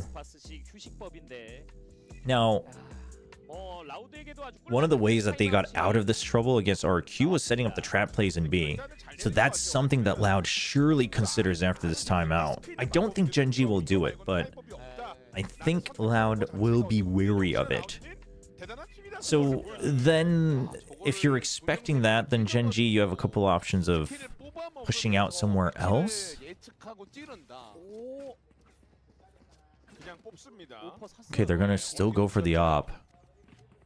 But they have a judge, so it is gonna be the trap play. But Silva's there, so I think Loud is wary of this. I mean, you saw that that's how they basically closed out the map against RQ. Surely you suspect it. Well, okay, with the snake bite as well. I mean, the thing is this is a much more aggressive. It's much more aggressive trap play. Much more aggressive trap play. The op doesn't get the kill. So now you just leave Charon. You say, okay, the op missed. But now they know. They heard the judge. So they're going to come to retake this control. No way. No way. If Munchkin gets that, that's huge. That is massive. Dude, Munchkin getting that kill gives the opening for Charon. And now mid's taken over, A's taken over. Now GENG can play their game. They can just hold the crossfire on B. Lakia can just scout for Munchkin, and then he can re-peek out. The Mosh to keep that angle. Munchkin, he's just waiting for the timing. He doesn't want, he's just trying to play for time. He's ready for the wide swing. That's so big.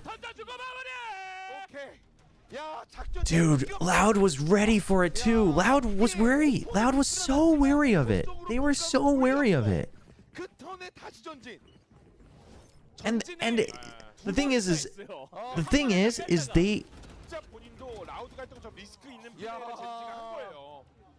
GENG let them know, like it was spoiled because Charon had shot his judge and then he threw his second snake bite. But then what works is Munchkin gets the first kill onto Sadak, and they all chase for Munchkin, and Kiran pushes through the cascade. Dude, that was a sick round from both teams. Dude, it's a triple snap. Okay, how does he stay alive? The pop flash? You know he's stuck. There's no way to get out for Lakia. Dude, dude, Lakia's dancing for so long.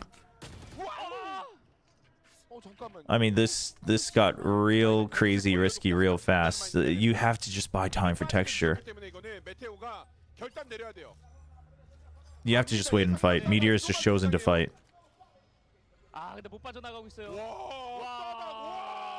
No way, dude. Sadak just waits the entire time. Wow.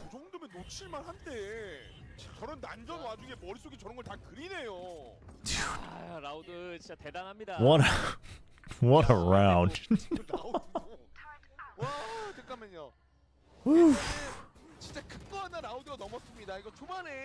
Dude, Sadak surviving here is massive.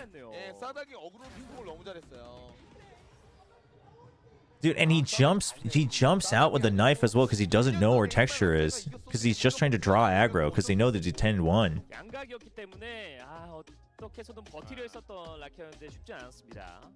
Dude, this game is so good. And we're only on the first map.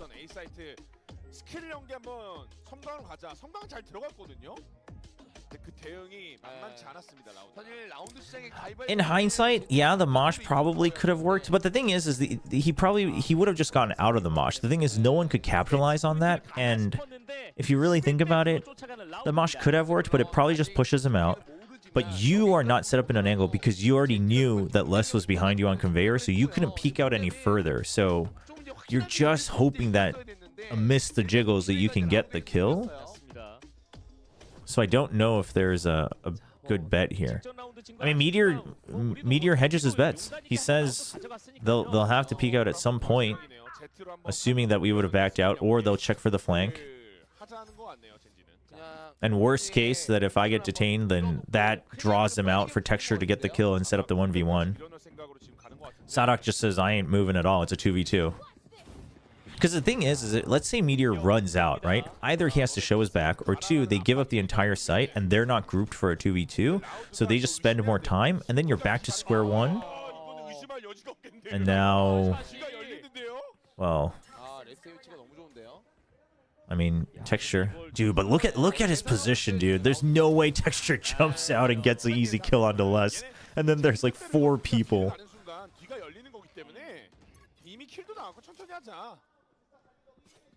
Things like that, though, like waiting for a lockdown, it'll always be like a result-based thing. Meteor leaving and giving the entire site and them regrouping in mid was the safest play. But the problem then is you have an op and it's a 2v2. So, and then it's the Killjoy Viper that's left. So your retake is so tough anyway. So I don't mind it. It's just the fact that Sadak just doesn't budge a single inch is actually kind of crazy.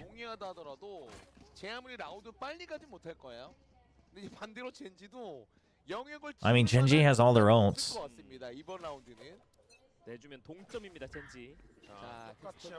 They'll continue for a push out, but just take out the turret. Yeah, okay, I was expecting this. So they don't want to go for fights anymore, but they'll just pressure, and now it's just up to texture to get info. And then now you're going to defend B. You're going to delay. And then on a timing, probably pop the null command so they can't come in. The thing is, on defense, they've always had trouble figuring out when to use the pit. I feel like their idea is we only use the pit. They're going to try to go for a fight again? Okay, they draw out the cascade. The cascade actually denies vision from Loud. That's actually a huge choice. Okay, he spots him, though. So he knows they're already ready for a potential rotate. The fact that Sadak's up there, Texture just needs to stay alive. Texture, you just need to stay alive. I mean, you guys have so many ults. It's a 5v3 or 4v3. Didn't realize Karen just died. You still have no command.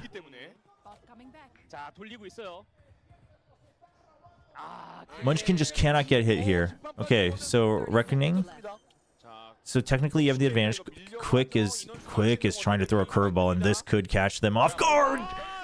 It's a huge decision. There's so many angles for GENG to clear. A little rushed on that one. I think Texture makes the call that he's just buying time. But as soon as you put the lockdown early, we see that so much though, don't we?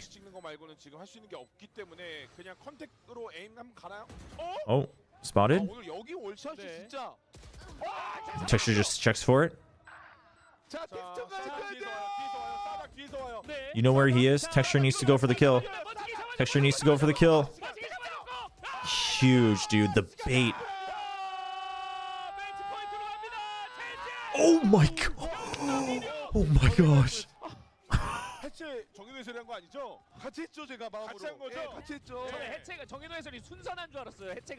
Oh my gosh. Oh my gosh.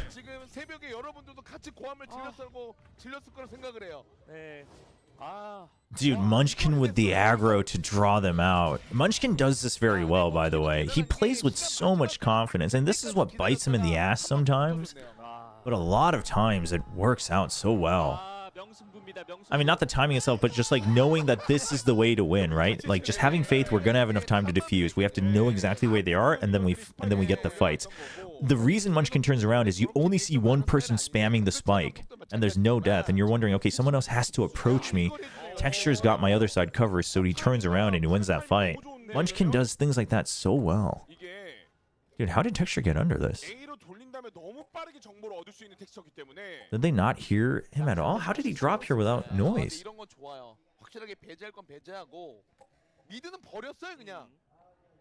Just playing for delay on B.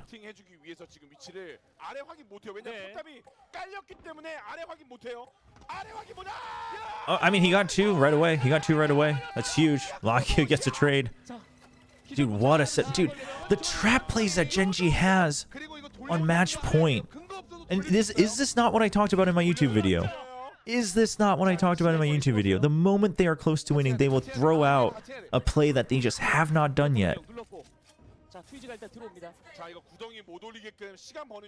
The thing is Loud was wary of it. Loud was wary of it. Oh my god. Oh my god. Drop Munchkin. Munchkin.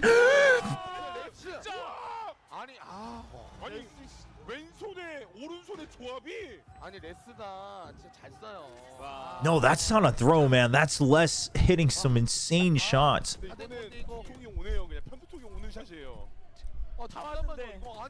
Dude, I mean, Meteor, sure, you could argue, but like, you could argue that that could have been swung better with a teammate. But the thing is, the trade was prepared there. It's just Les is ready for every single member of a trade.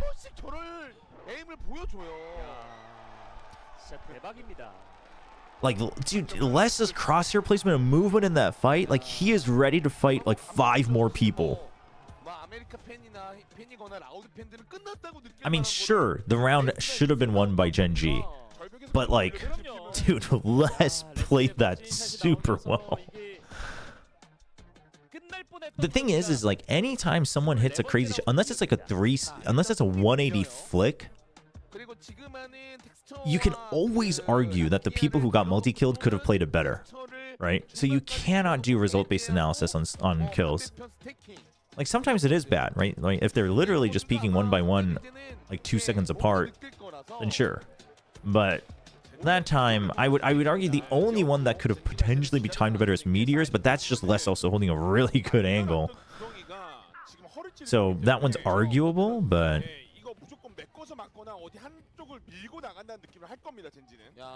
Oh man, you know, somewhere out in the wilds of Seoul, South Korea, Paperthin is molding that Charon still hasn't used his pit. They're gonna push out. They're just delaying on A. Loud knows this. Knows this, and they're just keeping their distance. But the thing is that they will be corralled in. Now can Meteor get one kill?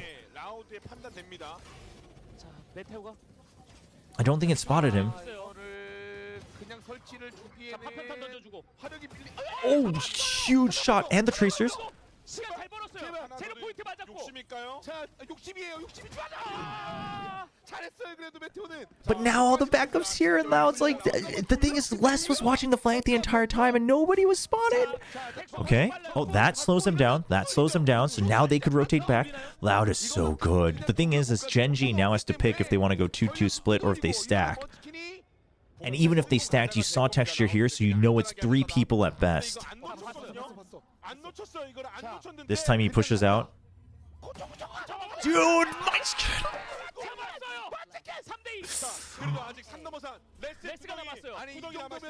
The champion's Vandal. It's glowing. He's trying to create another off angle. Oh, this is so hard to expel. Oh, the wide swing. Oh my gosh. The pit. Oh, he wants to take out Les first, but he's not giving him the angle. Okay, he gets one. The pit is going down. So he knows he's on screen, but Les is going to go around to heaven because he knows he's bought time. Yeah, you got to hold this. He's going to stick it. He's going to stick it.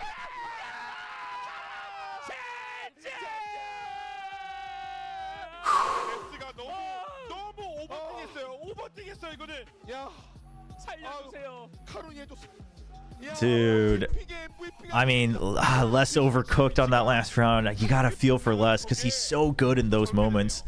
And the idea to go to heaven was so good, but just did not take into account that you could hold this. And the wall shot, like even if you shoot through the wall, it's so deep.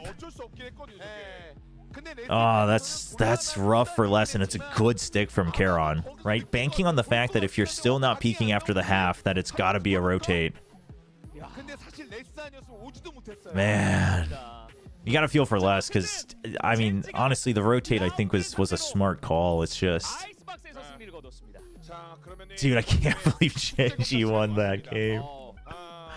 Dude, what a good game of Icebox. What a good game of Icebox.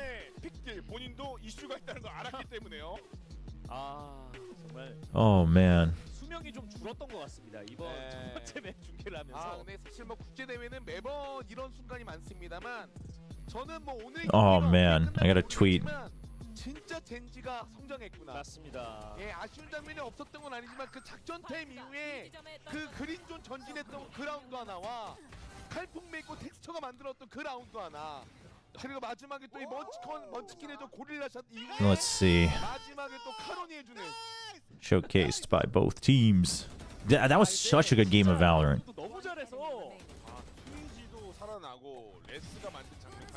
And that was only map 1.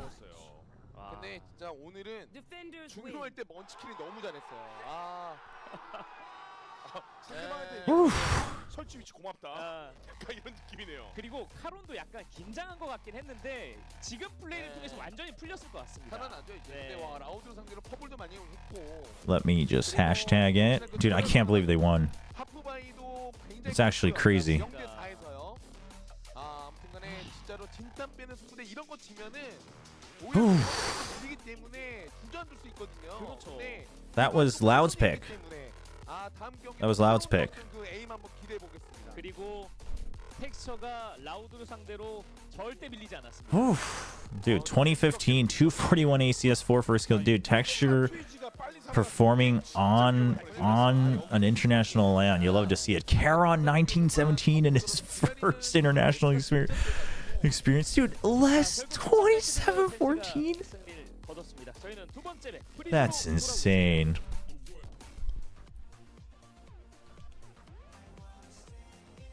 Oh man, what is this? Pacific Spotlight? Oh, what is this? This is cool. Let's watch this.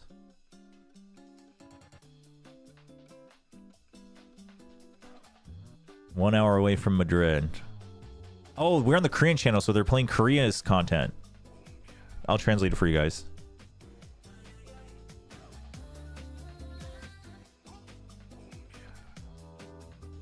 Lots of wardrobe. Munchkin's vlogging. We've arrived at the shoot.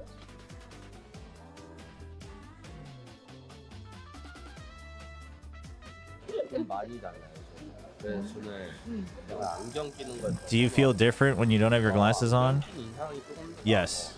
I actually prefer wearing glasses because I think I give a better impression. Can they pick their own wardrobe? No, you can't. Lakia's like, ah. I have to wear these sunglasses too. I never wear clothes like this, so it's kind of cool. What's the concept today? I have no idea. But they said these sunglasses are key.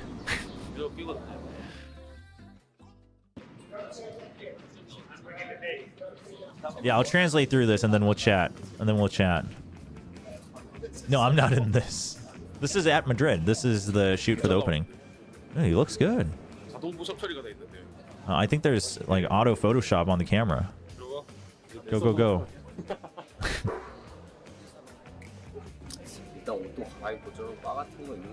So we've, you know, gotten some new clothes and there's a bar. So I think it's gonna be something deep. Yeah, but this is kind of like a European fashion, right?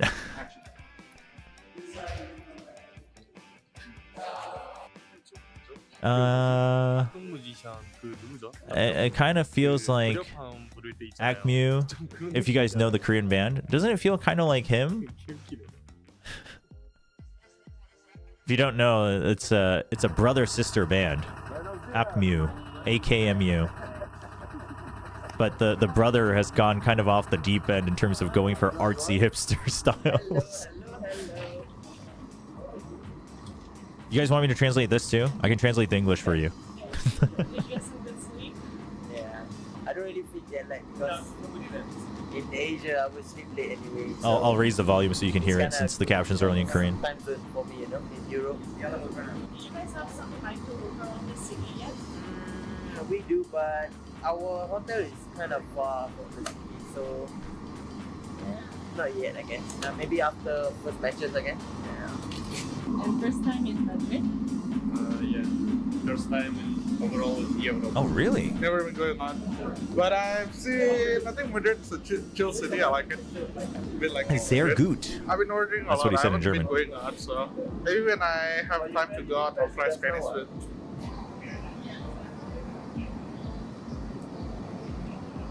Dude, how does Forsaken pull off all the different looks, man? Okay. Can you try these on? Everybody gets freaky glasses. They kicked you out of the Shenxian headquarters? Who are they interviewing? Yaima. Kind of like the look. Is it Coach Solo? Okay, camera, please. Thank you.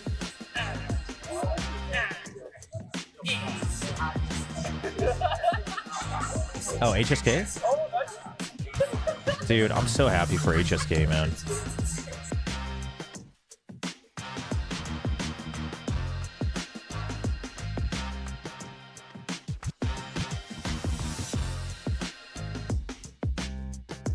Pacific together. Pacific together strong.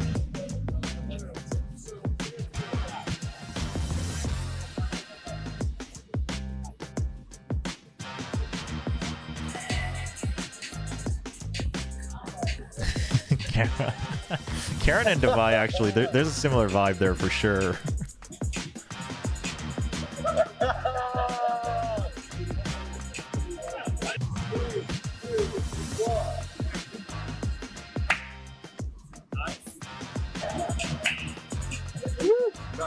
They look good, man. What are you gonna do when you go back? We'll probably eat and practice again. Who's the best at acting? I don't know about acting, but Munchkin had the longest shoot today, so I think he's probably going to be tired. I think Munchkin probably is the best at acting.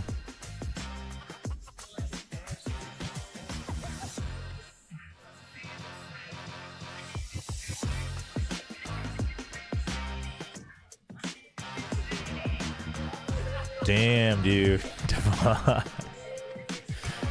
Dude, those shades are sick on Divine.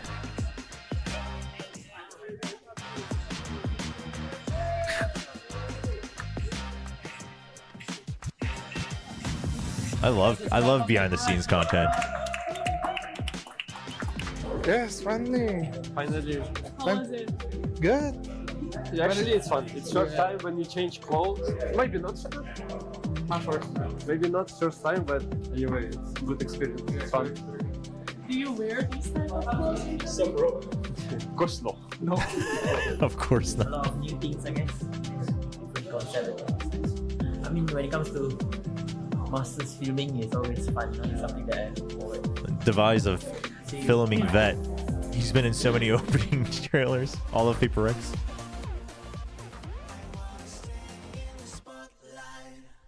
Well, it's because there's not much else. Because the Korean stream doesn't have like separate analyst desk, so they'll just show some of their other content, or sometimes they'll rerun like the team interview content, things like that, while the main English stream is doing desk content and interviews. For any Gen G games, we'll watch the Korean stream. For Paper X, maybe we stick with the English stream. But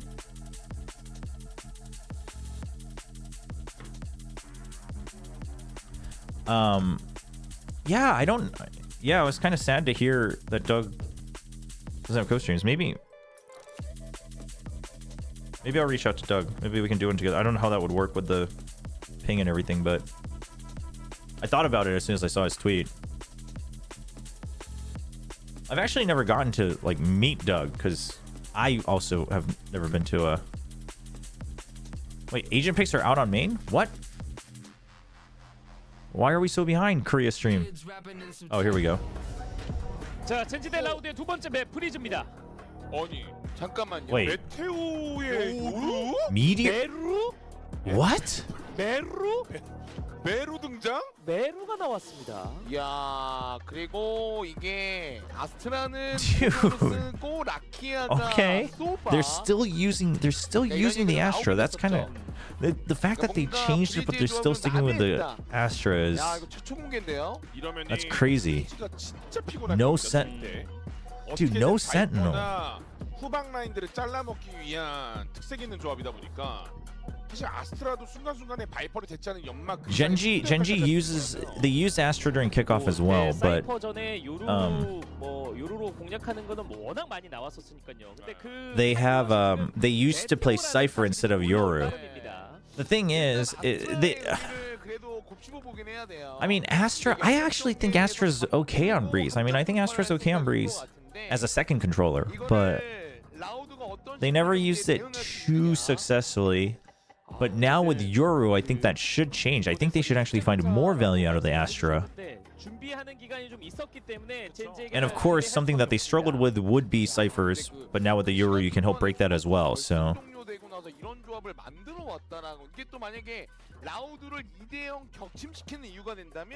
yeah, I mean, less on the lurks, man. The thing is if you're playing, especially if you're playing no Sentinel, but just in general, you have to use your Yoru so smartly. So I'm curious how Meteor is gonna do this. Has Meteor ever played Yoru actually? Let's look it up.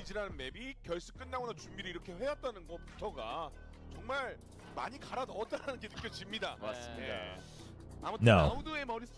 I mean, I can't imagine why I would think that he might have, but 물론 라우드도 이 맵을 많이 공개하지 않았지만 젠지는 이 조합을 단 한 번도 쓴 적이 없기 때문에요.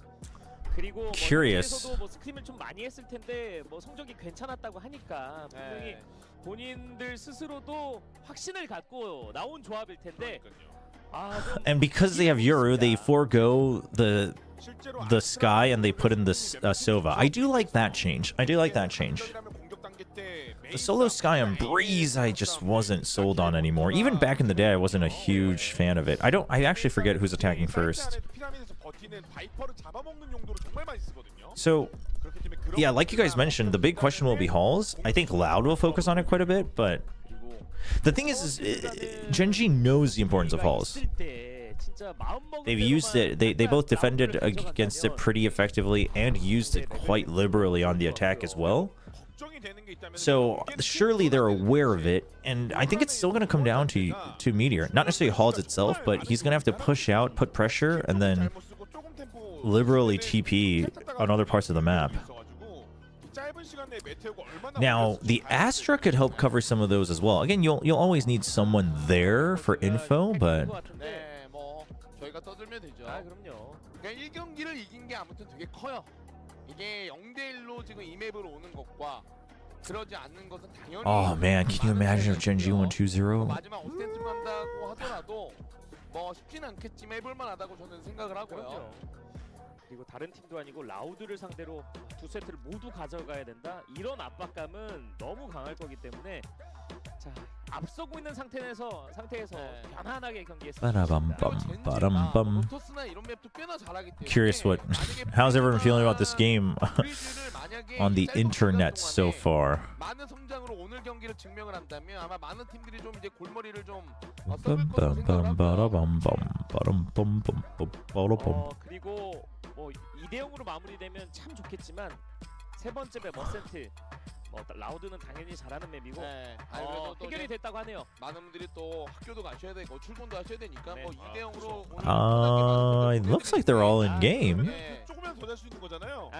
왜냐면 긴 여정이니까 우리가. 그럼요. 자, 태클 이슈는 해결이 됐다고 합니다. Dude, there's a comment on the post-match thread that says KC and FPX versus FPX. 전장은 젠지가 선택한 그리즈고요.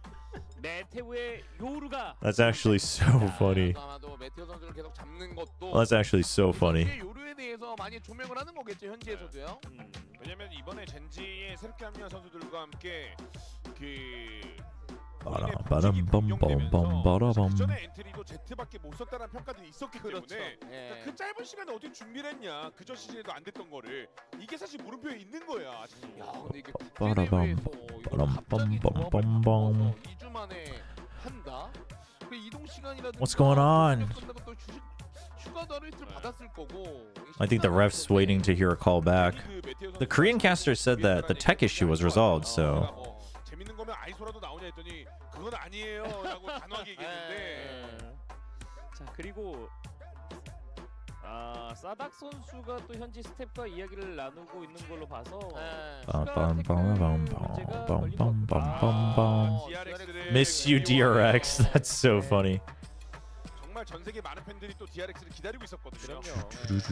어제 선수가 DRX 팩에 대한 홍보를 굉장히 많이 하더라고요. 당연하죠. 그 밑에 그 게시글에 달린 댓글 보니까 그것도 있더니 거의 뭐 캡슐 판매원이냐고.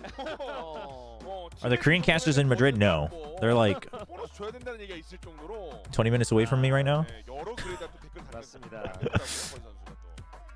고 젠지 고 젠지를 또 응원해주고 계신 팬의 취업입니다. 참 첫 번째 맵이 너무 좀 재밌었는데. How are you on Twitch now that Twitch shut down in Korea? So Twitch shut down business in Korea, but I think you can still stream onto the platform.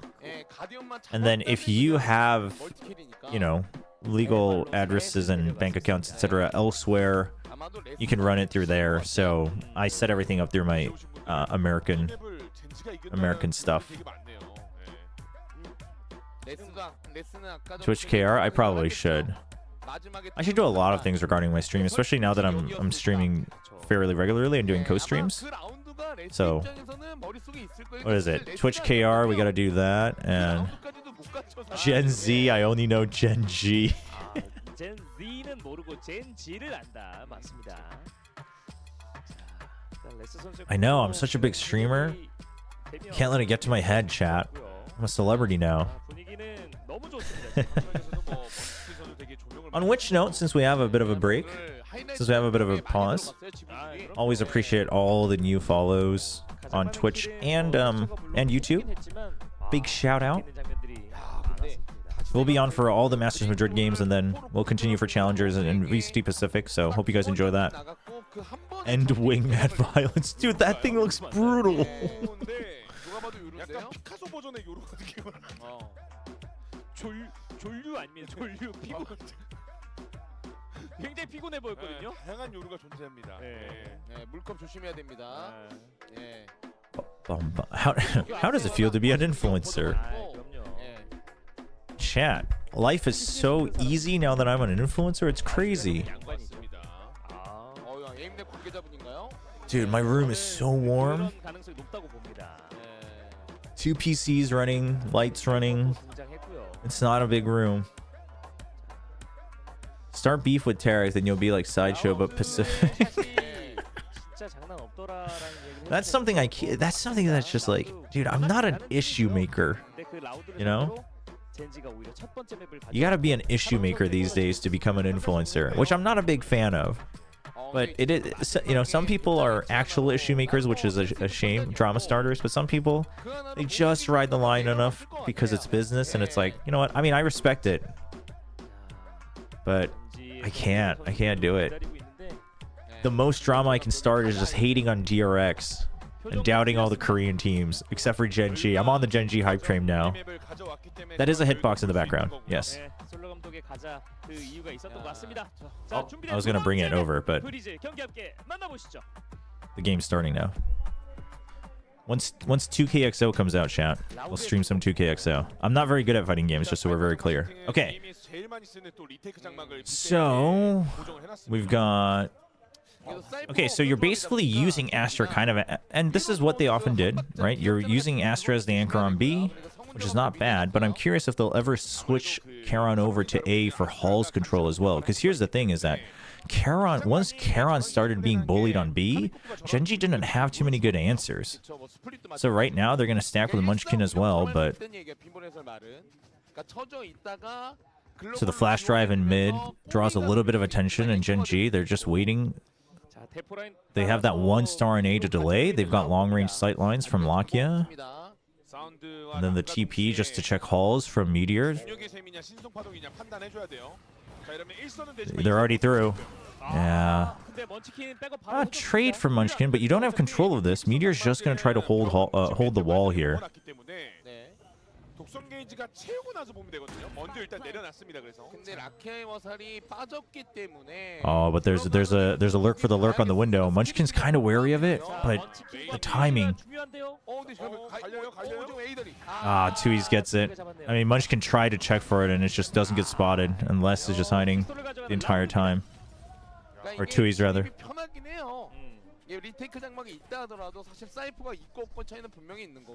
This is Loud's first Breeze match, yes.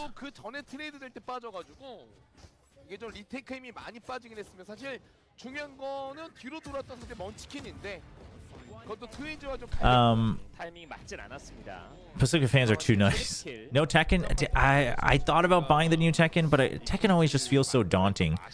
Maybe some Street Fighter again. I actually do want to play more Street Fighter again, but just haven't had much time.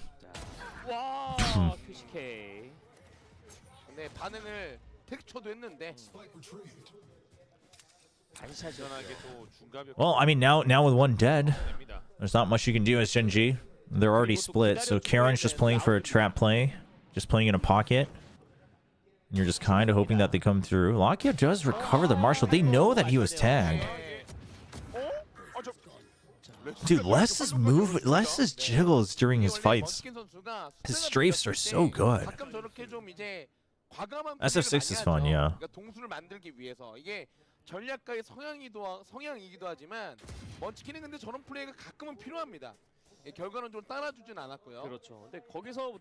Karon is all alone, so he just has to hope that he gets a cheeky kill here. And I mean, everyone had left Halls as well, so they kind of hedged their bets that it's a B. Maybe Meteor at least hits an ult orb. Take whatever you can. Now we have to remember GENG picked this, right? Loud takes attack first, so GENG surely expects that. Curious to see.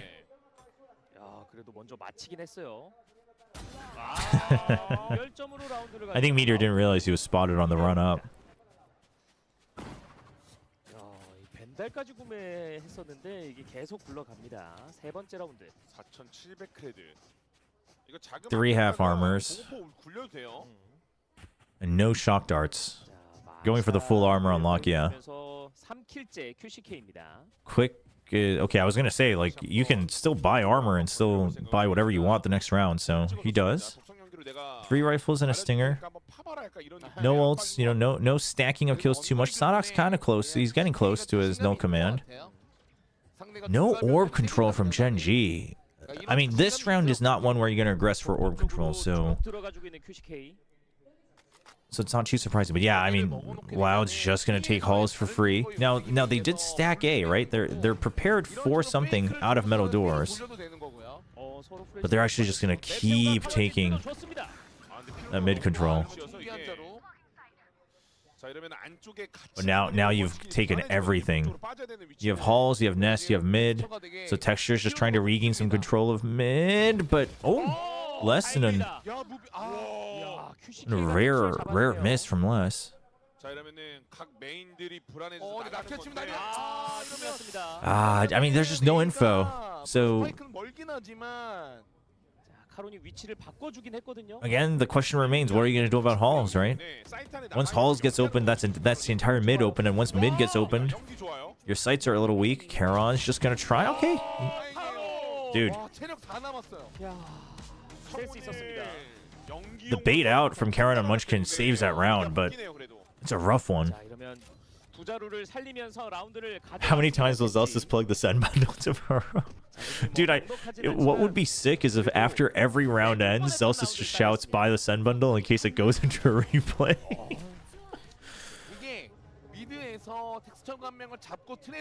How can Euro farm orbs when you're defending?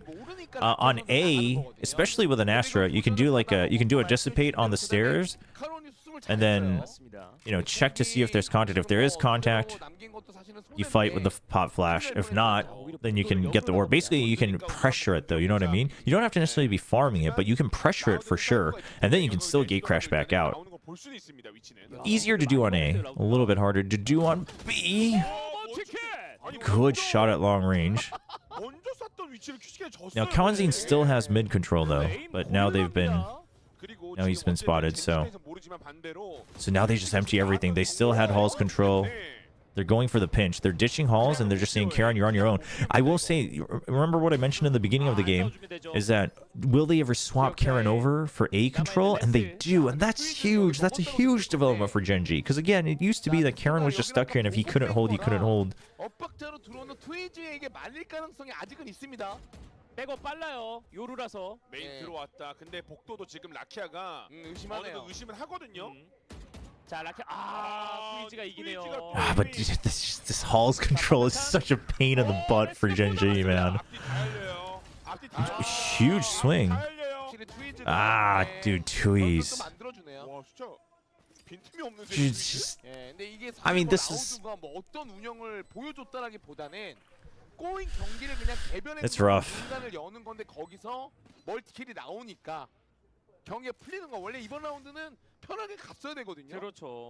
Why did halls get opened again? I mean, I don't know. Oh, am I a little bit behind? It's probably because I had to reload the Korean YouTube stream. YouTube streams are also generally slower. Are Sentinels much better than before? They are much better than before. Yes. Yes. They are much better than last year. 첫 번째 맵도 쫓아가면서 라운드 맵을 가져왔거든요. 젠지는 천천히 하면 the Zelsis interviews in Twitch chat.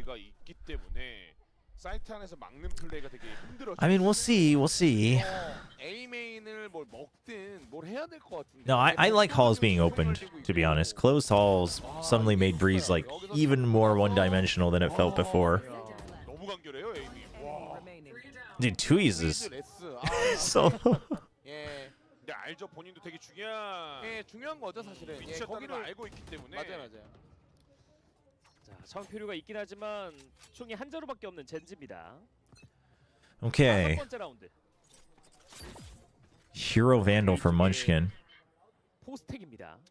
And then you're gonna hold that all on your own, dude. See, so now they just have to hold halls, but it's like you can't. You have to win the fight. Dude, less gone is kind of big. So now they regroup, and Munchkin's trying to regroup as well. GENG's trying to regroup as well. 기회가 없진 않을 거예요. 그리고 Munchkin is just checking if there's a rotate. 라인까지 먼치킨이 나와서 없는 걸 봤을 때는 A라는 Being outside of double doors for Texture is kind of big too. See the opposing cloud coming up. Dude, Lakia has to hold metal door. I mean, everyone just has to hit their first shot, but the timing is good. Refreshing that smoke on A main, that gives time for Munchkin. Tui's is ready for this, but he's not ready for the swing out from the left side. We'll see. We'll see. We'll see. Munchkin. Oh, the timing! The timing is huge. Okay, now with the smoke up, Lakia. I think he was sticking a little too close there, actually. Oh man, the pinch in from middle door. I mean, is Munchkin gonna go for this? No way. You got tagged. You gotta run out. Yeah. No, Munchkin. No. These are the times, Munchkin, where you're. Ooh.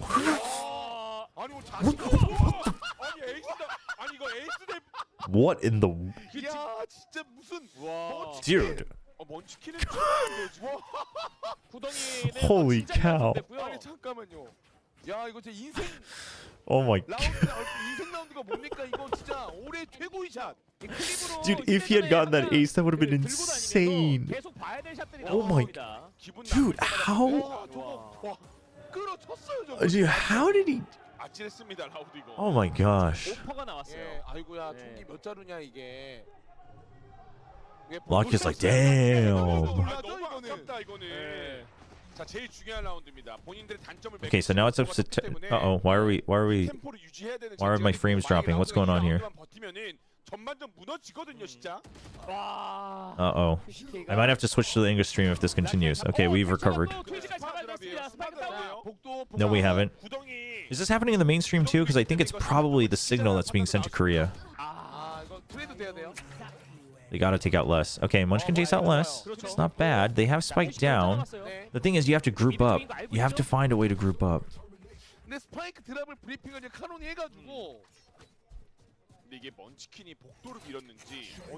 Oh no, he gets spotted. Hot flash, he hides. But now he's the one getting pinched. Munchkin has to provide support. Wait, what? Oh, from mid. Dude, what's going on with my frames? It's okay on the mainstream? Okay, we'll switch to the English stream after this, I think. Huge.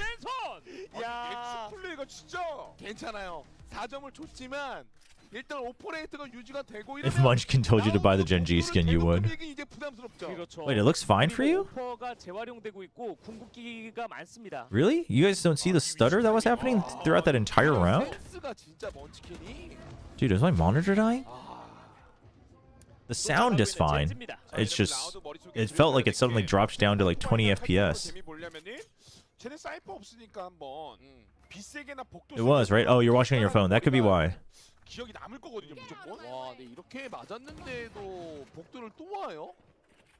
But I'm assuming on the English stream it's not like that. Okay, now you don't stick to it anymore. Okay, Lakia's playing it a little bit safer. What a shot. Texture's kind of isolated right now. He's a bit on an island. Okay, Lakia doesn't... You don't need to greed that. So Texture's going to choose to push out. Dude, how did Meteor not get that kill in Kawanzin? No! No! The wall! He hits the wall! Alright, we're gonna switch to English because this is something.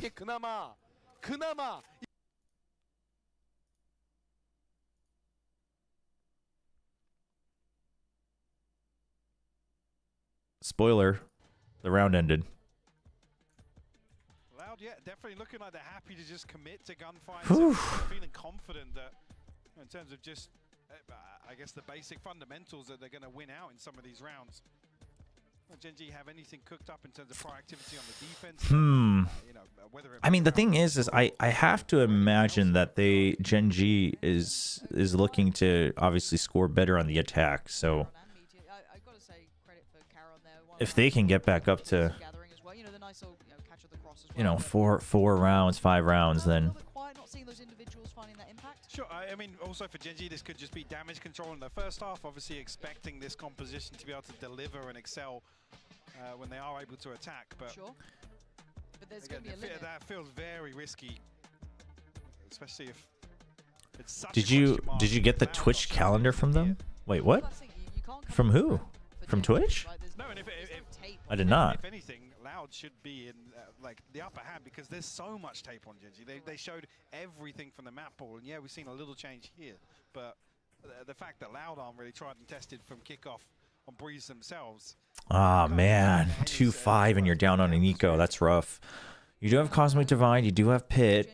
They're going to use Pit early, it looks like. Then you have Hunter's Fury. Honestly, I mean, Hunter's Fury on both sides, Pit on both sides, but... To be able to try and get a grip on Loud here because... Dude, the game sounds very low now. Am I going crazy? Feeling very uncomfortable as well for GENG, considering they are down to the Sheriffs. I think there's a Guardian there, yes, for Meteor. It's Karen actively playing this. It does seem a lot softer than it was before. Oh, dude, they know that Charon is... And this is the thing. This was happening before. I mean, they're changing his location up to the A site, but like they kind of put him in these situations where he has to play for trap plays, and it just... Once it fails once, it's going to fail every time, you know what I mean? To the util to keep them tied down on orange and then swing out the other side of pyramids is big. Last year, he's got a trip in front of him. Nobody saw. We didn't see that.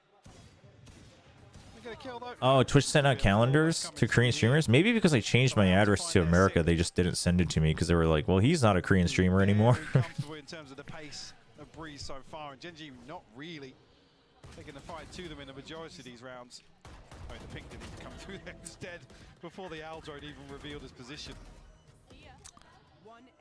I mean, need to see a switch up. I'm curious. GENG, the defense, we're just not seeing too much, right? Operator back in hand of Texture. He's going for it, right? Okay, so but now it's just Texture alone. Like, where's the setup? I'm so curious. They're setting up to push out with the Yoru. So now they have a deep position on Munchkin. He's starting to run. Charging. He's gonna get hurt. He thinks they didn't hear him, but they did. Because they started rotating much earlier than he thought as well. Oh, huge kill though. But Les is still here. I mean, you can just see the weakness of no Sentinel. That's the big thing, right? Is that they have to be spread so thin. They have to pick and choose fights. And Loud has a read on it. They're like, okay, if you now have to clear that side, and if you died here, you have to clear this side. Like, Loud just knows step by step. Loud able to just pick GENG apart across the map. This sort of play style not suiting them here on Breeze. It's rough. It's rough. Got anything to set Meteor or Loud is the Brazilian org, yes. Here, Munchkin, like I said, was on a mission from the get-go. He was not slowing down. Desperate to look for a flank and commit to it. You said it then. Desperate. It felt very desperate. It didn't feel well thought out. And again, all of them trying to make these individual plays to try and The map pick. What's the reason for the map pick? There's no space going to be taken off the back of it that's favorable. They look really lost here. They're a little flustered. Maybe they don't want to hit another timeout, but they got to do something. Munchkin's been going for these 4 spies, and I'll be honest, I don't know. I mean, he has Pit, so this round he could argue that next round he'll just go for a Judge and a Pit and try to hold, but... So now do they punish rotations? If you're Loud, you're looking to maybe catch one in middle, you're looking for players out of position, and Texture may be one of them. Sheriff could sing here, though. Oof, too many members. The fact that he's alive is huge. They checked that they all rotated over to the other side. You have a gate crash going over, but the thing is Les is still lurking. There's still a minute on the clock. Kawanzin's going to regain some mid control. They're not ready to get into A site. They know that as the clock goes down, GENG just has to spread thin.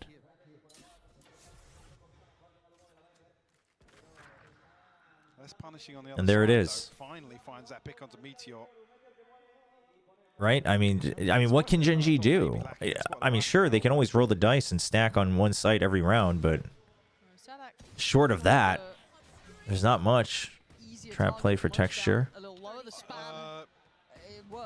that completely through the smoke? I think it was. Okay, that's...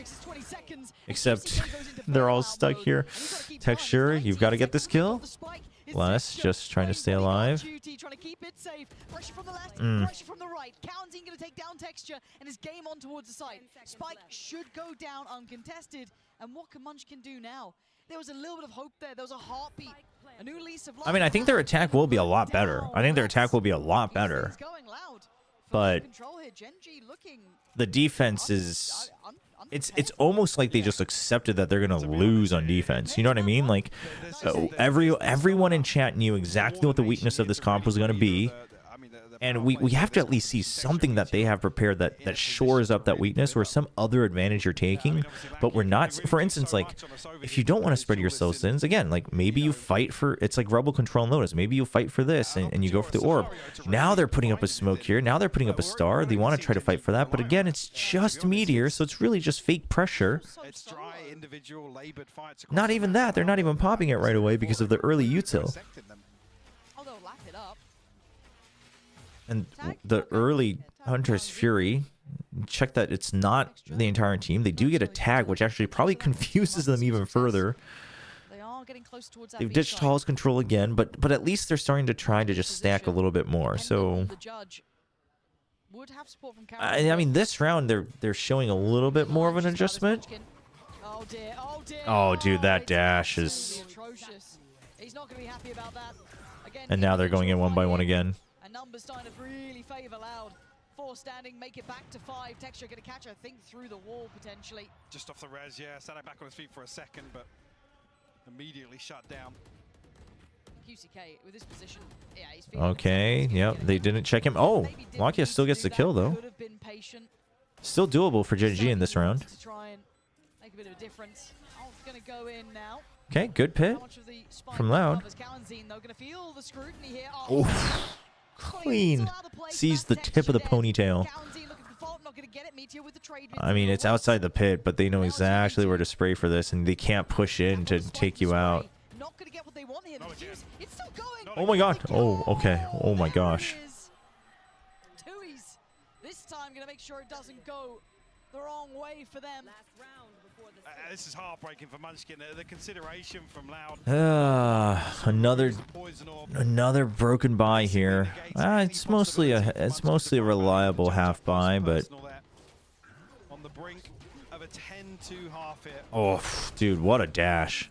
Yeah, this feels like this map pick is a complete and utter shock. Really, that Loud was so prepared for it. Keep in mind, this is Genji's pick. Loud really good on their permaban. Yeah.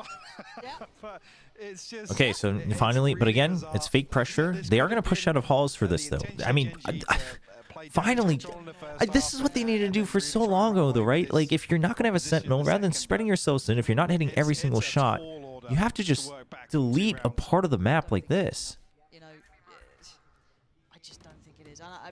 I mean, at the end of the day, you still need to just have someone there who's ready to fight and get the kill, sure. So maybe it doesn't change everything, but it buys you so much more time and info. He's maybe going to hear some of these rotations. I think he is. So he's really and he's going to hide away. They're curious. Because of the recon, Loud knows that they pushed out of halls. The thing is, does he expect 2 people? That's huge. And now even if he backs out, a lot of delay. All right, dimensional drift. Scouts out the entire B side, so you know the pit is safe. Window's the only place you haven't checked, but Munchkin's safe from windows. Heading towards that A site. You can see them waiting patiently. Carry on one of them. Divide going to come in. Oh, the snake bite, man. But the cosmic divide does go up. Still trying to be pivotal to the outcome because Loud. Oh no. Oh no, he's going to get pinged. Oh, right in between the cosmic divide. I don't know, but Meteor just right up in between them now, surrounded on both fronts. Tries to stay oh my god. There's no way. Tries, and actually might do a little bit of chip damage to Tui's here. The Tui's just going to eat it. They're both so low because of the snake bite. A little surprising as Munchkin now ready for oh. He gives them the tiniest of margins. 3 rounds. All right, here we go, chat. Is 3 enough? How crazy is GENG's attack? Something crazy to execute here in the second half, but They said the margin is so small for error. I mean, this round should have gone a lot smoother too, but They've come out map one looking pissed off.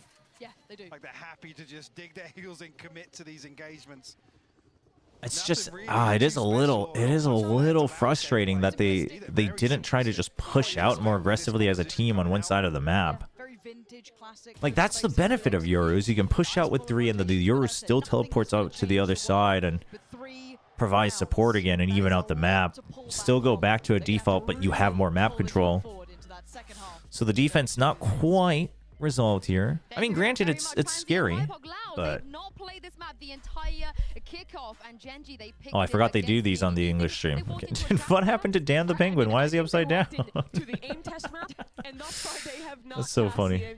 Loud's players have been looking so good individually, and I mean, Loud, everyone's winning their duels on Loud. And the thing is if you look at Loud's movement and for the majority of that first half, they just know like where GENG needs to panic, right? As soon as they get the first contact, they're like, okay, now they have to push like this side. They have to cover this side, otherwise they'll have no info. So we'll go kill them here, and then we'll we'll check this angle, things like that. No, I'm still in Korea, but I have like a I have an address and stuff with my family still in the States. So like bank account, phone number, things like that. Yeah. lot of depths in that regard out of this Euro pick. But it seemed like when GENG was running out of ideas, they started to go for these aggressive plays, like Munchkin running down, like some of these. But why is it Munchkin's what I mean? Like, you have a Euro, he can be aggressive. 4.4 KDA in the first half. Oof. You know, Angel, same guy. I'm convinced. Wait, what? Real quick, because it's not less on the Viper this time around. How is it a 4.4? Vipers for Loud, evidently good. What? Tui's filling into that role beautifully. This guy was so sick in the Americas kickoff. Where are you from? That's a hard question. I was born in the States, but I lived in both America and Korea for different parts of my life, but currently living in Korea. Well, Night 3 is a fantastic start. Surely Panzia Hypog Loud will never lose a Night 3 lead. Okay, let's go in. See that smug little look? Don't turn around. I'm next to you. It's an interesting throw, that. 4 ghosts. Full util on Lakia. Lakia's 2-12 and 2. We've got to get Lakia back online. Les spots him. Texture actually gets hit. He's ready for the counter recon. I'll either overreact or say I told you so. He gets pushed out. The smokes. Dude, the dissipates just to plant Texture in, and then Meteor's there, and he gets right-clicked. He gets jump right-clicked. Dude. God, what is going on? Munchkin's a mile away from being relevant to the outcome of this round now. Spike is so The thing is like that, it was a pretty neat set play. It was a pretty neat execute to help both the Jet and the Euro get onto the site and then pinch on, right? Because you push. There was actually. Well, I mean, it's going to be a shame. Pissed around as an indicator here. It looks like GENG have worked on a couple of. Dude, that was actually a good setup from GENG, and they didn't get either of those kills. Meteor is like trying to get him through. He doesn't want to jump up because he doesn't want to reveal himself to the other side, and that is rough. Because the thing is that execute was actually so good. Snakebite in the back of sight. Okay. So while this round goes through, they had Snakebite here, right? And then they had a smoke here. They had a one-way here. And then the recon as well. So you clear out back sight, and you're basically pinching onto the wall. And then they lose both of their duelists. That's rough. And now, well, you've got 3 rounds and Loud of 10. So, it's a long old road back, Michael. That is rough. It starts with a ghost. Wow, they're still. I mean, no plant either. Not many kills, so they're not going to go for a silly force buy. I mean, it's Breeze, so Stinger is a little rough. So just the Marshal. All right, it's going to be 3-11 afterwards. They're going to creep up. Texture. Oof. Both of them barely dodging. Now they're trying to take nest control as well. You're looking to cut off the rotate. Texture rushes that second shot just a bit.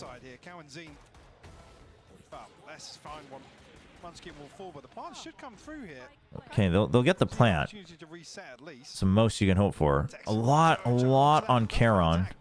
That's down to 24 now. to try to get something to cut off the rotation. Will he hear quick? Okay, Lucky, that's not bad. That's a big one. Oh, and that's huge. The timing as he waits and hears him coming around. Been quite outstanding, considering we are now down to a 2v3. Oh, dude, what? Still hit him with the classic. The GENG Classic? Left reeling with the bulldog. This has gone That's any insane. other way than he expected. What a ridiculous round. And GENG, he can catch Lakia. That's fine. You still Holy have to get cow. past Karen. You still have to get past Texture, and you don't have a chance at it. Oh my gosh, dude, Lakia, what in the world? That bulldog in hand. What a turn of events here, GENG. You're 6'4", and Asia is just not built for people like me. You're not wrong, sadly. These days, the average height has gone up in Korea, though, I think. I think saved enough to really get SMGs or comfortably get anything back into this, but I mean, lucky. Dude, GENG Classic. Definitely the GENG. They're... Getting a little different there from range. Oh, yeah. That was a right click? Right click.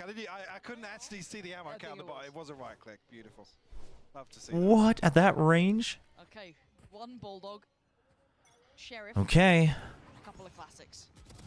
Oh, and Texture gets spotted. Oh, dude, how many walls is he going to dash into today? Oh, not Texture. Quick. I'm confused. Okay. Tui's was the danger man. He has the damage, but takes a fair bit himself. So, yeah, Texture's just been let off the leash, hasn't he? Really? So go for Okay, fast attack. Get the game going. Knowing that they have weaker guns. Wait, why is two? Oh, he was part of the fight. Okay. To their advantage to try and slow down the momentum of stringing together a couple of. Yeah, Korea, the average height has gone up for sure. GENG going to try and repeat that here on Breeze. Definitely. It's still, I mean, generally things are still not entirely well built for people that are tall, but the height is going up for sure. Okay, gets his ace. Those are the momentum builders. I feel like the audio balance was fine in the first game for the English stream, but the game sounds very soft. No ultimates at their disposal. GENG on the Maybe the Korean stream just had game sound really high up. Maybe we just got used to that. Was there not an ace in the first match? I think there was. Able to get away from that, but for the purchase here, you do favor GENG.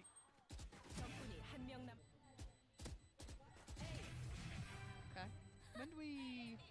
It's early. I'm asking. Texture's back. Spirit's still high. Oh, it was quiet in the first game as well. Maybe it's just louder on the Korean stream, so we got used to it during map 1. It's not scary yet. Okay, just a fast pinch again. Dude, a huge Nova Pulse. Ripping them apart, and as our GENG, this guy has been. Okay, the attack. The attack is working. Ferocious on approach, and the attack is working. Absolutely sweeps a site. And if you're QCK, you're saving, right? Oh, definitely, that yeah. operator's not going to be risked. For less, what do? You got 350 credits? Cool. I mean, maybe do a little bit of damage. You got Dude, Meteor gets the op. He makes him drop the op. How's he done that? Was he? He was waiting for it too. I was looking at the minimap. I was like, no way that Meteor gets this. Rifle or, I mean, GENG maybe expected him to go towards the operator. That's huge. But a beautiful continuation of this pace. Isn't it called Nova Pulse? No one ever says the full name because it used to not get used at all. Sucker punched, to be honest. Completely. But yes, the stun is Nova Pulse, I think, and Gravity Well is the suck. I was like, oh, fair play. Well, again, seeing, I believe Sadak flashed up behind yellow there. Yeah. Was that off Meteor, or is that maybe a high flash from himself? And GENG get ahead of that utility? Hoping we can see it again here, if possible. Oh, you did a quiz recently? Okay. Dude, the Nova Pulse and the smoke. Oh, it was just the stun, actually. Dude, the set plays are good. The set plays are good. See, and this is where Astra can help. This is where Astra can help. Is that she acts as a second initiator, basically. Relay now what maybe the game plan is for GENG, whether or not they have a read on it, or actually how versatile GENG can be with Meteor on the Yoru here. We talked about. Okay, now they're gonna play default, but a little bit of orb control. They'll get the dimensional drift, and that's gonna be when they strike onto B again, surely. Exactly that. Ooh. Second attempt for Munchkin there. Gonna note Kaunzine. And you're going to get Hunter's Fury next round, so surely, GENG, you don't try to save this Euro. Surely you just use it. I think they want to try to figure out exactly where the Cypher is going to be set up. Sadly for them, he's not exactly set up either place. He just has a trip on A and a cam on B for retakes. Looking to identify the adjustments from Loud.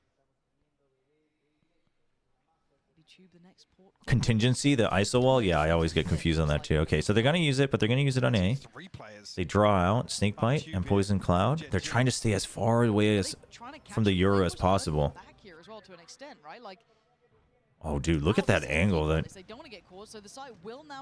Quick was holding. Just a straight exchange. So now the problem is, what a shot. Towards Texture, who has been They're trying to clear out the Euro. Can anyone else from GENG step up? You still have Meteor has to buy as much time as possible here. The thing is Charon's gonna get chased out, so Meteor's all alone. He's gonna get surrounded, but he just has to survive. He just has to survive. He hears them running through the Stinger running gun. You have Hunter's Fury, so they're just gonna have to use it. They're just gonna have to use it. Certainly in terms of the clock, it doesn't feel comfortable. Oh, but did he get tagged? Actually going to send one out of his own. He's going to find Munchkin. Lakia now. He's just gonna, yeah, he's saying I can't do anything about it, yeah.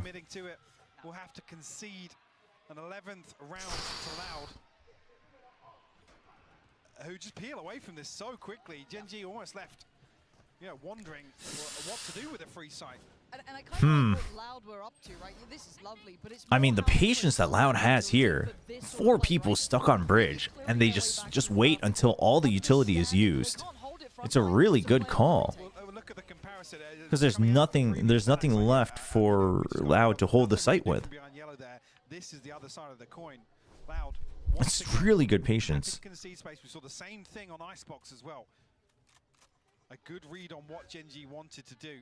And they're just playing full retake on B. Much more comfortable scoreline. They have a few more rounds to figure it out, should they need to.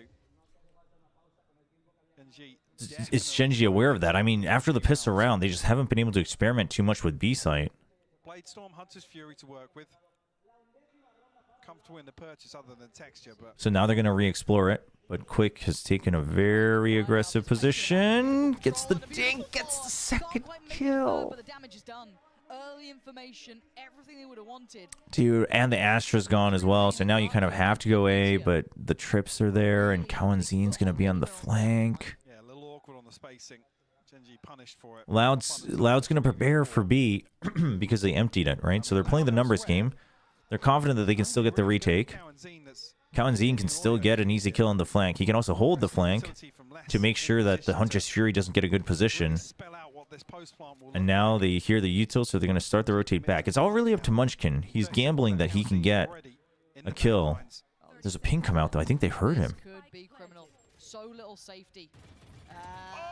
Oh, he doesn't get the kills. And they have no idea that Kawanzin's here. He's going to say bye-bye, Lakia. And now Meteor having to find something, no value to be had as Munchkin now. After what was a moment of that slipped man. his fingertips there. He's going to be kicking himself. Quick, QCK, Quick. He's quite cracked as well. Just too many targets to shoot at. I think it's Jover chat. All the excitement we had on Icebox. To be fair, regardless of who won, Icebox was such a good map, and GENG made the first half of the sprees an absolute bore.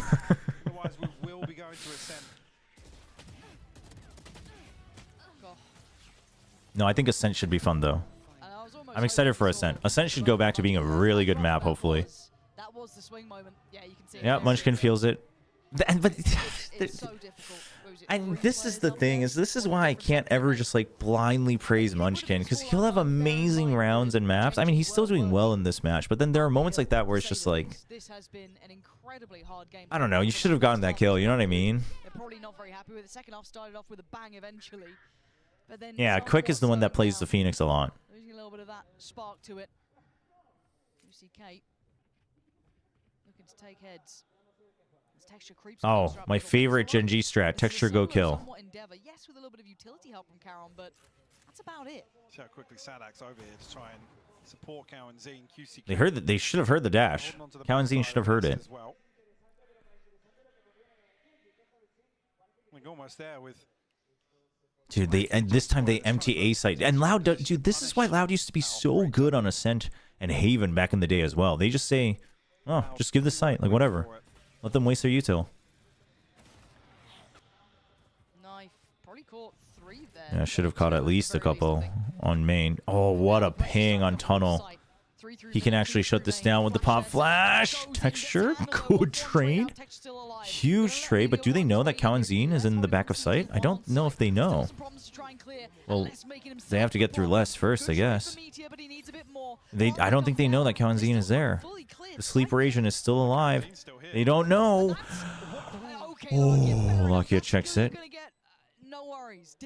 Kara or Munchkin. I think he's weary of this. Yeah, he hears it. He heard it. He heard the drop. So they're just gonna hide in backside. All right, this time he redeems himself. Whew. Lakia to seal the deal. 7th on the board now. Need another couple to break the money. Loud able to still Okay. purchase comfortably, and actually with the pick coming online here, an opportunity for Loud to maybe. I mean, the thing is was it like a great macro play in that round? Have slowed things down. There's an opportunity for Loud to. No, but overall, a better played round. They do have rounds to play with. Well, they're happy for. I mean, GENG to continue making, in their eyes, mistakes. I guess. Loud's constantly switching up their positions, though. The only thing that's constant is the retake screen on B. Looking to maybe deal with QCK, yeah. Oof. They've been noting that jump spot that you've Okay. mentioned just that round prior, but that has been a constant. This time punished by texture with the operators, not able to kind of do that same presence in middle. That opens up halls. Munchkin. He knows that they've pushed out of B. But that means that there's at least one person there. You've already taken out 1 kill. So they're going to get in. Cosmic Divide. That Munchkin eventually gets killed, but... Oh, huge push out. Right as the pit goes up. No way. Does that bounce through the Cosmic Divide? That's a sick bounce. The plant is in, and they are going to sit deep on this. They don't have too much post plant though, and the 0 point. Oh, he gets the Astra out of all things. Texture needs to get this kill. Oh, huge jiggle. Okay, you just need to buy time for Lakia. Presence on the spike and Sadak with a great read, but Lakia with greater positioning. Gonna catch Kawanzine. Another tap on the Oh, huge timing with the recon bolt from Charon.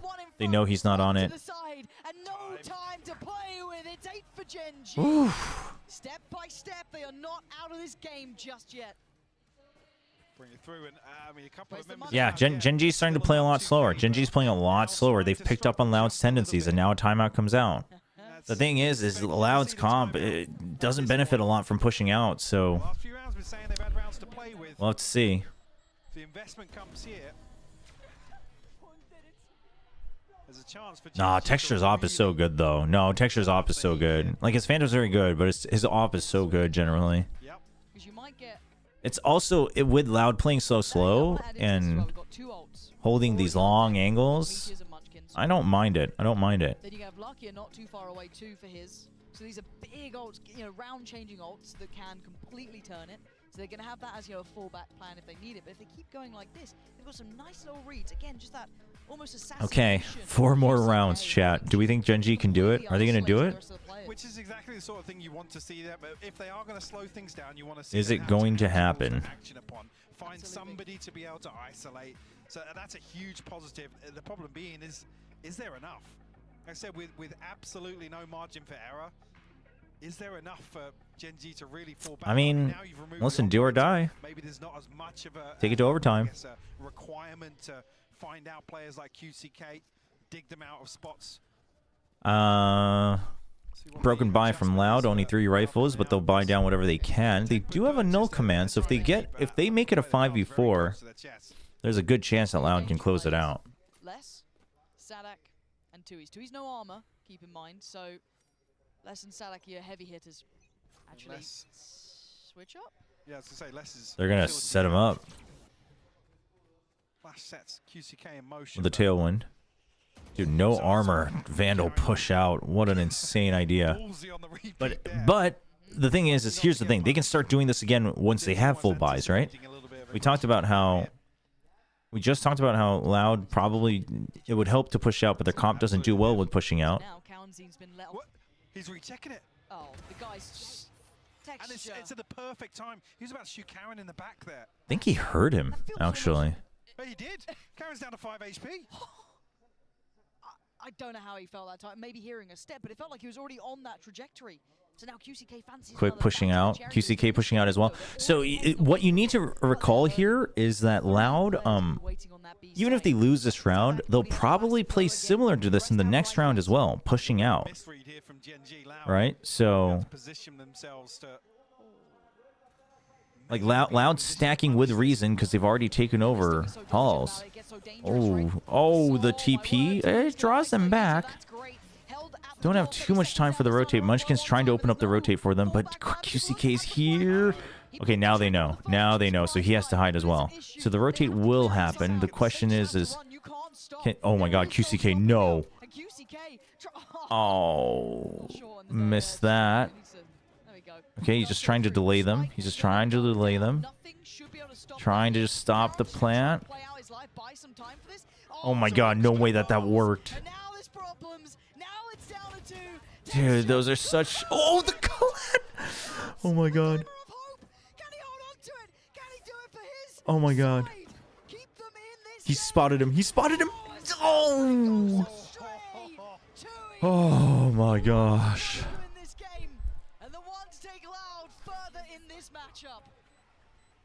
Dude, the collat, man.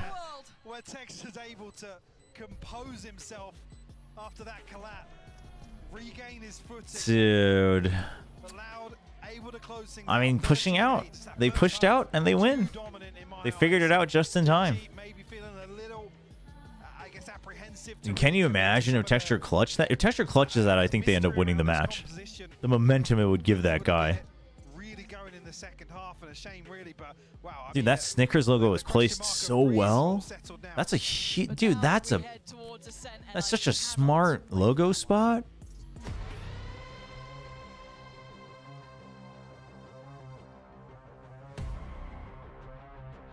Phantom could have clutched it. I don't know about that. Do you have access to any channel points and just haven't? Or do you... Oh, actually, I think I do, and I turned it off a while back. We should do that, huh?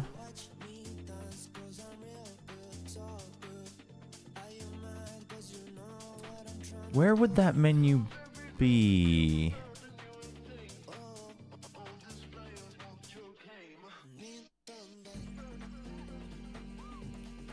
No, it's fun. I love it. I love channel points.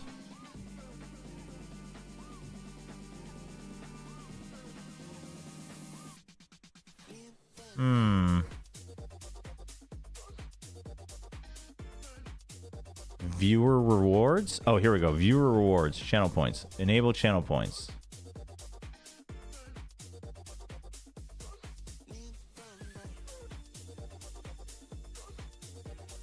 Okay.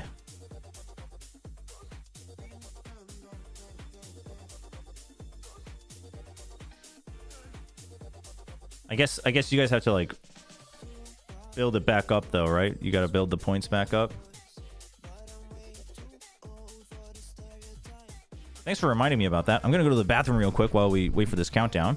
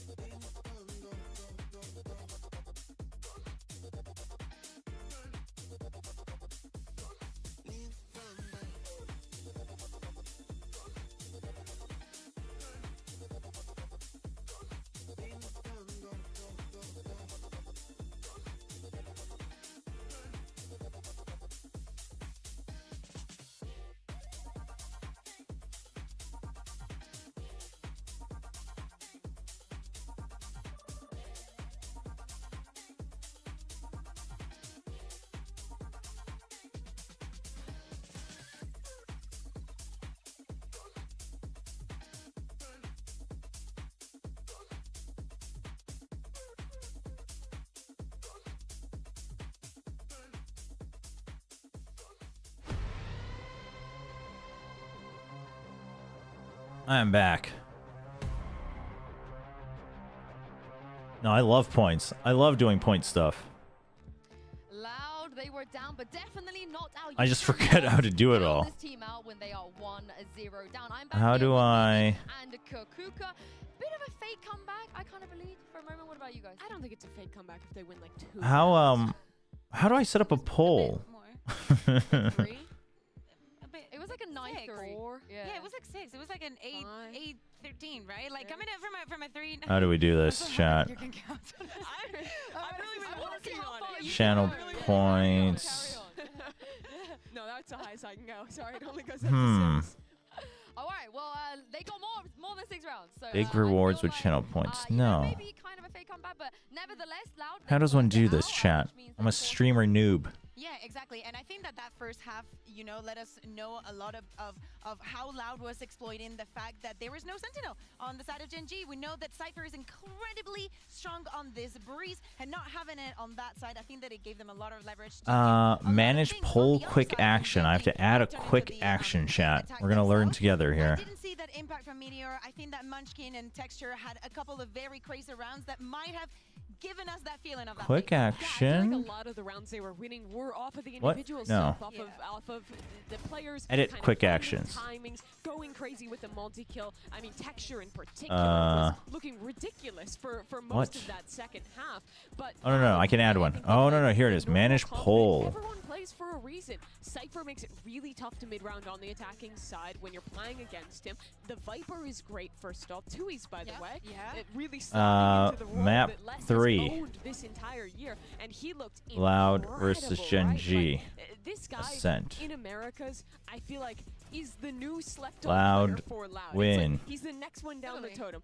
GENG Allspice was talked win. About, so no one talked about Les. Now Les is talked about. Allow so no one additional talks about votes? Tui's, but Tui's as well has just been No. really And whose fault is consistent that, player. Mimi? How does that work? For what? Only talking about Les? That's How does this? How does this work? Chat. We'll see what Les can do and Tui's can do on the next map, because Ascent is going to be that map when we're finally going to see QCK play. Here, we're gonna test it. This is gonna be our test. Exactly. I mean, that is what that is the question. Maybe we see some changes coming into. We were talking Okay. about a very short window of time before coming Does it into work? this tournament, so we can anticipate that. No, but hey, honestly, I said, you know, at least we I'll know check what it on is mine the as well. I'll reason. put my votes in. So what do I know anymore? This is not this is not channel points. So this is the map where Loud is Oh, playing what they what? kind of made to be their standard throughout the kickoff in Americas, where they're running. It's just this a poll. breach How do I do Phoenix channel competition points? that no one else is playing. End They were poll. playing it on this map, Delete but in my poll. opinion, it was the weakest I deleted showing it. of this idea. Like we mentioned earlier, EG counter strategy. The way they did that on their defense, a lot of Wait. two Odins constantly spamming and Huh. pressuring mid, and also being very Oh, here we proactive go. to re-clear that space. This comp relies Oh, on you have to getting just mid control do on your attacks, / then split out prediction. to sites. If you try and strong take through main without dive, 9 times out of 10 you're getting destroyed. Ah, by here we strong go. utility And losing the round. So I'm really interested to see. if Ah, they take here the we risk go. In going back to this comp, or Map if 3 maybe they try something Ascent. I figured it out, chat. We got it. We'll get it. That's also an option. Exactly. Selling utility, it has like double effect on them. Loud because they don't win. have- They're lacking all of that mobility. and all of GENG that win. explosiveness into sides. 1-3-1, as she's saying, on the attack is going to be the common thing. And at the Submissions same time, period 2 minutes. of their own to be covering on the defense. So the same The streamer mod will need to confirm the outcome within 24 hours. they might struggle with when it comes to the defense. Okay, don't show this again. I think that if Got GENG it. is able to spot that weaknesses and come back a little bit also All right. mentally for what All right, does this work? happened on Breeze, Okay. maybe, you know. I have to remember to give you the points back. Yes. Remind me at the end of stream. Have looked at how EG managed to suppress this comp, likely expecting to see it in play here. They're a team that has really good fundamentals, is solid on their attack at playing the slow mid-round setup, right? I mean, that's the Sick, it defensive works. issue. On attack, you just kind of have to feel out where these flashes are, bait out util, and not lose out to these strong retakes. But let's spin that around. Those are some of the downsides to this comp. Well, then why the hell is Loud picking it? Because the amount of flashes you have gives you a Did they already pick it? amount of options for mid-round Are the games, comps out? taking extremities, Did I miss it while I was setting up my channel points? with a Phoenix Molly, that's really strong. Your retakes are much better than with the default comp. Again, because of combining all the different flashes, but you're giving up a Sentinel and you're giving up the dive to do that. What comp do they choose? No! Well, everything goes. It's not Jet. It's not Jet, but it's also not the Phoenix. Okay, so they're What? still playing Breeze. They're playing Viper No. set, the Yoru instead. This No. all that much. This is basically the same comp. You still have flashes. It is basically the same comp. Mimi's right. It still revolves around flashes, but the point is you can now have more variety on your flashes, and you can dive over. You can dive over, and you can also play a bit more macro. You can play a bit more macro as well. I like the change. I like the change. The thing is, it weakens their execute a little bit. It weakens their set plays because they're missing a molly. But I think what they've realized is while that molly, like, it really helped them clear the site. It's like you can fight for that one extra corner that you're not able to clear. You know what I mean? And what you gain from this change, because the comp before was probably a little bit more all in, and this is not. It's a bit more flexible. They've adjusted the comp that a lot of the people had issues with, and they still come out on top. Sure. For me, it's a huge positive to see Loud come in with this, because I think the desk have absolutely nailed it. It addresses some of the main issues with that Phoenix. Now, some sort of pressure. Okay, here we go. Now, Loud is on defense first. It's gonna be. Are they gonna set up for a push out? On map 2 and 3 here. Okay, not an instant fault line.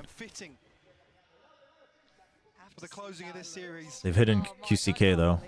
It's already a trap play. GENG's kind of aware of it, except Lakia is the one. Oh my god, dude. Meteor's hiding in his own little pocket. Okay. That's for Tree, but Meteor drops. Oh, the pop flash, and now they know Lakia's over here as well. That means A site's open, but Lakia just has to buy as much time. He gets out alive. Oh, and he's gonna go back on the lurk. This is a call. This is a good call from Lakia, except it's gonna need time. He's gonna need so much time because he has to clear so much. He has to clear so much. They have to draw out so much time. But it's so hard to predict that Lakia is going to be here. You noted it before. Look at Lakia now. It's got to get there in time because Munchkin's fallen maybe very late, but I guess Charon, if he can get one kill. Okay. He stays alive. He plays to stay alive. Lakia still hidden. Texture loses that fight, but Lakia... Oh, QCK suspects it. Okay, with the time. He has to stick it. He goes in. Beautiful conversion from GENG. I just think the whole time there, Lakia's the one to really throw a spanner in the works. But I mean, dude, Lakia staying alive and then re-lurking, following back up. That's huge. Initially, he finds it's 3 huge. on the round here, but forced into a very tricky position. Try and stick through this first half to fuse. GENG pissed around on the board. I mean, Charon staying alive is really the crux of it, though, because that opens things up for Lakia as well. Triple Guardian. See what resistance there is here. Everybody gets tagged, but that's okay. You still got the Killjoy on the other side. Now Loud sees that, so they should know that it's a 1-4 split. Comes through from Loud. Definitely the firepower suiting GENG, though. As long as there's no one on the close corners, GENG's pretty free to enter. Poised very nearby though, just at that jumper point. Oh, the timing. Oh, Texture, a little greedy. I can't believe he pushed that with the Guardian. That's crazy. Oh yeah, the Paranoia actually catching so many. Dude, they've cut through Tree. These Guardians are just not doing them any good. The reach, there's so many flashes from both angles. This is rough. The HP is really low though, and GENG just need to try and weather this one out. Les doesn't have the HP to play with, but he does get himself a nice little upgrade here. I mean, surely you just look to take down all... Oh, he didn't read that one though. A really nice attempt and made it very costly. Touch and go for a moment there. Yeah. I think with 2E's falling when he did it, if there was a smoke coming up or any possibility to... Well, Ascent's... I mean, Loud's been experimenting on Ascent. They're trying to experiment and try to get ahead of things and throw a curveball, which I'm totally cool with. I love teams that do that. I think that's what makes Loud strong. They used to play with the Phoenix instead of the Yoru, so... We're suffering from that. Just 2 Guardians. Well, actually now Meteor rifle in hand as well. The Sheriffs to round out the purchase. Doesn't feel as a threatening of a bonus, but I want to see what they can do with it, really. GENG's going to play for speed, as they often do on bonus rounds or map point rounds. He's going to get the drop on them, sure, but does Paranoia to follow up. You've cleared one side of the wall. You know he's still on the other side. Texture's ahead of it, though, and Zadak's going to check him. No one else could follow up because of the fragment. Good anti. Stalling out here, costing them a great deal. Zadak is being a nuisance. Oh, that's a great setup from Meteor. The door's broken too. I mean, if Karon can help get a kill. Lakia's down. But now GENG's goal is to just fish out kills, right? That's what you need to do here. Oh, dude, the timing from Les, man. That's huge. Karon saved him in the pistol. I think this might be a little too far. Although Kaunzine really wants to save his life. Does he expect less? No, he doesn't. Less catching crosses. You missed when Breach was common on Ascent? When was that? Like the very first year? When did we get this comp? This is the big test, though. Great work from Sadak and Tui's in the last round as well to isolate. I want to say end of 2021 or 2022. The rest of GENG's numbers. I said Meteor. I mean, that's when Phoenix was common on it as well, right? Loud just trying to bring it back. If that's a focal point for GENG, because every single round here, Loud running with a different setup. You see, we know it's a pinch. Play around the breach. It's a tiles pinch with the Yoru, but the flash for flash, but there's just too many more flashes from Loud. Actually horrific for him. He's gonna be gutted with that lucky. Yeah, you're stuck. The spike is stuck. The tiles crunch, but it's with a Yoru, and they just walk out with 50 flashes. Loud, unrelenting now. Karon again in a similar position to before. Man. In a worse scenario, however. Sadak is low. I think that was Yumpy. They're falling away. Try and run the clock down now. Still 60 seconds for Karon to work with, so plenty of time to make something happen. We've seen the clutch ability of this player in this series so far. 1v3. I mean, it's doable. 1 minute. He has ult as well. I mean, Sadak's just playing question marks as to exactly how for a surprise hit on backside of B. Yeah, I mean, you see he's clearing every single angle here. In those 60 seconds. Oh, but where are you going to go, though, if you're clearing this way? Are you going to go mid to B? There's no smart guess, because there's no way you can put together where they are, right? There's no way you can just... He's going to go to A. He thinks they would have gathered around with the spike being on the B side. But look at Loud, man. They're not crowding around there. They're just taking the safer positions. This way, they're not getting flanked. They actually could have been flanked, but... They're both tucked in hell as well. Yeah, and he's leaving it so late. There's almost no time for adjustment. There's the smoke, and they're going to close the gap here. Yep, he knows it. He's a sitting duck. He takes down 130 HP now. He's unthreatened. Spike is in. No way. No way. I thought he was way off that. I thought he was way off that one. Oh, regardless. Dude, that could have actually been such a disaster for Loud, man. Oh my gosh. Dude, I believe too. As soon as I saw him stick the plant again, and I was like, he has time. I believed, man. That could have been such a disaster for Loud. Real close by. Give him the old nose job at that point. Just barely making it out. Dude, why? The slow tiles crunch, but with 3 flash agents. That's brutal. Sadak catching his breath after that. We'll see how much Loud have cooked. Okay. Because a lot of these set pieces they have. We'll hold that thought for a Now it's just a fast hit onto A. Try to get the orb. Draws out a lot of util. Texture's just going to walk through the nanoswarm to open things up. That's huge. Tries to stay alive. Not enough time for his teammates. They know he TP'd in. Huge hold from Tui's. Oh, 4K. Karon had a moment like that during kickoff. GENG have previously run away with a few rounds like that in this series, but well handled, well maintained here by Loud. A massive gap in mid that's exploited by Texture. He's up short so quickly, all the way into tree. Unfortunately, no able to really make Too much progress on the other side. I think Sanak slowing things down with the fragment. Able to keep things in Ooh, the hype coming out for Sadak. Maybe a little bit of aggression outside A here. I've seen Karen Zine set up. Attacking Odin. Commitment behind this. They just don't clear Charon. That is unfortunate.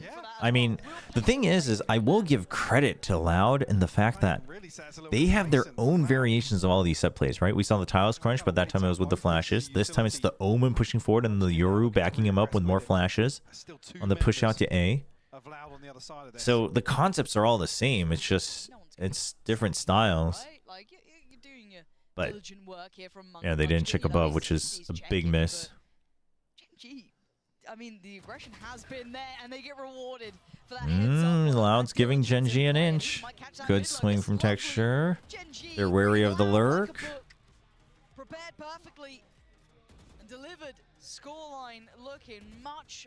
Tui's is very good. I mean, listen, I didn't rate him that highly coming in just because it seemed like he was still getting his feet wet last year.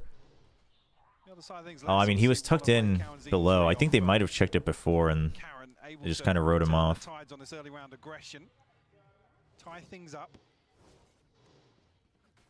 But he's gotten right into it. Might look for a pacey set piece. Standing on that wall is the Falco laser forward smash of a set. Okay. Going for a speedy hit. Dude, and during that, they send Charon to Boathouse. Dude, that's huge. Wait, they're going to put the lockdown in as well? I mean, well, this is a... I mean, this is a huge investment. I don't know if the lockdown was needed. I think maybe just trying to buy more time, but it had the makings of an overcook, but at the end of the day, it gets the job done, and Munchkin can now go on the counter lurk. He's gonna go all the way around though, so his teammates have to stay alive for a long time. There's not too much post plant. The dimensional draft is too strong. Munchkin will get the kill though. Okay, and now Meteor can come back in from main because Munchkin is holding mid. Oh, that's a... Well, Meteor... Well, Munchkin now has to kind of run. Okay. Texture's just playing to stay alive. I mean, this is tough for Tui's. But it doesn't matter. Charon is so sharp with it. Yeah, that round was bizarre, Mike, but it works out. You ranked Tui's 22nd out of the 40 players in this tournament? 22nd? 22nd? I mean, that's hard. This tournament's so stacked. I think 20 seconds was probably a bit low, though. I think if I went all the way through, I probably would have rated him higher. Because that's below half, yeah, so I would have rated him higher, I think. I don't know, it's tough. Looked snappy from the other POV. It looked even worse from Karen's. He's stepping up, he's warming up. We've seen a lot of, texture moments here and there. They're ready for the push out. They have Lakia spotting under the one-way. So they had Lakia spotting under the one-way, and then a Paranoia prepared for a pushback out. So Genji's getting very wary of the flash pushouts, right? Because they have so many flashes, they can afford to do that a lot. Two players who are looking for the orb there. No chance to really do any damage on it either. Texture is so good. Sometimes he just heckin' dies, but he's so good. Feel of the setup here from Loud. That's obviously semi-committed towards this. Yeah, sure. I think a full list is always fun to look at. I just don't have the time to ever go through an entire 40-player list, but... Yeah, into this choke point. TP's already sent across as well. Oh, the fault line actually keeps him alive. Okay, so no Killjoy. So now you have no one watching your flank. They've already stacked the site, but you don't have much time. Are they going to break the door and potentially go? They have to consider rotating, and they are. They're going to deathball this. They are trying to deathball this, and they're not going to. They have to run. They have to run. they go back towards A? Do they run it Oh, and Munchkin's gonna hang back to get kills. Munchkin holds them back, and now the Oh my gosh. round, so QCK gonna get himself the fan. Okay, he's gonna put the spike in the most questionable place in terms of where could the post plant be, and then he's gonna go into wine. Opportunities for Karen to reposition, play a number of different angles, and plenty of question marks for QCK. That gate crash isn't gonna do too much good for QCK. He used it as a fake, but Karen's not in range to hear it. But it's like, wow, with this here, he could be hell. He could be near Gen. He could be in tree. On the half. His options are very limited. The half is done. He's got it to halfway. That's not bad. Oh my god. Oh my god. Dude, what a ballsy wine swing. QCK's aim way out of the comfort zone. He's going to get the round. I mean, this guy's worth his weight. You put John QT at 34th? 11 kills, 4 deaths. Oh, I cannot accept that. I mean, already what he's That's done so far in this insane. series, but delivering here in map 3 versus a team like Loud, you can't ask much more of your rookie. Dude, that's so the thing is if Munchkin, not right now. Not now.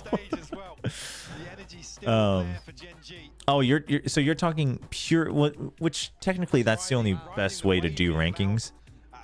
So you're talking pure, but even then, I think John QT is higher than 34th.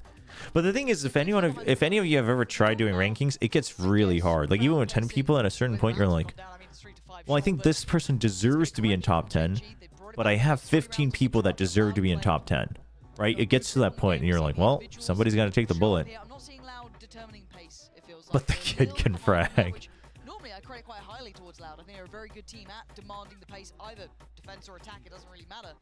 I mean, I would agree. Someone on YouTube chat saying you would rate John QT as the best Zen player, including all things. I don't think that's that hot of a take if you're including like basically most valuable. I mean, Zekin has a strong argument for it. Hey, Cold. Oh, Cold T. XD. Welcome. Thank you. QCK's got the op now. Really addresses a lot of the issues on the attack. Yes. In terms of getting through choke points. But that still doesn't help them too much. Yeah. But without the Sova and whatnot, the Odin's also not as valuable for them. QCK's just looking to get one kill off the drone, and he gets it. Dude, how does he flick that? Huge mid control. And they've planted texture. Are they wary of this? Especially by finding Munchkin, right? Like this, if anything, plays them in even further, but he's got to play patience. They have no idea. They have no idea. 2v2. Oh, that's so big. They didn't know where he was. Texture's gonna wait until the KO dies. Oh, the dash, man. The dash. Texture dancing around him. See some of the weirdest rounds of Valorant today. You put Lysor as the 40th. That's probably fair, actually. That's probably fair.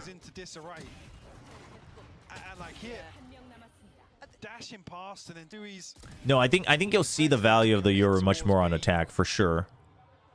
For sure. But the thing is like, no matter, I mean, you cooked, but starting with the back foot on the attack on Ascent in the second half is always going to feel bad, so we'll see. And in theory, they're supposed to lose this round given the econ, so...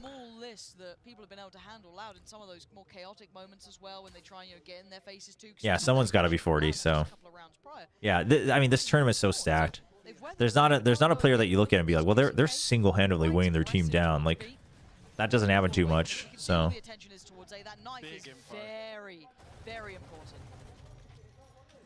Problem being, R2 lurks elsewhere, so Les has to consider the possibility. Oh, this off angle. It's going to mean everything for Loud. One way or the other, it's going to mean everything for Loud. Caron to try and find something. You know the trouble with co-streaming at like in the wee hours of the morning is that you end up speaking relatively softer and you end up just using your throat entirely for your projection. Really hurts your voice. I mean, they know the KO's there. Tui's. Thing is, do they suspect? Oof, rough from less. Well, I guess QCK. Surely you don't get a 4K with the stinger. There's problems here. He was noted on the knife, so what are you meant to do at this point? They're going to know he's in hell as Yeah, well. surrounded and hounded. Looking lucky. That's cruelty. That's what you get for trying to come ahead. Dude, he actually did his best to try to get multi-kills. He bursted that. 12 HP there. But a 7-3 lead for GENG. Rankings are hard. I mean, everyone has their own opinions. It's hard. Everything but the null command committed in the previous. And that's why it's fun to look at, though. Hunter's Fury, Blade Storm, and a TP of their own. Have you ever considered collectively calling your subscribers a Viper's Pit? That is actually genius. Really looking to stretch Loud out in this first half of Ascent. Lakio's like, what? Why do I have to be the one that dies? Well, I just can't believe it, but a string of rounds unanswered here. 5. That's huge. And again, Chobra's Pit could be misconstrued. they have seen him make it out alive. Caron does find Tui's in the meantime as well. Caron coming back online. Oh, he's drifting out short here. Look at where the death. I mean, GENG is very well aware that Loud's going to want to start pushing out. Right? The retakes aren't working as well for them, especially because of the speed that GENG's been hitting them at. Look at all these pings, man. They know every position. When there's a pit on one side, they're going to check every position, and he antis it. So quick on that. Can't do much more though. Finding one is really valuable considering they already noted that position. They were already heads up about it. That is wild. GENG. Bloody impressive this side. I think only noting texture there, but maybe a little bit of a red herring. Okay, deathballing it. This is what GENG does best. Chat, I'm so glad that my breakdown of GENG was so on point. Like, yeah, they've changed things up and they've improved, but at the end of the day, their biggest strength is the 4-man deathball. Good rolling thunder. Should buy a lot of time. Now, Sadok's waiting to see if they rotate to A, so that's why he's not providing backup just yet. The flashes, so he's just going to plant safe. Texture. Ooh, dude, what a shot from Kawanzin. And it's Sadak slowly working forward, finally gets towards the B site. The one way goes up as well. That's half of the entry points. Okay, he knows the Killjoy's in the site and not back site. Meteor was playing a little bit closer, tucked by the boxes. But so much to clear in so little time. You can hear it. That spike ticking. His time dwindling. Running low. Ah, this is so hard. You just have to like jump down and get the double spray down, and to avoid that, Karen's in the smoke. Has no hope in it. GENG playing an exceptional game here against Loud. We could be in a similar situation to what we saw on Breeze, which is just too few rounds to really make this comp change. You know, get limit tested. Give fair chance. Ah, it's very good. I mean, again, I have faith that Loud's gonna cook on Ascent, but it's already kind of run away with it, right? 4-8. No matter how good your attack is on Ascent, like that's a feel bad second half. I think Tex should be up there for series. Dimensional drift is there. He has been exceptional. Get out of my way. Right place for it too here though. Quite a lot of Loud on the other side on A. Only the KO getting tagged. That's tempering the pace a little, allowing Texture to probably get a little bit of work done with this operator. dude. Sadok with the judge. This is the round, chat. This is the Loud comeback. Purchase from Loud, equating to some form of aggression across the map. But The Euro TP, I'm actually not sure. I didn't really check for that. It's a good question. It might have just expired, or he might not have had a second one. Like if it expired earlier, because they were on a half buy. They're still gonna be happy to hit on 20 seconds.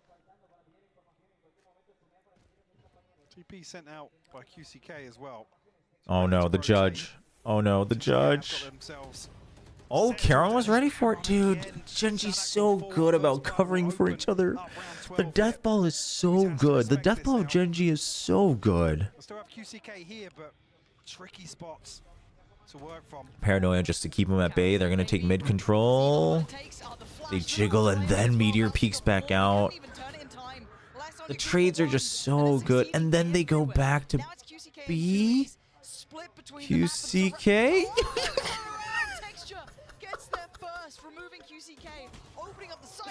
You just see both characters like freaking out.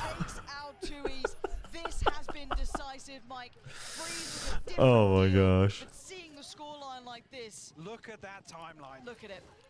Look at that. What Oh can you say man. about it? That was a masterclass from GENG there. Absolutely is, and we do still have the questions that come out, but I mean, coming out of that, it's a tall. Oh no, it's back. The Munchkin. What the F are you doing, guys? For us to even have a chance to see what that new Euro is going to look like, what they could do on this. I'm not sure it is. We never know, Pansy and Hyperk. We never know. But the thing is, Oh man, the Jet updraft. I mean, overall they were just trying to really bring her power levels down, right? So you have the charge up on the Tailwind now,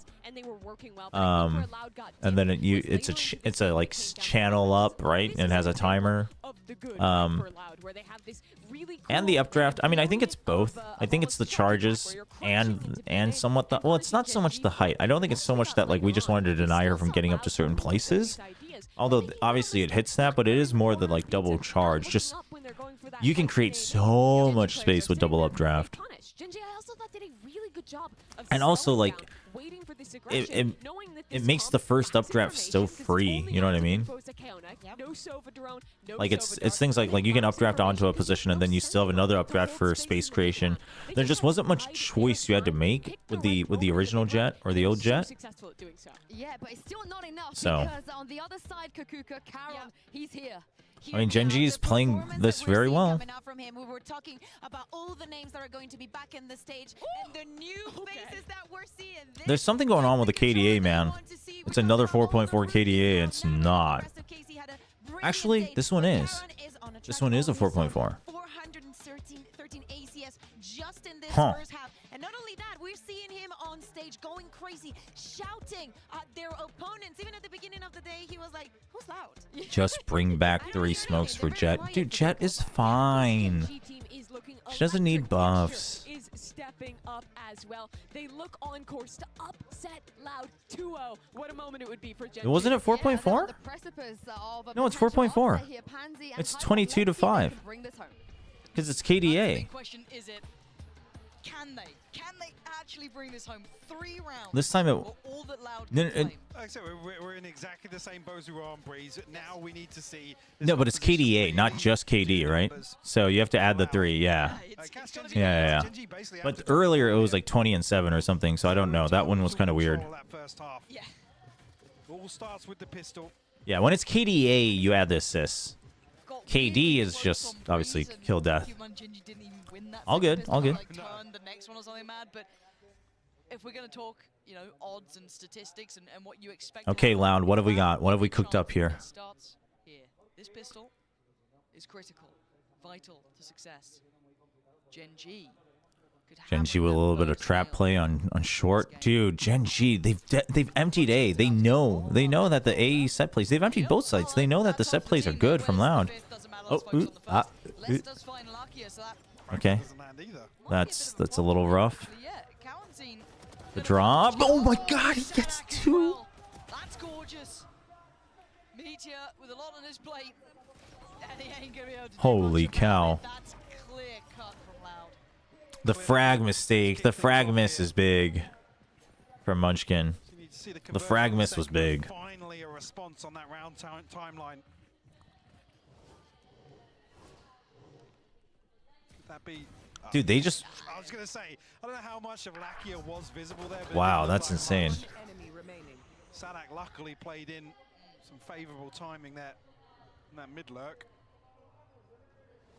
Round by round. No investment here from Genji. Haven't seen it since Icebox.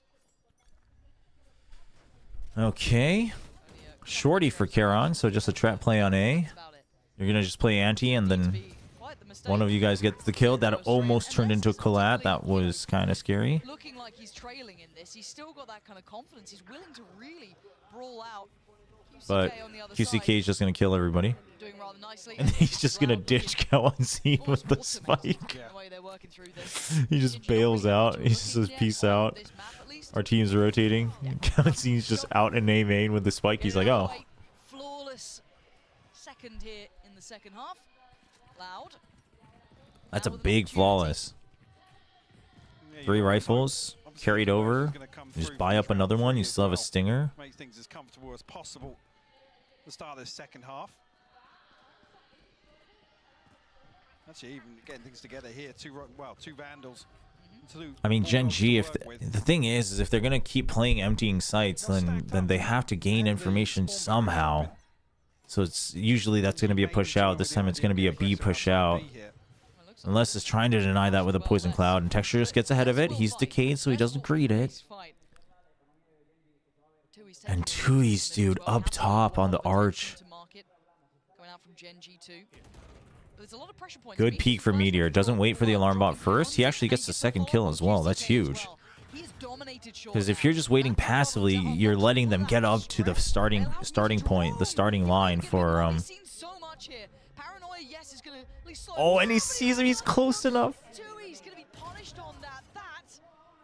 Huge round.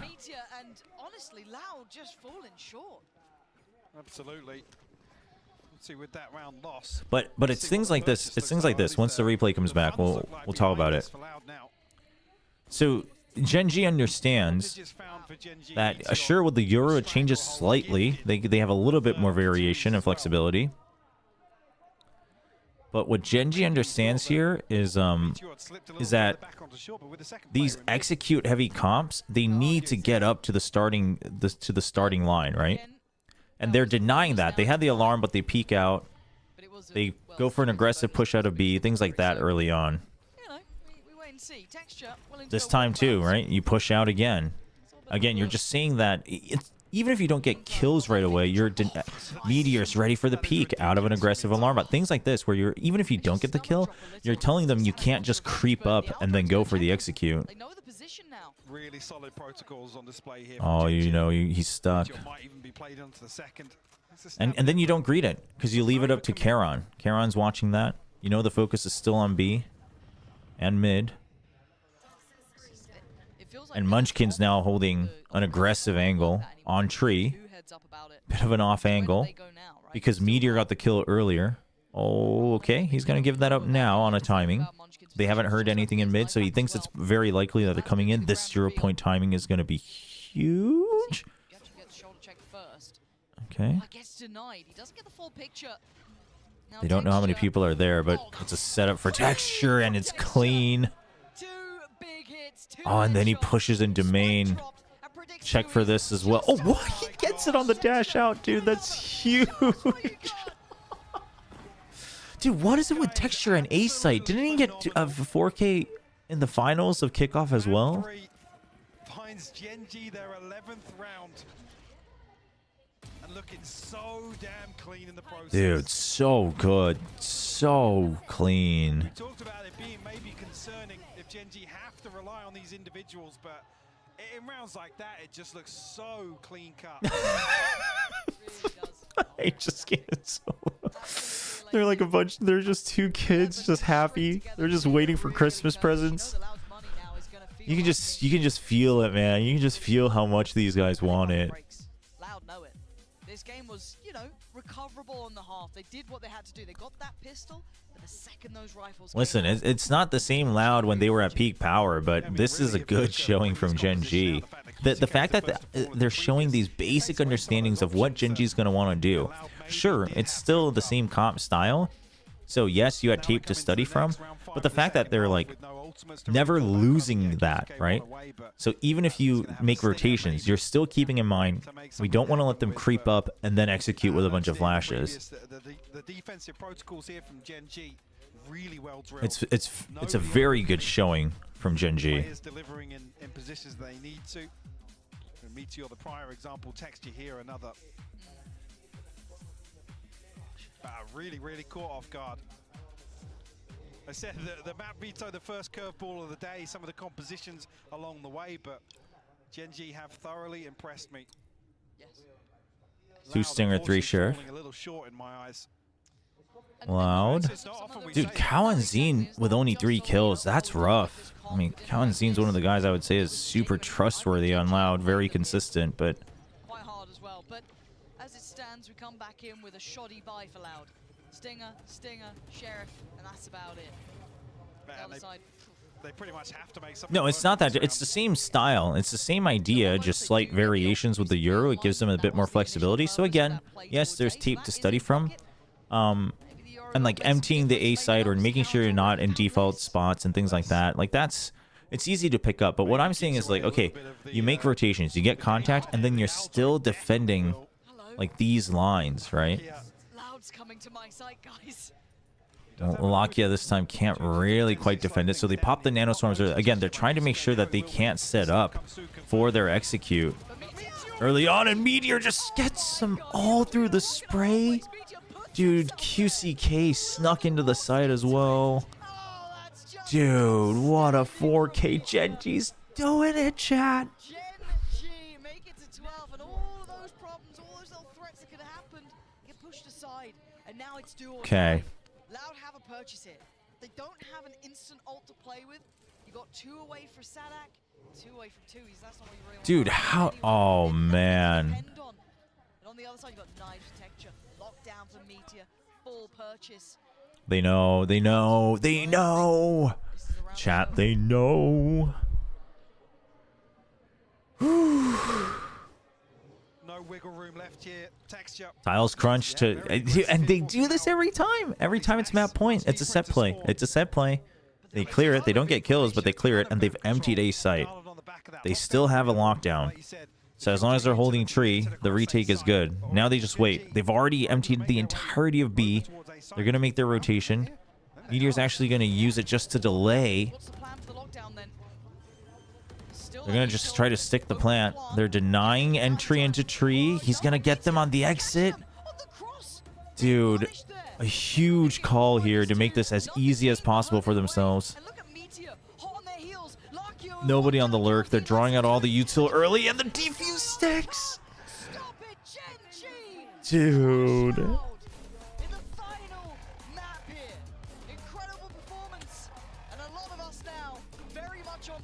Oh man, what a win.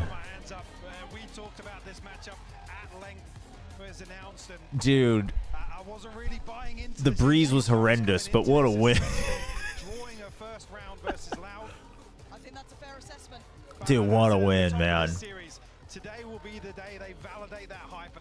Dude, I'm so happy for GENG. I'm so happy that they played like they played at the level that they played the finals of kickoff. That's what I'm happy about. I was afraid that they might have a slow start again at Masters Madrid.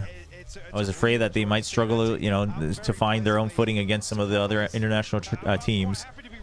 And that's not the case. I think that's the biggest news for GENG fans, is that they played their game. They played their game. It wasn't perfect. It wasn't unbeatable. But it was a good game.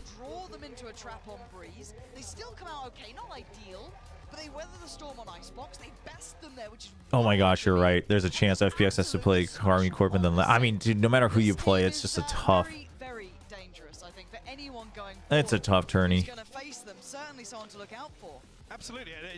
Coming back to another point we made throughout this cast as well, probably one of the most preppable teams in terms of the amount of tape here. The entire map pool has been shown throughout kickoff as well, and a couple of bumps along the way. Like I said, some of those series that play regionally weren't a walk in the park, and they didn't look good, to be honest. I wonder if they're gonna do a separate interview on the Korean stream, like with a different player. This performance on the international stage, that's what we're looking for. That was the main question coming into today. We used to do that on the Korean stream. What a win, though. Let's check in on the Korean stream. The depth of the map pool worried me because they play a lot of the maps. Where it was like, okay, well, how?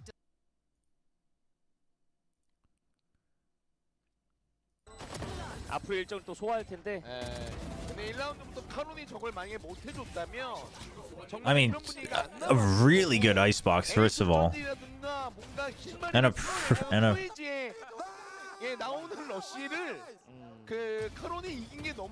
very, very solid ascent. But icebox was just such a good map between the two teams. 국내 팬들이 먼치킨에게 응원 뒤에 많은 부탁드리겠습니다. 그렇죠. 예. 상쇄를 해줘야 돼. 상쇄를. 여러분들이 해줘야 돼요. 예. 그리고 이제 그 오해가 있을 수 있으니까 여러분들 SNS 상에서 먼치킨이 꽤나 예의 바른 선수라는 거를 그럼요. 예. 여러분들의 도움이 좀 The Korean casters are talking about how Munchkin was taunting them across the stage. 야, 근데 진짜 Oh man, I'm so happy for GENG. I mean, obviously it's just one match. Like they could still get eliminated, sure, but it's just a good showing. It's just a good showing. And I was afraid that, you know, Loud with their tenure. 때문에 스테이지 인터뷰를 진행한다고 하는데 카론 선수와 이야기를 나눈다고 하네요. Oh, they're just gonna follow the stage interview. Okay. Let's go back to the mainstream then. Even higher up potentially. It's always that kind of like, okay, it's still group stage. Oh man. I knew someone was gonna say it. I knew someone was gonna say it. And it's the truth. It's the truth. We have to keep this in mind. Lakia didn't even need to play and they still won. Menuda partidaza que acabamos de ver. Estoy aquí con Karen y con Jen. I'm now joined by Karen and Jen, who's going to be translating for us. We got Jen to translate, so we'll just listen to their translation. Performance that we're seeing here on stage. At the beginning of the day, you were saying, "Who's Loud? I wasn't here when they were world champions." Is that the same feeling that you felt on stage? 카론 선수 오늘 승리 축하드립니다. 오늘 정말 좋은 모습을 보여주면서 승리를 가져갔는데 오늘 경기 전에 라우드가 누구냐, 내가 그들이 우승했을 때는 내가 없어서 걔네가 우승한 거다라는 얘기를 해줬잖아요. 약간 경기하면서도 그런 느낌이었을까요? 당연하죠. 일단 자신감을 가져야 되는 게 최우선이기 때문에 그런 마음으로 같이 임하고 게임했습니다.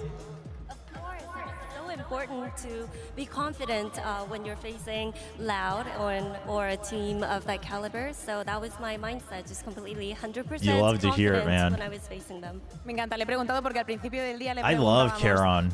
¿Por qué dices que no le tienen tanta estima he's a a Loud? monster in the Porque él ni making, siquiera man. jugaba cuando Loud se hizo campeón del mundo. Dice que incluso estando hoy en el stage, él ha dado el 100%, han estado muy seguros de todo lo que han hecho.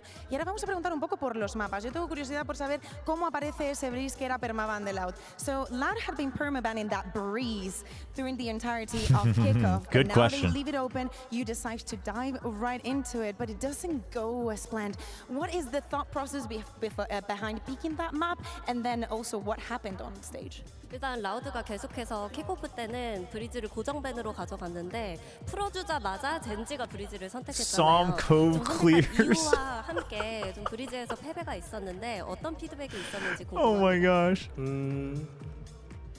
일단 저희 하던 대로 못한 것 같아요. 그리고 약간 좀 유리할 때 That fan side is brutal, man. 이게 불리한 경우로 가는 경우도 있었고 그런 부분을 이제 줄이면서 이제 게임을 하자 이렇게 피드백이 나왔습니다. 뽑은 이유는 그냥 자신감 있어서요.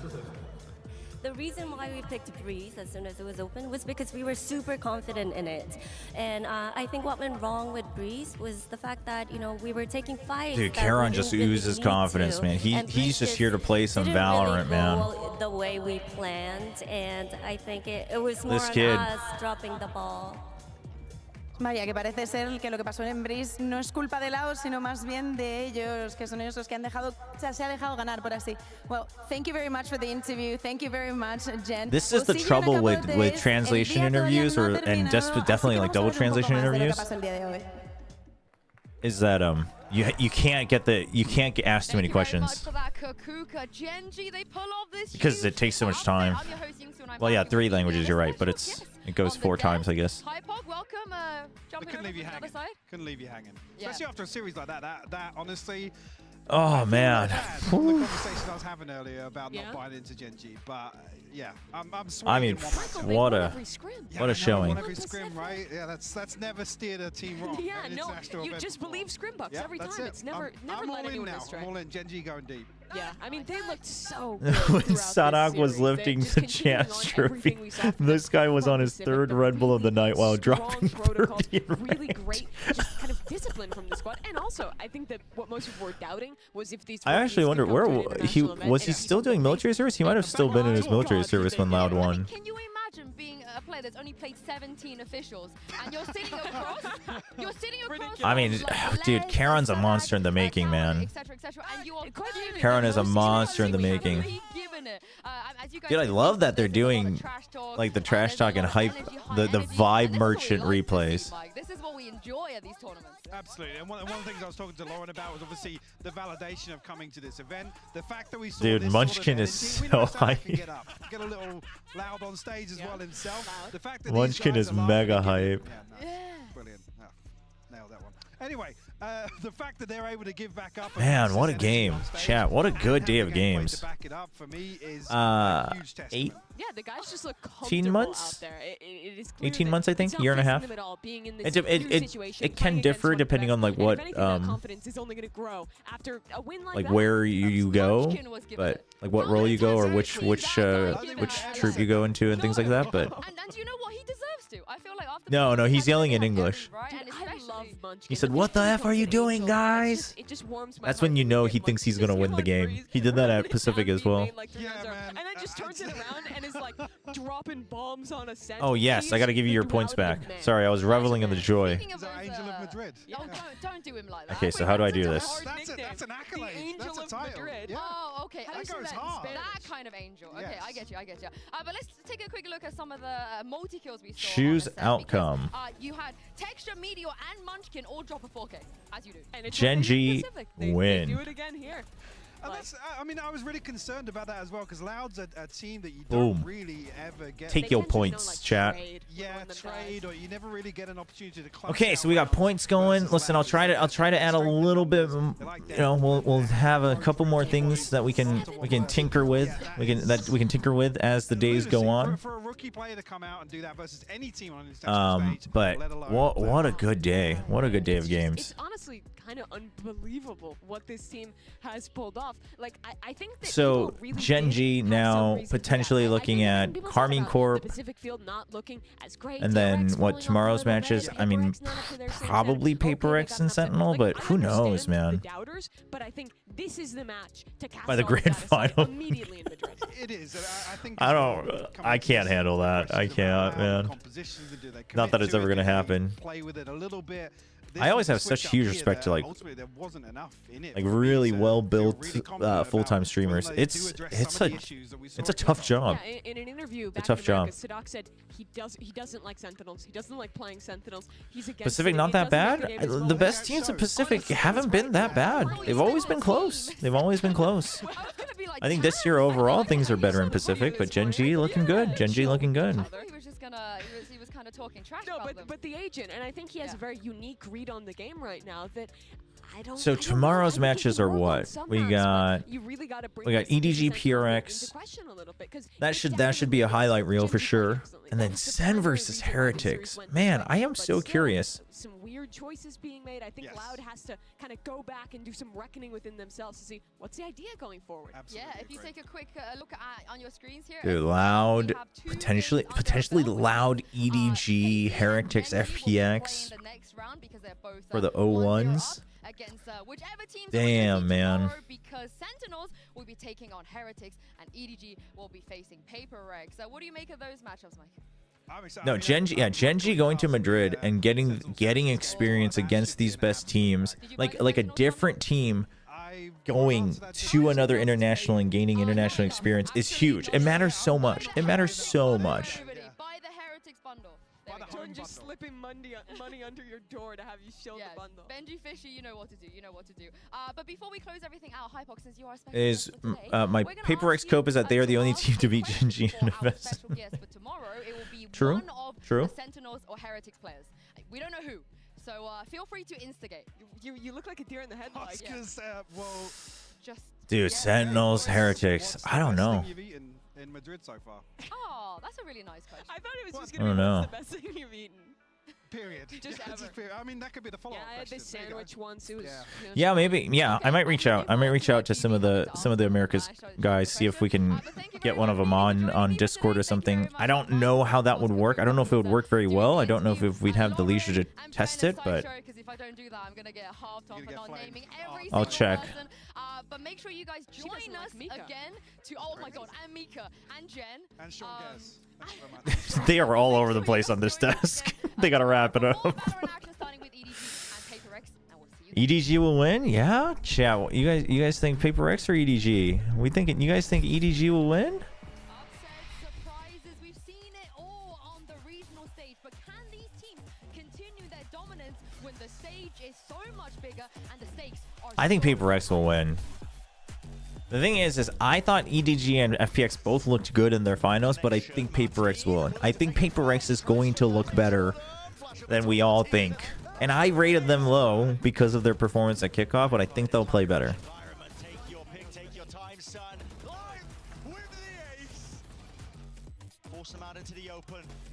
And this isn't because I'm underrating China. I just think Paper X will... I think they'll beat EDG. I don't know. I don't know. We'll see, though.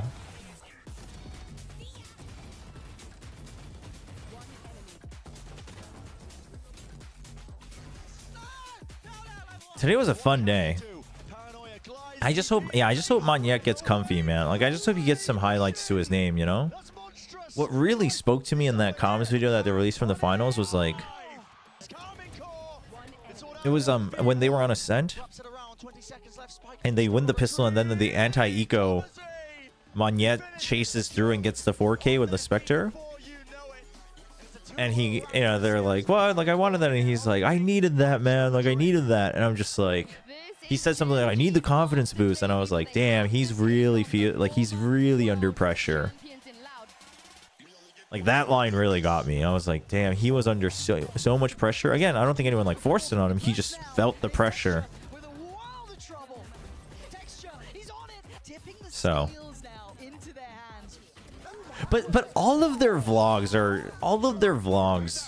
make it sound like they're trolling. But I think at a certain point that's just how they play and prep. You know what I mean? What was it Champs or AVL when they're like they just take was it JD's like pistol strat? No, this was in Fracture, so it couldn't have been AVL. And they, you know, they just say like, "Oh, you guys should just go dish and do 5-man drop," and Forsaken's like, "Oh yeah, like should we take your pistol strat?" And they just do it. Like that's just them, you know what I mean?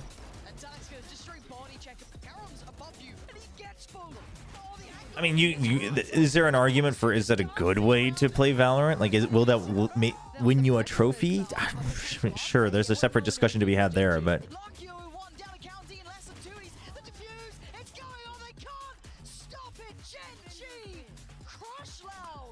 Okay, Carmine Corp versus GENG, who would win? If that is the matchup.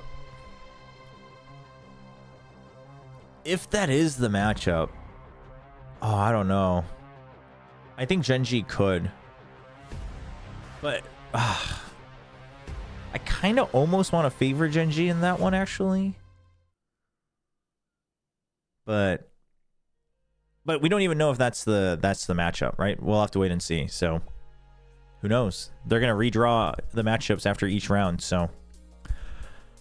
Well, that's going to be it for today's matches. Not bad. 5:30 a.m. Well, it's reasonable. Reasonable time to end a stream, don't you think, chat? All right, so we will be back tomorrow for these matches. You got PST time zones if you're living in the States. For me, it is going to be midnight again, so we'll come back online around like 11 or 11:30 p.m. Kind of talk through, prep for the matches. Maybe do some more setup on the stream. You know, we'll add small part by part. We'll build this into a full-on rocket ship of streams as we go through Masters Madrid. But thank you so much for all the new people who dropped by the channel today, all the new follows on Twitch and YouTube. Really appreciate it. Of course, all you guys who stuck around. Always a joy chatting the game with you guys. Hope you guys enjoyed the show. And we will be back tomorrow for more Masters Madrid. GENG won. They're 1-0. Let's go. Woo! All right. See you guys tomorrow.